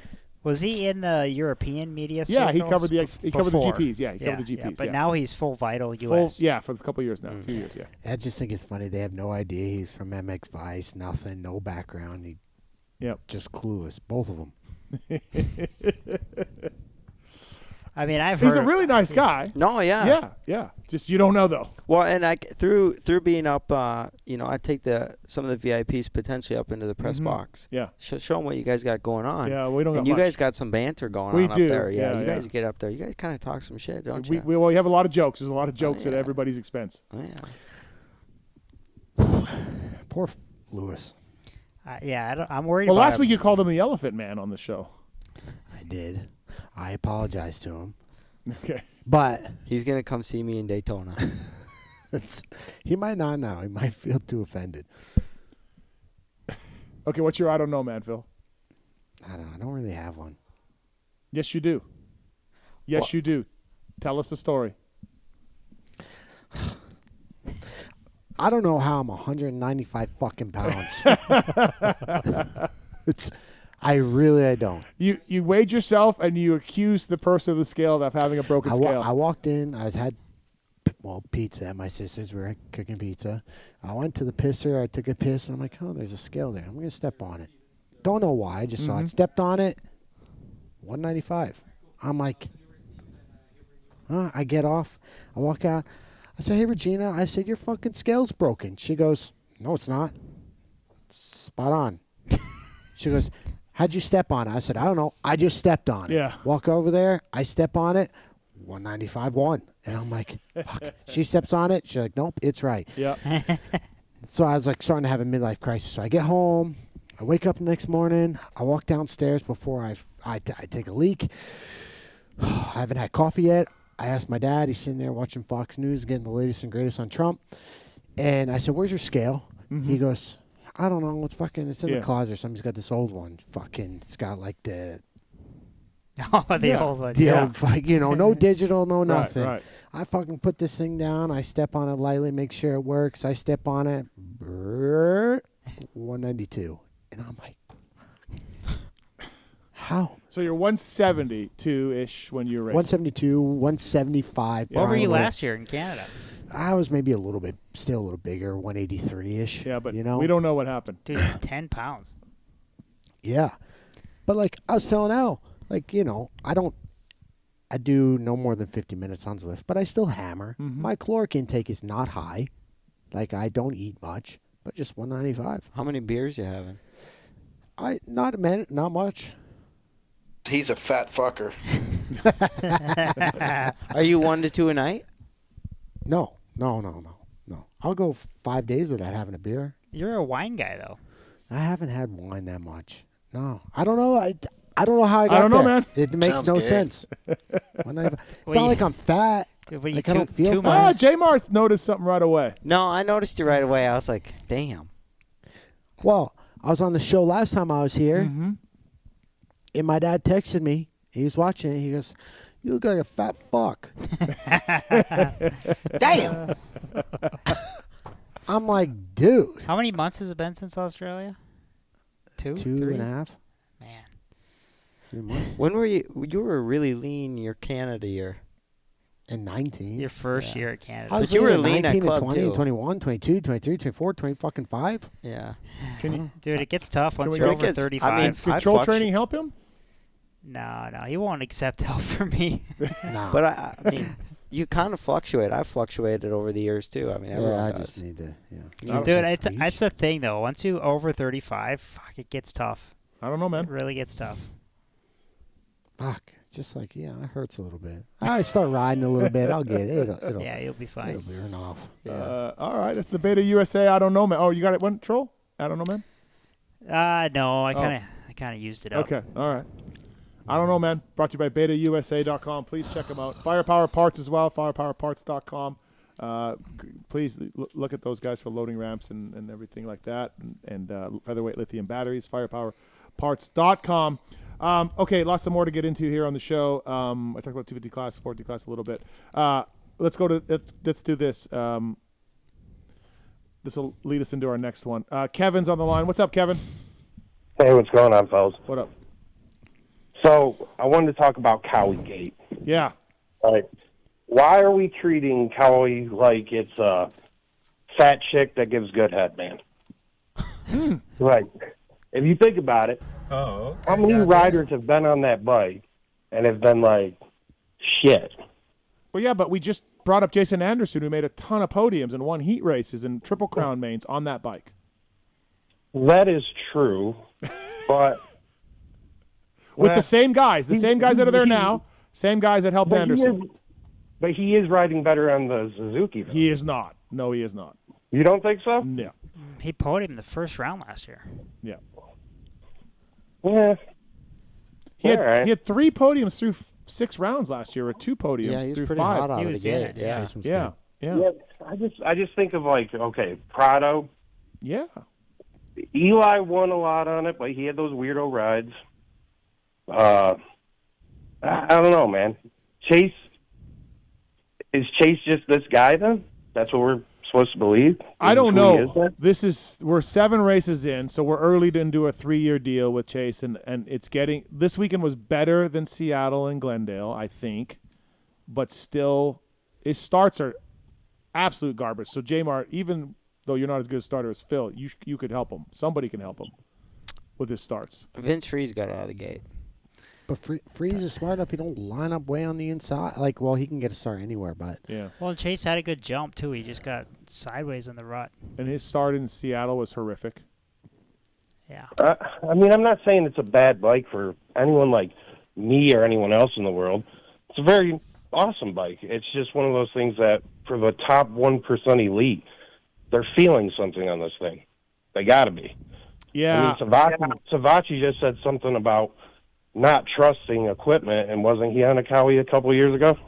Mm-hmm. Yeah, but I don't think he was talking about the Kawi per se. But I don't know, man. I don't.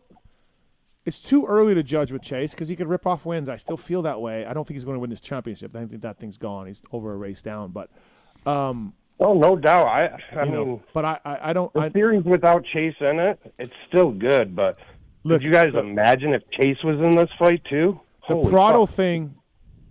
Like, there was straight up moments where Prado wasn't trying on the Kawi. He was not trying. I don't care what. Agreed. So agreed. If you're looking at the Kawi, like if Prado just goes 7-7 last year, 6-9, and gets 7th in the points. I mean, he still finished 6th overall, I think, even with that. We're probably not talking about Kawi as much, right? But because he didn't try, the results look worse. Than they really are. A lot of those bad results for Kawi was because he literally stopped riding the motorcycle. But having said that, like right now, if you said Prado went 7-7 up there, I don't think there's any chance Prado goes 7-7 on a KTM at Paula right now. He looks top 5 to winning the race. That's how much better he looks. So there's that side. Yeah. And not to mention, now that you do say something, I do recall Anderson saying something about he doesn't know what Prado was talking about. They gave him the fast. Yeah, he did say that. Bike. But I mean, that was a little bit on the payroll too, or whatever. I think. But I thought that was after. Did he? That was after the payroll. Okay. Yeah, the bike's fast enough. Listen, I know people who rode it. It's fast enough. They can give you all the motor that they want over there. But yes, I do think they're not happy with me and the Jake Weimer interview from last week. They felt like that was piling on. But Jake was pretty clear in the interview. He's not talking about Prado and Sexton. Fuck him. He said on the show, they look like they're throwing the kitchen sink at the bike. So Jake was very, saying he wasn't talking about now. He was just talking about his time there. But I get that, but a lot of the industry is kind of covering up for each other too. As Phil, what are we doing with Sexton? What's going on? They got Chiz. They went back to a stock bike last week. Yeah, I'm out on all that, dude. What? Yeah, I mean, my 2 cents. Okay. Phil's out on it. Alex, go ahead. I mean, I listened to the Weimer interview last Yeah. week, and I think it's a different generation now with – I mean, I've been around those guys with Marshbanks and Anderson, and I look at Tickle. They have a test guy now. Mhm. He's their They dedicated didn't have test that guy. before, yeah. He's weeding out the things, and he's giving those to Chase and Garrett. They have Oscar and Theo, and there's a lot of good guys there, and I think they're actively trying triple clams and swing arms and forks and shocks. They're trying all that stuff now. I mean, even Marshbanks being the B guy, Mhm. he's still getting the opportunity to try all these different pieces, and it's not anywhere like it was with Weimer. Right. 12 years ago. Yeah, which it's Weimer, not even close. Weimer said that. He's like, I don't know what about now. Right. Yeah. Yeah. So. And like they're going East Coast. They're on the East Coast Yeah. this week in Florida. Yep. Right. They went to the club facility 4 or 5 times last year. Yeah. To go testing with Prado. Phil was there. He saw it. There's no lack of effort, and they are throwing the kitchen sink at it. Mm-hmm. Yep.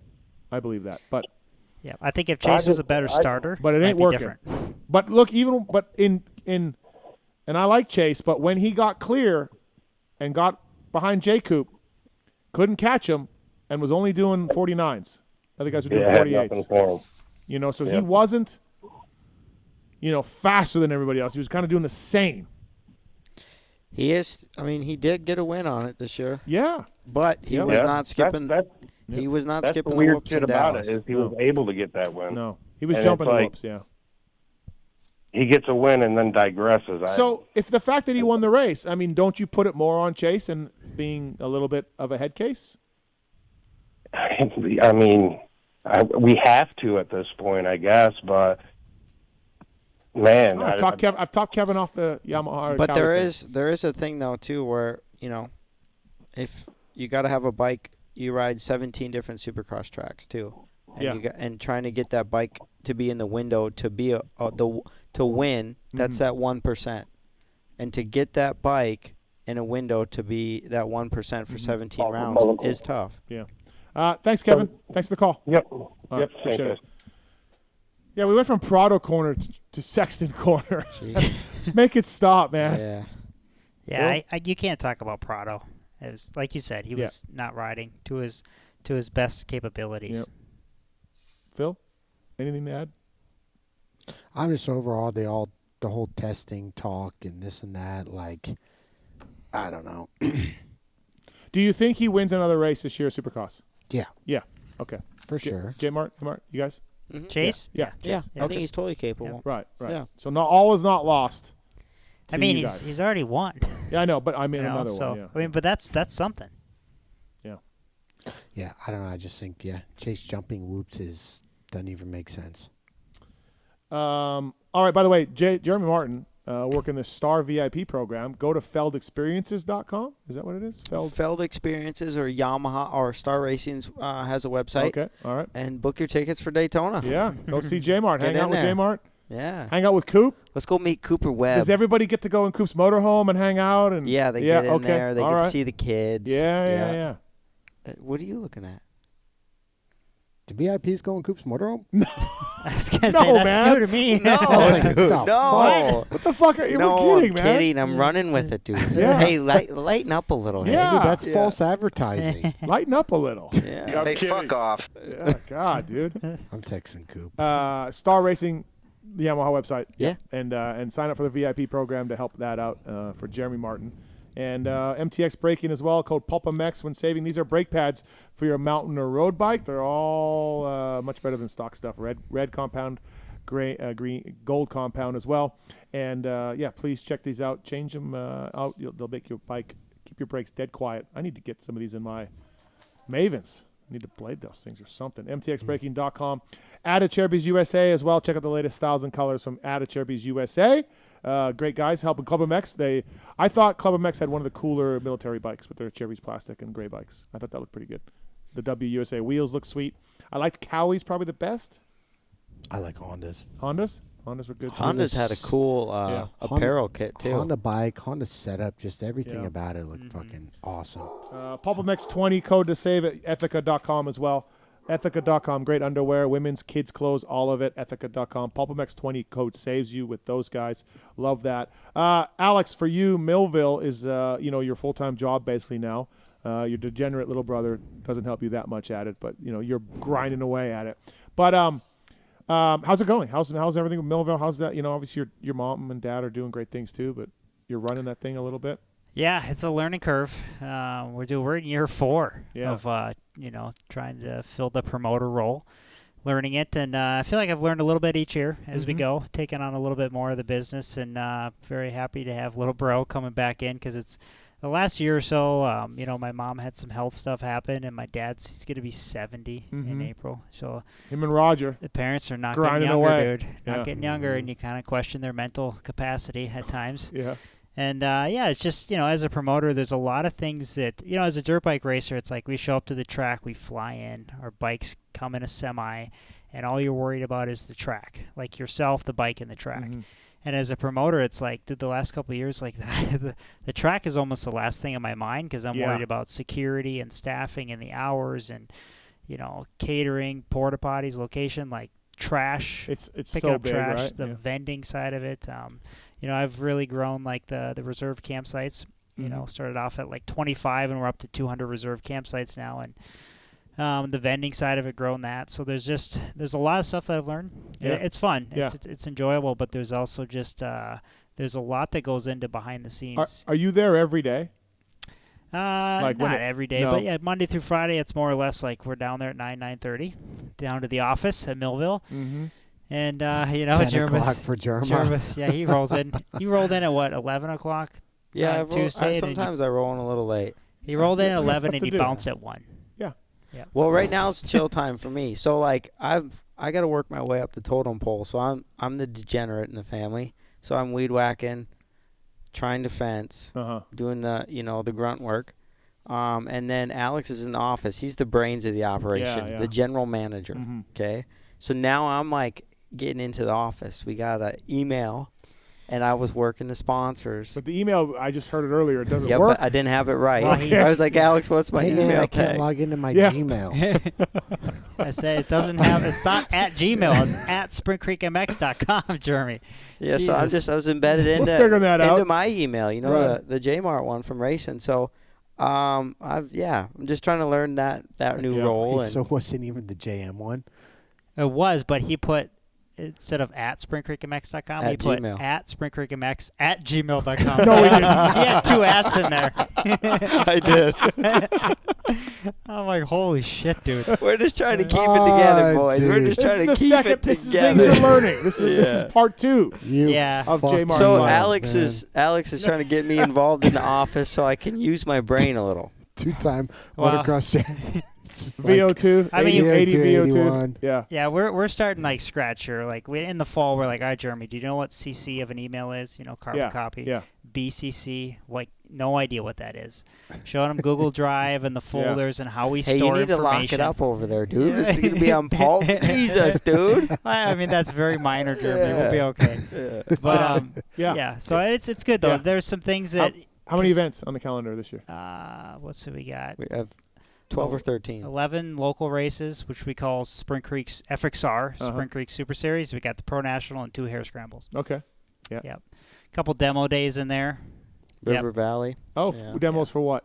Polaris Rangers. Oh, okay. Yeah. Oh, cool. Yeah. Maybe a pulp ride day. And then we need to do a pulp ride day. Once your dad isn't paying attention, let's talk because he's booking every weekend. So we need a good weekend. I still want to go back for sure. We got cut out by rain, but great track. Great That was facility. a fun weekend. Yeah, the picture of you with the hot dogs and everything we got from the weekend. That's great. That was like a 185 picture too. Right, you know? right. Not even 195. Fuck. Hey, would you push for us to help us get a Motocross Nations? I was telling Alex last time he was in here, I don't know about parking and pits and everything. Like, What? Is it good?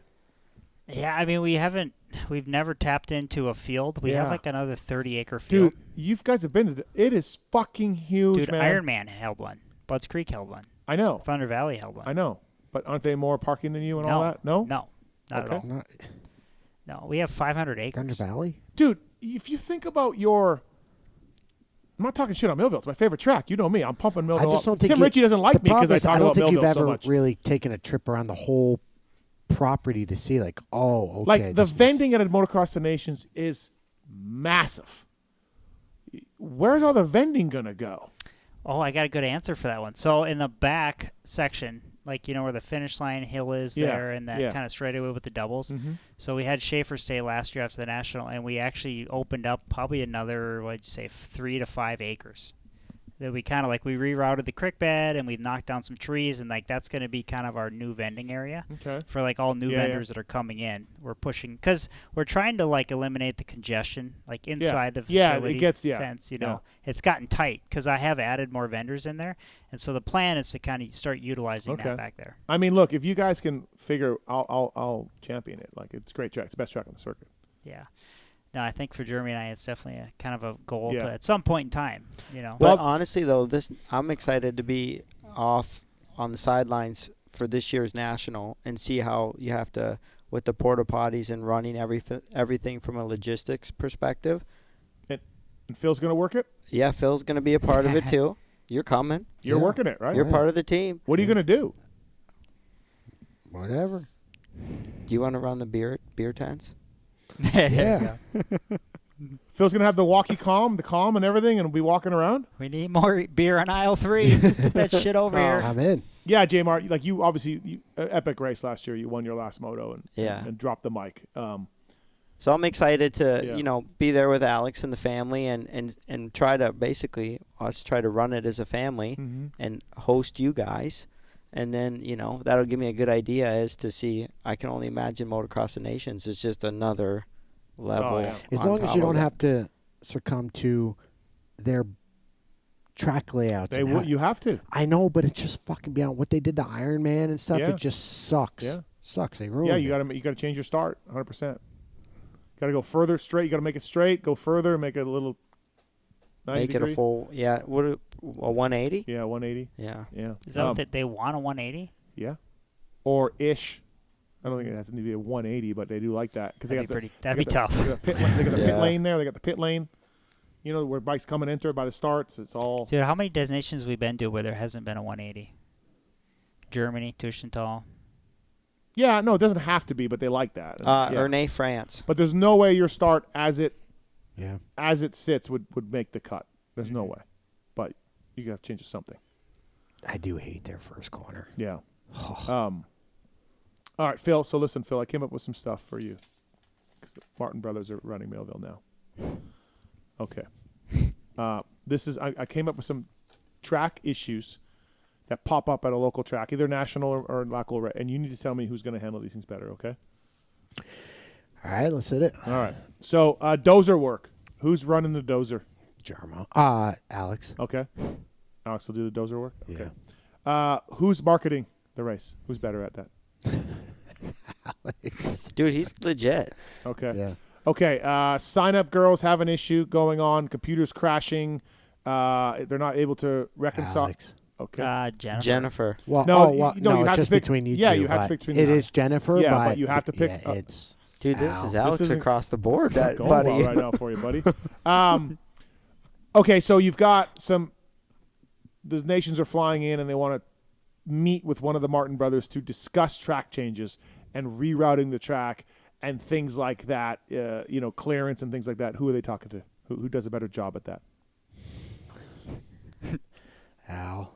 Okay, all right. Yeah.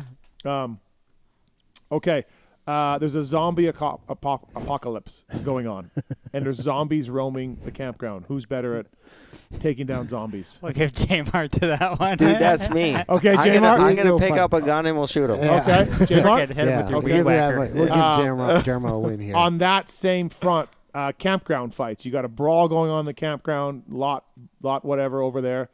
It's anarchy with campground fights. Who are you sending in? Yeah, we'll send Jermo. Yeah, he can call our buddy Rob Birch. Okay, all right. Yeah. Well, give it to Jermo. That's all I got. Any domestic disputes, Jermo. Okay, yeah. Yeah, So Alex is kind of winning this, though. Dude, he wins across the board. Yeah. Okay. Yeah, I got 4 years heads up on Jeremy here, so we're trying to Yeah. To No, weed that's a them good in. point. You're right. First step was get him an email address. with just one at. Yeah. Just one at. Hey, by the way, I talked about PulpMX gives back earlier. PulpMX LCQ race is going on at Salt Lake this year. Phil may get an entry if he plays his cards right. Please check that out on PulpMX.com. You should race it. YZ450 up for grabs, 22 other prizes. And if you go there, you can give money, $20-$30. All the money goes to the privateers in this race. Let me run this by you guys. So I've done this race for a number of years, right? You familiar with it? Oh, yeah. Right? Yeah, okay. Oh, yeah. I'm kind of thinking top 15 only get paid because there's some guys that don't ride. They sandbag to get the money. Yeah, they it's don't care bullshit. about it. I agree. You know, so I think I might just make it top 15 only get the. If you, sorry, man, 16, 17, It 18. used to be top 20. Everybody got money. Yeah, 22. All 22 guys got money. Should I make it that way? I think so. Is Does it make 15 a everyone good try? number or 17 or like 5 guys don't get paid or? I mean, the 15 guys that are in there now would get paid more. Yeah, no, all the money Right. goes to, so yeah, it would be more for the 15. Maybe, and it'll create a better battle. Well, so is that okay to not pay 7 guys? Sorry, man. Thanks for coming. Well, they're going to be at the race anyway, so they better take their shot. Yeah. Well, It's they're just getting another extra- opportunity, they're really. getting extra track time as well. Yeah. Yeah. Or maybe not 7 guys. Last 5 guys. 5 guys? So Yeah, pay I think 17? that, Yeah. 17. Right. That's a better Yeah. window because you probably have 2 guys that crash out or whatever. Yeah. That's on their Yeah. own. But the other guys, Okay. All right, $30, PulpMX.com. Like I said, you got a chance to win a 2026 YZ450, a bunch of other cool prizes as well. All the money goes to the riders in the race, maybe the top 17. Mike's on 3. He's got a John Martin story. Go ahead, Mike. Hey, how you guys doing? Good, man. Right on. So you love this too, Steve, because this is kind of back in the day, like late 80s. If I'm correct, didn't John Martin, didn't he ride for ATK for a little bit? Can-Am. Guys? yeah. Oh, Can-Am. Can-Am, ATK, yeah. Both, yeah. So I was really good friends with Harry Leitner, who was Horst Leitner's dad. And so we would go motoing. I think that's when your dad was riding for ATK. And we were out in Hesperia or something like that. Kiefer would be proud. We laid out this moto track. And I'm on my Sierra 125, and I'm thinking, yeah, I'm motoing with John Martin. This is epic, and I'm going to show him what's up. I had that thing screaming, and that dude went by me on this off-camber sweeper, just wide open on this big old ATK, like 4,000 or whatever the heck thing was, just swapping, and just left me, just buried me in the dust. He's on awesome. Let me get. Look, John Martin's a legend. He's a great rider. You're on a 125 in the desert. John's on a 604 4-stroke. So I know he left you. And again, no hate comments on John's riding talent here. He's on a 604 4-stroke in the desert. On and off camber. On and off camber. Like, dude. In my mind, I get it. In my mind, I'm thinking, I'm pretty good on the, SoCal scene, and all that stuff, and but I was just like, I'm going for it, and it was radical. And then, really quick race tech rant, Steve. Mm-hmm. I've messaged you some for the re-raceables. You've got to do like old school, like Carlsbad or Saddleback or something like that. Yeah, we need to. The problem is you got to watch it, right? So we got to find it on YouTube, make sure it's there. It's on there. Oh, is it? Okay. You can get the 1984 Saddleback National. Oh, like I've all seen that. classes. That's dusty as fuck. Yeah. It's awful. Yeah, and and then Carlsbad's all over the place. Yeah, no, you're right. Okay, that's a good one. I'll get Weege and Rarick on. I like to do 86 Carlsbad GP. RJ. That'd be sweet. Yeah. One more really quick thing for those guys. Did J-Mart, do you remember what you know the Shea Trail climb out here when you used to ride with Johnny? I think so. It's over by his house is a steep ass climb. Oh yeah. I was wondering if you remember what your time was up that thing. I don't. I saw Jesus so many times up so many climbs out there, man. We go and try his rides, and it's just brutal. Anyway, and my favorite Martin brother is definitely Phil. Okay, awesome. Good to hear. Fair enough. Thanks, man. Yeah, thanks for the call. No, you guys are great. That. Thanks, man. Appreciate it. Appreciate it, brother. Pulp 20 code to save at Maxima and Pro Filter. What's your favorite Maxima product, Phil? I like SC1 because the way it smells good. Yeah. They gave me shit back in the day when I was at Yamaha because they just said I sprayed my bike with SC1 and I called it a day. True or false? I might have to call Trevor. Pulp20 code to save at Maxima USA, same as Pro Filter as well. Thank you to those guys for supporting the show, and whether it's Maxima, Pro Filter, Pulp20 code saves. All the codes to save are on PulpMXShow.com. And again, Works Connection, WUSA, Atlas Protection, Renegade Race Fuels, Fox Factory Vehicles, Wiseco Piston, ETHIKA, etc., etc. TrollTraining.com. Check that out as well if you need an online training program, whether you're an up-and-coming amateur, you're a vet rider, you're an off-road guy. John and Troll Train doing a good job with TrollTraining.com. All right, Motosport.com. Tweet at Tallon segment. No, that's my mom. It's the Motosport.com tweets at Tallon segment. Motosport.com, PulpMX replica bike. Phil, you could win one. Motosport.com/win. I heard it's really fast. It's really fast. Yeah, it's a YZ250F all done up in PulpMX parts. Motosport.com, OEM and aftermarket parts. Go through the banner to help us out. Free shipping on over $79 as well. OEM and aftermarket parts. So whether it's WUSA, Works Connection, Guts, all of that, Cherubi's available at motorsport.com. These questions are submitted at PulpMX Show. Tallon reads the best ones. Only the best ones, Tallon, please. I just read the first ones I see, not the best ones. I don't think they get a blowjob before the main event. By the way, our poll has 493 votes. We're at 70% yes, they have a generator, 30% no. And it's been pretty consistent 70-30 all the way through. Wow. Thank you blue collar folks that ride That's dirt fucking bikes. bullshit. Yeah. 500 votes is pretty impressive too. What do I need a generator for? Like, what would Steve Matthes, need a generator for? You're just not a blue collar dude. This I don't right know here what you- alone. And you go to the track. What do I need a generator for at the track? I got gas. I got to Dude, last week was a prime example. Look, you lost your show because you didn't have a generator. We did the show Tuesday. It was great. Delayed. Meanwhile, you could have just plugged your Jenny in or spent the $7,000 on a Generac, which I think is overkill. But as soon as the lights would have flickered out, the Generac would have turned on, and you wouldn't have skipped a beat, my friend. All right. I'll keep it in mind. All right. Go ahead, Tal. Number 450.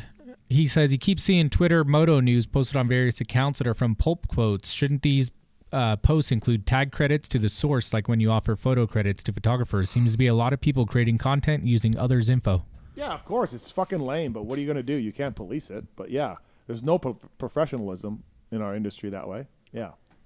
So I say something or a guest says something, and then some idiot on Instagram takes it and runs with it and doesn't say where it came from or anything, and then starts a whole thing. It's just social media this day. So how it works, it's lame.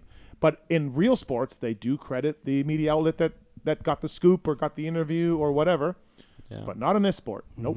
So what are you going to do? Yeah, you think it wouldn't be that hard to be like, okay, you want to use it? That's fine. Yeah. Put credit PulpMX at whoever. PulpMX Show said this. Yeah, whatever. No, they don't do that. They don't care, man. It doesn't matter.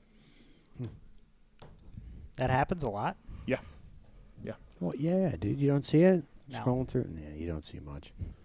He's pretty. No, he's really in it. He's locked in. Really locked in. Dan Wise 95. He says this one's for iMart. Don't know which one of you guys that one is, but where does your second moto win at Spring Creek rank compared to all other wins? I'm assuming you, J-Mart. Definitely J-Mart. That one's pretty up there. Yeah. I mean, I would say that probably takes the cake, honestly, just because I didn't think it was ever going to come again. Mm-hmm. And, you all have to believe. Before you even do it, you have to believe that you can. And I lost that belief. Mm-hmm. I was beat down that bad. And I questioned really my character and everything that I did. And I got it together one last time. Yeah. That's cool. Yeah. That's cool. And Shimoda fucked you because if his brakes hadn't gone out. Yeah, thanks, Joe. You would have won the overall. Well, I needed Joe to lose the break because, dude, he passed me straight up. Yeah, I guess. Yeah, I kind of needed that. Do you remember last year when we did this? You're like, oh, yeah, I might race. Yeah. I Dude, might do seriously. something. And then you went to Glen Helen. Yeah. Or you went to Paula. Oh, yeah. Then went to Hangtown, and it just didn't do good. And after Hangtown, when you went down really hard, we're like, God, dude, that's it. Like, Well, it's fucking... Yeah. I mean, dude, I kind of hit my head again. I had a black eye and the whole thing. Well, time out. When you were on here, the star thing was happening, but you said, you didn't go I had public just with gotten a text as I was flying out here to come ride the bike. Yeah. As a fill-in. And you were like, hey, you told the story later where you were like, I got to do Vegas and then we'll work on that. Yeah. Yeah. And then I ended up I remember I was still trying to, I was sign up for the Rochester Med City Marathon. So I was committed to that, and Alex motivated me to do that. And I was like, well, I can't back out. Yeah. You know? Yeah. So I ended up running, I think it was like 5 or 10 miles in the morning. And then I went and did 2 motos with Thrasher. And then, it was just like, it just all worked I remember out. Davies was telling his dad, like, I don't have to do that, do I, Dad? How about, Can we go back to Pierce's interview where Bobby says after his first heat race, after a year off from a back injury, maybe you should just pack it in? I mean, I'm not surprised. And then crashing at Ironman and going numb in his arm and be like, fuck, dude, there's something else fucked up with me. Yeah. Yeah. Like, I know Bobby. I get it. I've heard all the stories. You know, Bobby told Coop when he was the points leader, we're going to bench your bike if you don't jump the jump. Like, I get it. But, dude, maybe give this guy a heat race. I don't know. Just give him a heat race? No? I mean, in Bobby's mind, maybe he thinks it worked because he went out and won. For sure. He probably does. He 1,000% Look at when does. Anstey mouthed off on the podium. He was all pissed off, and then he was winning races. Dude, I remember, like, was it 21 or 22? Well, anyways, one of my last years at Supercross on Star, Bobby's like, listen here, son, we built a whoop track. He's like, you just need to come out of that turn, and you need to not let off, okay? Well, I tried it. I fucking went ass over tea kettles and shit. The bike went flipping. And then I called Bobby, and I was like, well, Bobby, I went wide open. Yeah. And I locked up hard. Yeah, fucking Bobby, dude. Yeah. All right, next question. Rogers MX93. He says for the racers, but it's a vet question. So nobody here races anymore. Phil at 195 might be best equipped to answer this for the vet riders. What do you recommend for someone who with very limited free time that will help the most with on the bike fitness? He says mainly arm pump.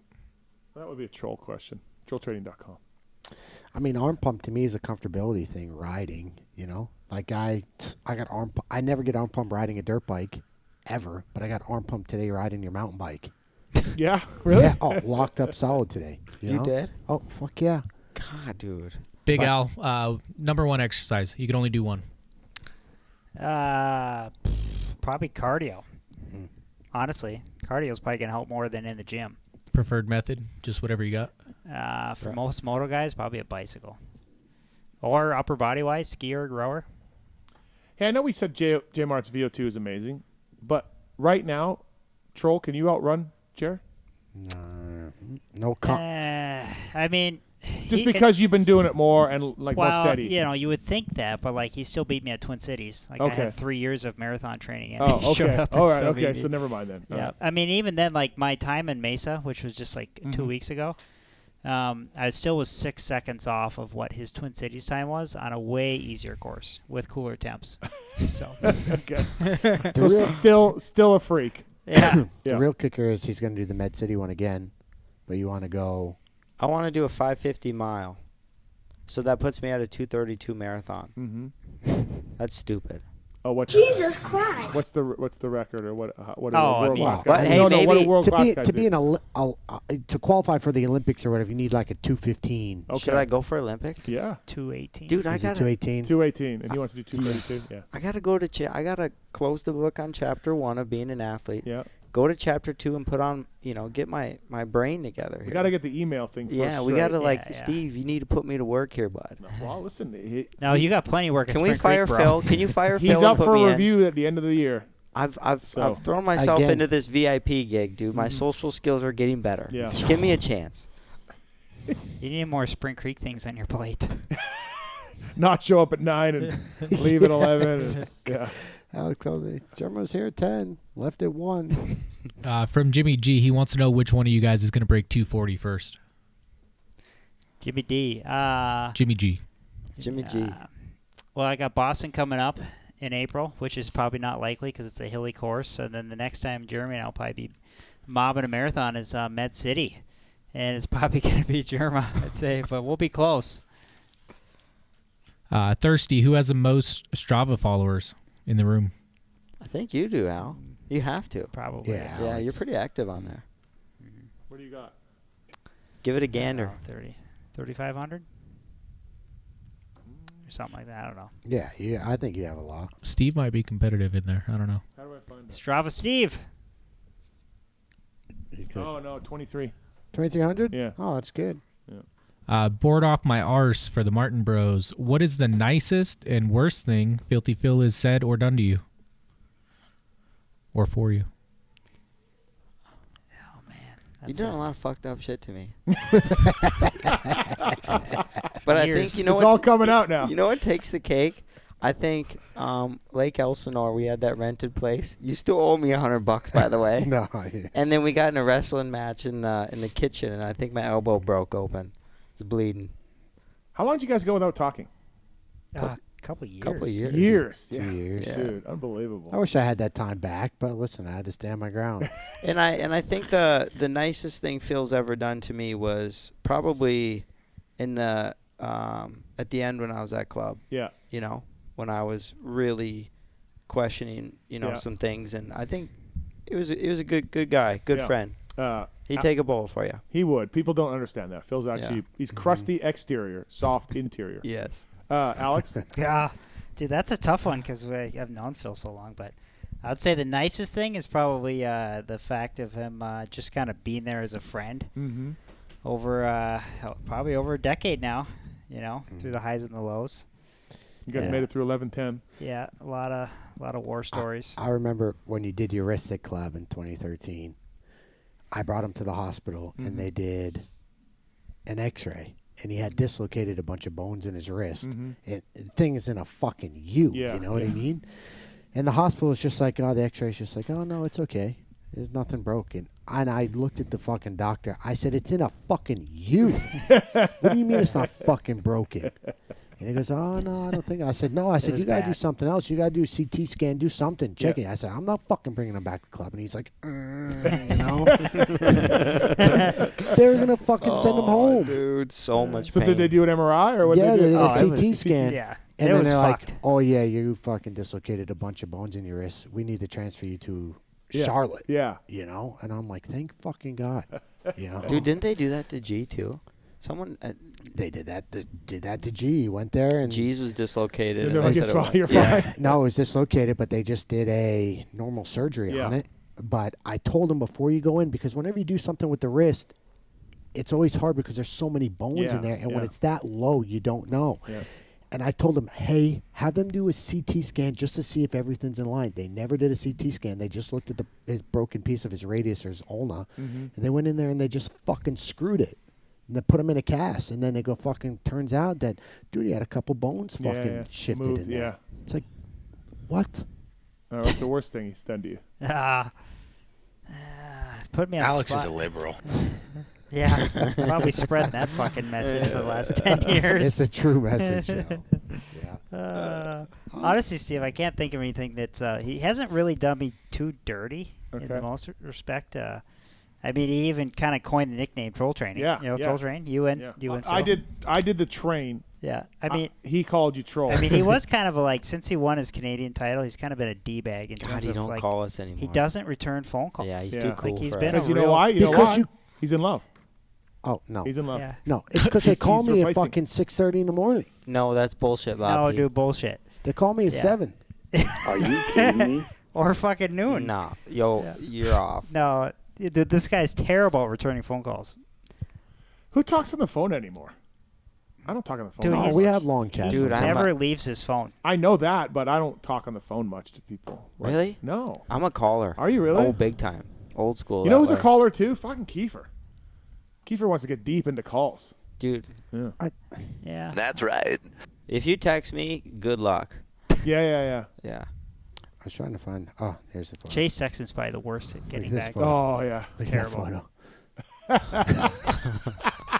He looks like E.T. there. That's like he's literally dead. the night of when he did his back in Muddy Creek. Yeah. Oh, that hurts so fucking. Oh yeah. And I'm like, this isn't funny right now, but It'll be funny later down the road. it'll be funny. It's funny. Kind of a you dick, look like yeah. E.T. You're just all white and just curled, dude. crusty, and That was a rough period of life. That was a really bad period of my life. yeah. My Shaq told me one time he was really worried for you. Dude, I was like, I know. Pierce, I was septic, Yeah. and, you know, I had the pick line in, Right. and I remember Eli was like, dude, I thought you were going to die. Yeah, they went in a few times and had to clean out your back and shit. Yeah, it was gnarly. Yeah. You know. Another different crash, but when you mentioned club earlier, I just got a flashback of you. Was it Houston in the whoops just laid out? That was Detroit. Detroit. Yeah. When you mentioned club, I just saw that. I was like, oh, fuck. I wish I would have seen Last lap. 2 corners to go. Yeah. Yep. And then 6 weeks later, I did it. I was out for 6 minutes at club. I wish I would have. Someone would have saw that one. The one at club? That one was bad. Where was I that day? It was right in front of that really big jump in front of the race shop. Came over the roller and you had stepped out or whatever. But yeah. Phil, another one from Jimmy G. It says, if you were granted one personality trait from A Mart and one from J Mart that would have improved your career, which one would you take? So one from each.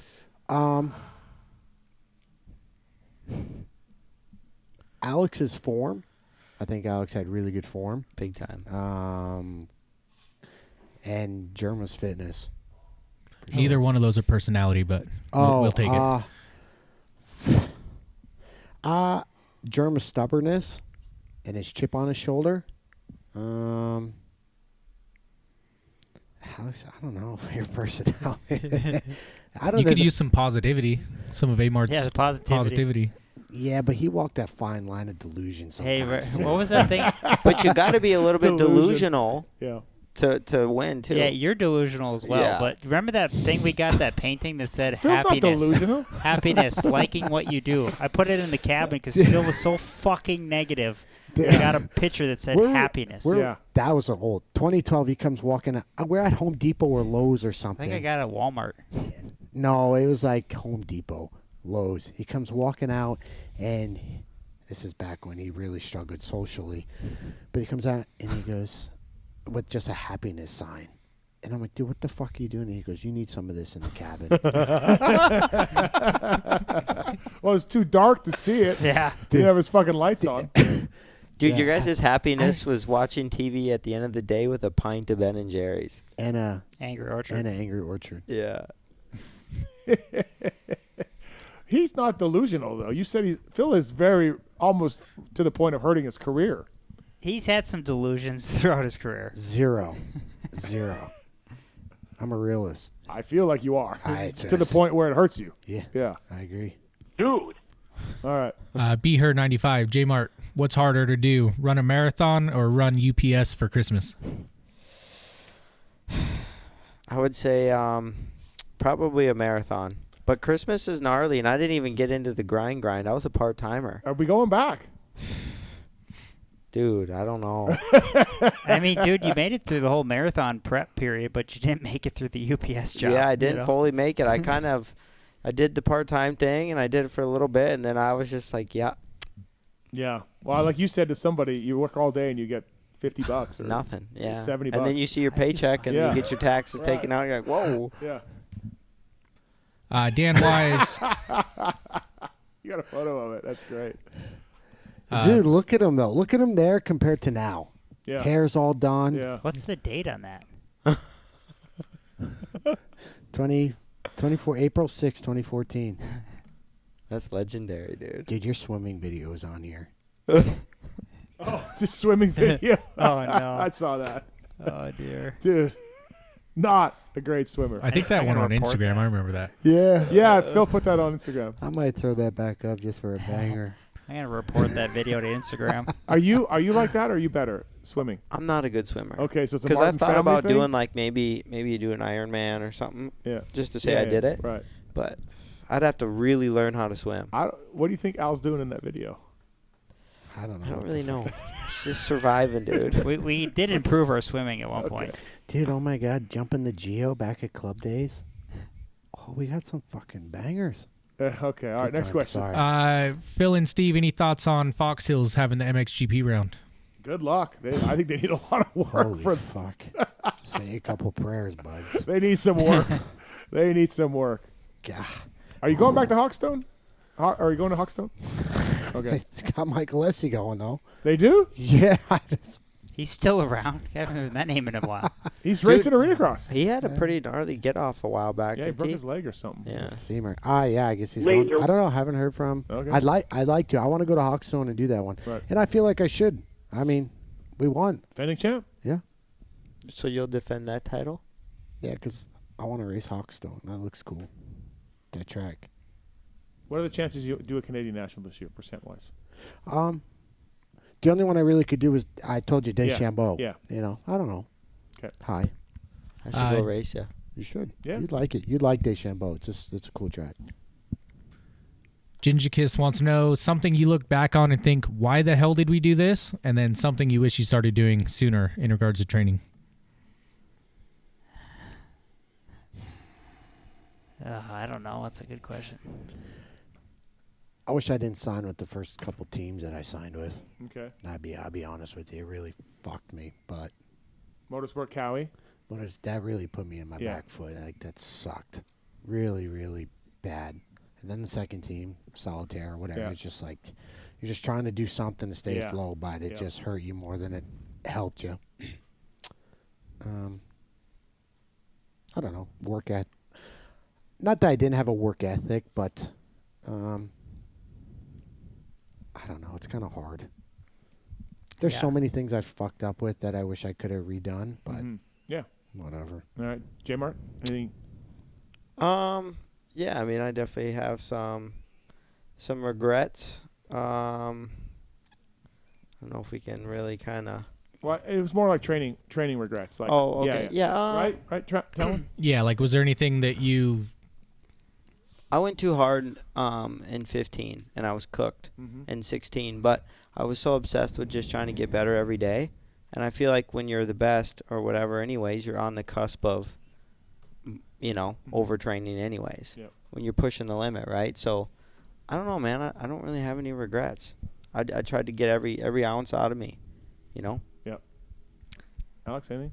I mean, yeah, it's no secret that, like, I was a privateer for 6 years in my career, and I think that it was probably up until we kind of had that Rock River ride. Jeremy was training with Osho, and I kind of got a little whiff of, like, that next level of training. I think, we kind of went 6 years of just probably not putting in the time, not taking it serious enough. And I think, you can't say it's 6 years down the drain because, but it was a learning process and you're young and you kind of take it for granted, but definitely could have probably expedited the process a little bit if I would have known more. There's a point where I think in every motocrosser's career that you get with a trainer and you're like, wait, is this what they do? Like, you know what I mean? Like, you don't know what the top guys are doing until you get some sort of education. Yeah. And everybody's probably like, wait, they do this? Like, holy shit, right? Yeah. All right, last one from Lisa. It says, with the unknown at the start of Supercross with all the team and rider swaps, it goes, now that we're 7 rounds in, what are your thoughts on Moto? Eli and Jesus' son look incredible on the KTM. Then there's Jet, Hunter, Danger. I mean, I'm sorry, but Jet's still my favorite if he comes back and races outdoors, like when he does. Yeah, 100%. Sorry. Yeah. He's good. Yeah. I mean, Prado will be good though, man. Yeah. I mean, and then Deegan will be there too, so I think outdoors it'll be fun to watch. It just, not that it sucks that Jet would come back, but just like how good the racing is right now with the guys that we have, they're all not equal because they're all better in certain ways and worse in certain ways, but like across the whole platform, they're pretty level. I mean, we had basically 4 guys in that main this last weekend, hammering out. Yeah, that's great. The racing this year has been really good. So how many different winners we have? 6? Kenny, Eli, Chase, Hunter, Cooper. 5. It's pretty good for 7 And rounds. what was it in previous years? Like, there was only however many different winners. We've had the average is 6 to 7. Ah. Yeah. So we got a couple more coming probably. Okay. Ooh. I don't know who that would be. Now that Hunter's one. Mookie. Yeah, AP, Mookie on a muddy night or something, Yeah. We might just be stuck with those 5. AP's had a quiet year. I still think if AP's had a quiet year. Yeah. I still think Jorge could potentially still squeak one. Yeah. Like as unbelievable as it sounds. Yes. Daytona. Yeah. I saw a post where Jet was ahead of schedule. Does that just mean outdoors still? He's not coming back for Supercross. Him, I would come back just for outdoors. But again, when you look at overall points for SMX, last year he came in at what for SMX? 3rd or 4th? Yeah, whatever, yeah. So that put him 5 points behind, and he just barely won. So if he wants to win SMX, you really got to look at the points side of things as well when you come in for where you want to seed into it. But if you were Hunter and you're in this points chase, obviously, would you want Jet? Like, if he's healthy, would you want him back out there, or would you kind of just want to keep doing your thing? I guess it could help and hurt at the same time, you know? It's a double-edged sword, literally. MotorcycleIndustryJobs.com job of the week. It's sales operation coordinator for Triumph. Full-time job based in Atlanta. That's where Triumph is. 132 F-bombs, by the way, for you. Huh? Wow. Triumph. Dude, you spent 5 hours. Calm down. Upload your resume for free today. Sales operation coordinator, MotorcycleIndustryJobs.com. You're a legit Triumph. sailor. Brunt Workwear, too. PulpMX show at Brunt Workwear. The Marin boots, the Omen boots. Cam wears, Hunter's mechanic wears, what's his last name? Cam. I don't know Cam's last name. Cam Chain. It's just Cam Chain. It's not Chain, but everybody calls him Cam Chain. Okay. I wear bronze. What? I wear bronze. You got bronze? Oh. Which ones you got? Do you know? The Marins. Marins? Yeah. Comfy? Very comfortable. Yeah. Tallon's got a pair. Very Working man. comfortable. PulpMXShow.com at BruntWorkwear.com. They also got a bunch of clothes coming out, too. Working man's clothes. If you're out at Millville, whacking weeds, cutting trees, painting signs, Brunt Workwear is for you. That's it. That's all you need. Yeah, you got a pair, Jeremy, don't you? Oh, yeah, dude. I go out there and hammer in the Brunts. There we go. I didn't even know that. You should have chimed in earlier, J-Mart, when I'm reading Brunt Workwear. Yeah. Okay. They're the best. He was zoned out. Okay. They're the best. Oh, Cam's last name is Camara. Cam Camara. Really? Yeah. Huh. That's a cool name. It's like a superhero name. It is kind of cool. BruntWorkwear.com. PulpMX Show is the code to save. With those guys, thank you to that. And also, too, I want to thank the guys at Edward Jones. They have Brian Stone there, financial advisor. Brian Stone, 816-761-4066. Brian Stone, Midwest privateer legend. Brian Stone. In terms of financial uncertainty, how can you stay on track? Call on Brian Stone. He's invested in your success. He's there to help you. He'll work to build you a complete picture of your financial life. You could use that. Your financial life, J-Mart. Brian Stone. I need a lot of help. Let's start with general life first. General life first, and we then go to can work financial. to his Okay. wealthy life. Get fucked.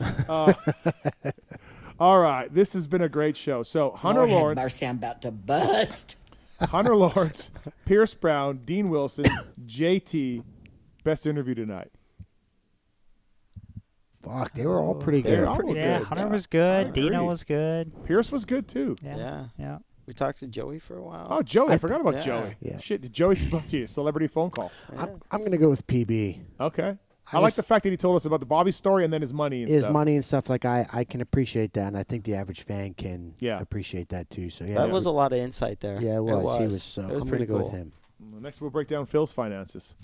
There's nothing Phil likes talking about less than his money and his contracts. We're in the negative. He had no problem asking Dino what his best year was. Yeah, so. no problem there. Yeah, but you ask exactly. Phil, he clams right up.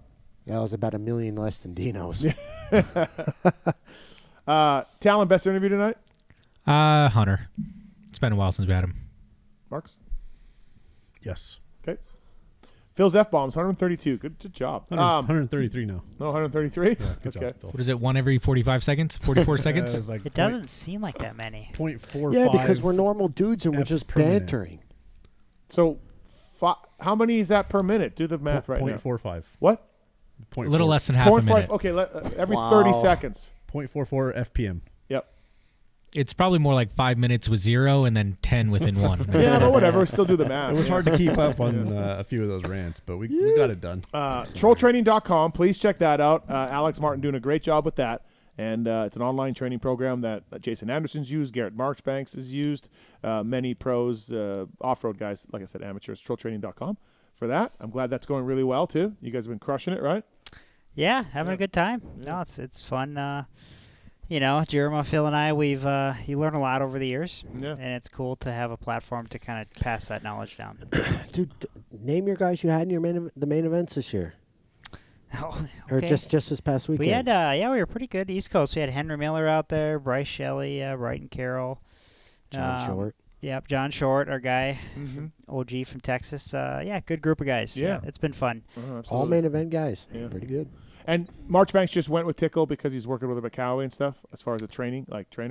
Well, I'm still helping Marchbanks. Oh, you are? Yeah. Oh, okay. Yeah. Well, that's the part No, where Brock's just like on the bike coach thing. I haven't heard Garrett talk about trail training, so I thought maybe Tickle's doing all that stuff for him. So. Yeah, I mean, he's like Yeah. Brock's at the track with him every day, and he's obviously he's the test rider for Kawi and stuff. But like Brock does the on the bike program, and then I've been doing the off the bike. So like morning cardio, the cardio and strength, all that stuff is what I'm doing. Awesome. So. Garrett still checks in with all three of us pretty regularly on that stuff.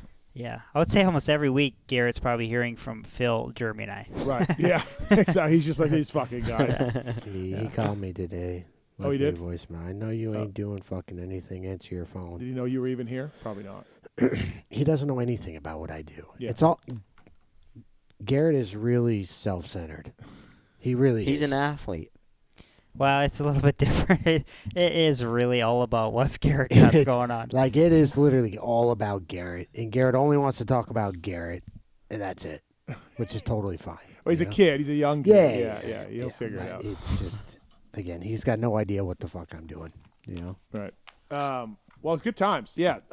Awesome. Really fun show. J-Mart joining the Vegas Marathon really made my that really made my couple of days. Dude, it made my honestly. I think I'm in a marathon. That was great. Yeah, and then I did an awesome epic ride with you guys today. Yeah, Showed us some new trails. Yeah, I wish Not the bad. BLM guy wasn't on us. We could have went to that side of the road. That would have been funner. But still, that it's is all right. what it is. It's good to get out. Yeah, absolutely. Beautiful No, day. listen, and Alex, thanks for making the time to come in, fly in today. I really appreciate that. Good luck with Millville this year. Everything going on with Millville. I got exciting news. It's not falling on my wife's birthday this year, so I'm coming back. Oh, to you're Millville. coming? Yes. Sweet. Yes, because Woo. the other times it's I'll, Pookie's birthday, and she's never. Yeah. We need to give you the tour and just show you how much parking we have. Yeah, we could do that. You know, You so go you up can see because you never actually seen Alex's house. I did when it was under construction. Yeah, yes. but not since Oh, it's been yeah, done, yeah. you know? Yeah. I'd like to go. What was that for? Making sure everyone's on their toes. Okay. Yeah, I need a better place to watch too. I need better placing for Millville this year.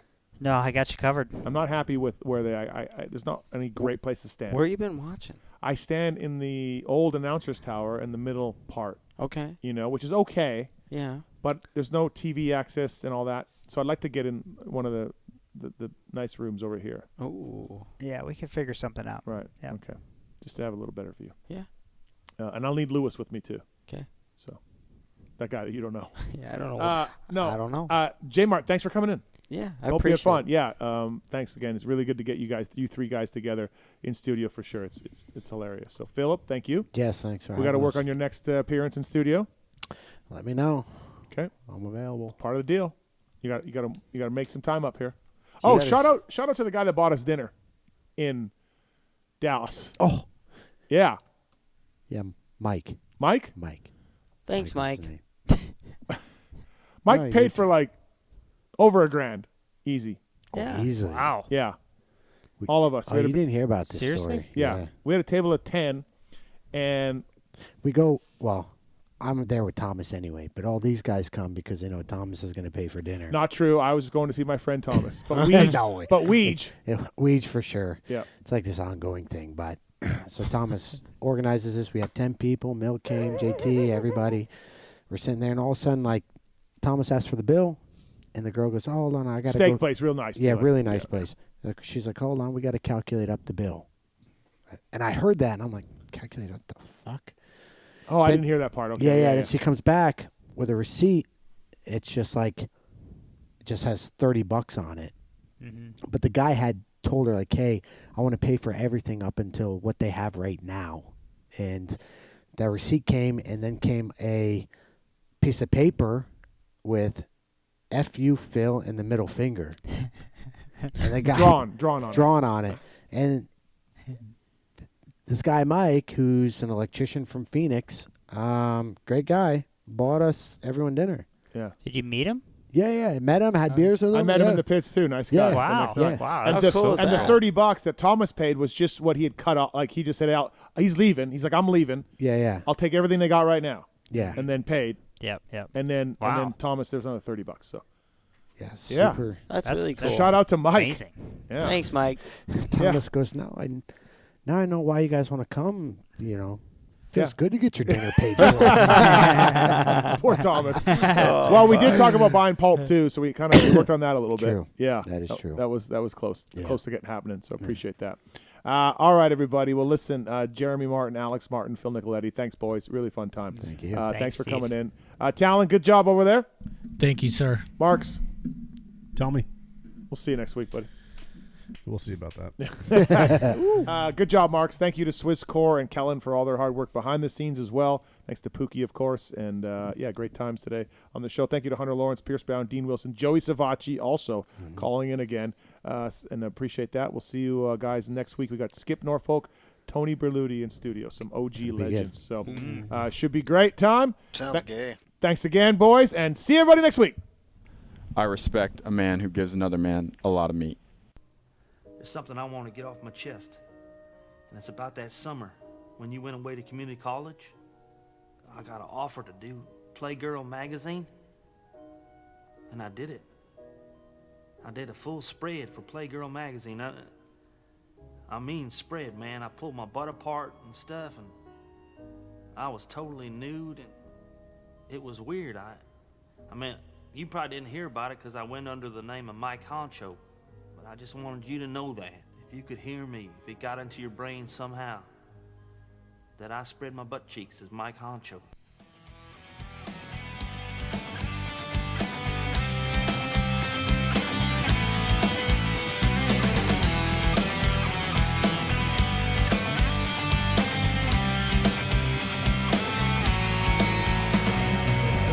I am the sword inside your flame. I will burn.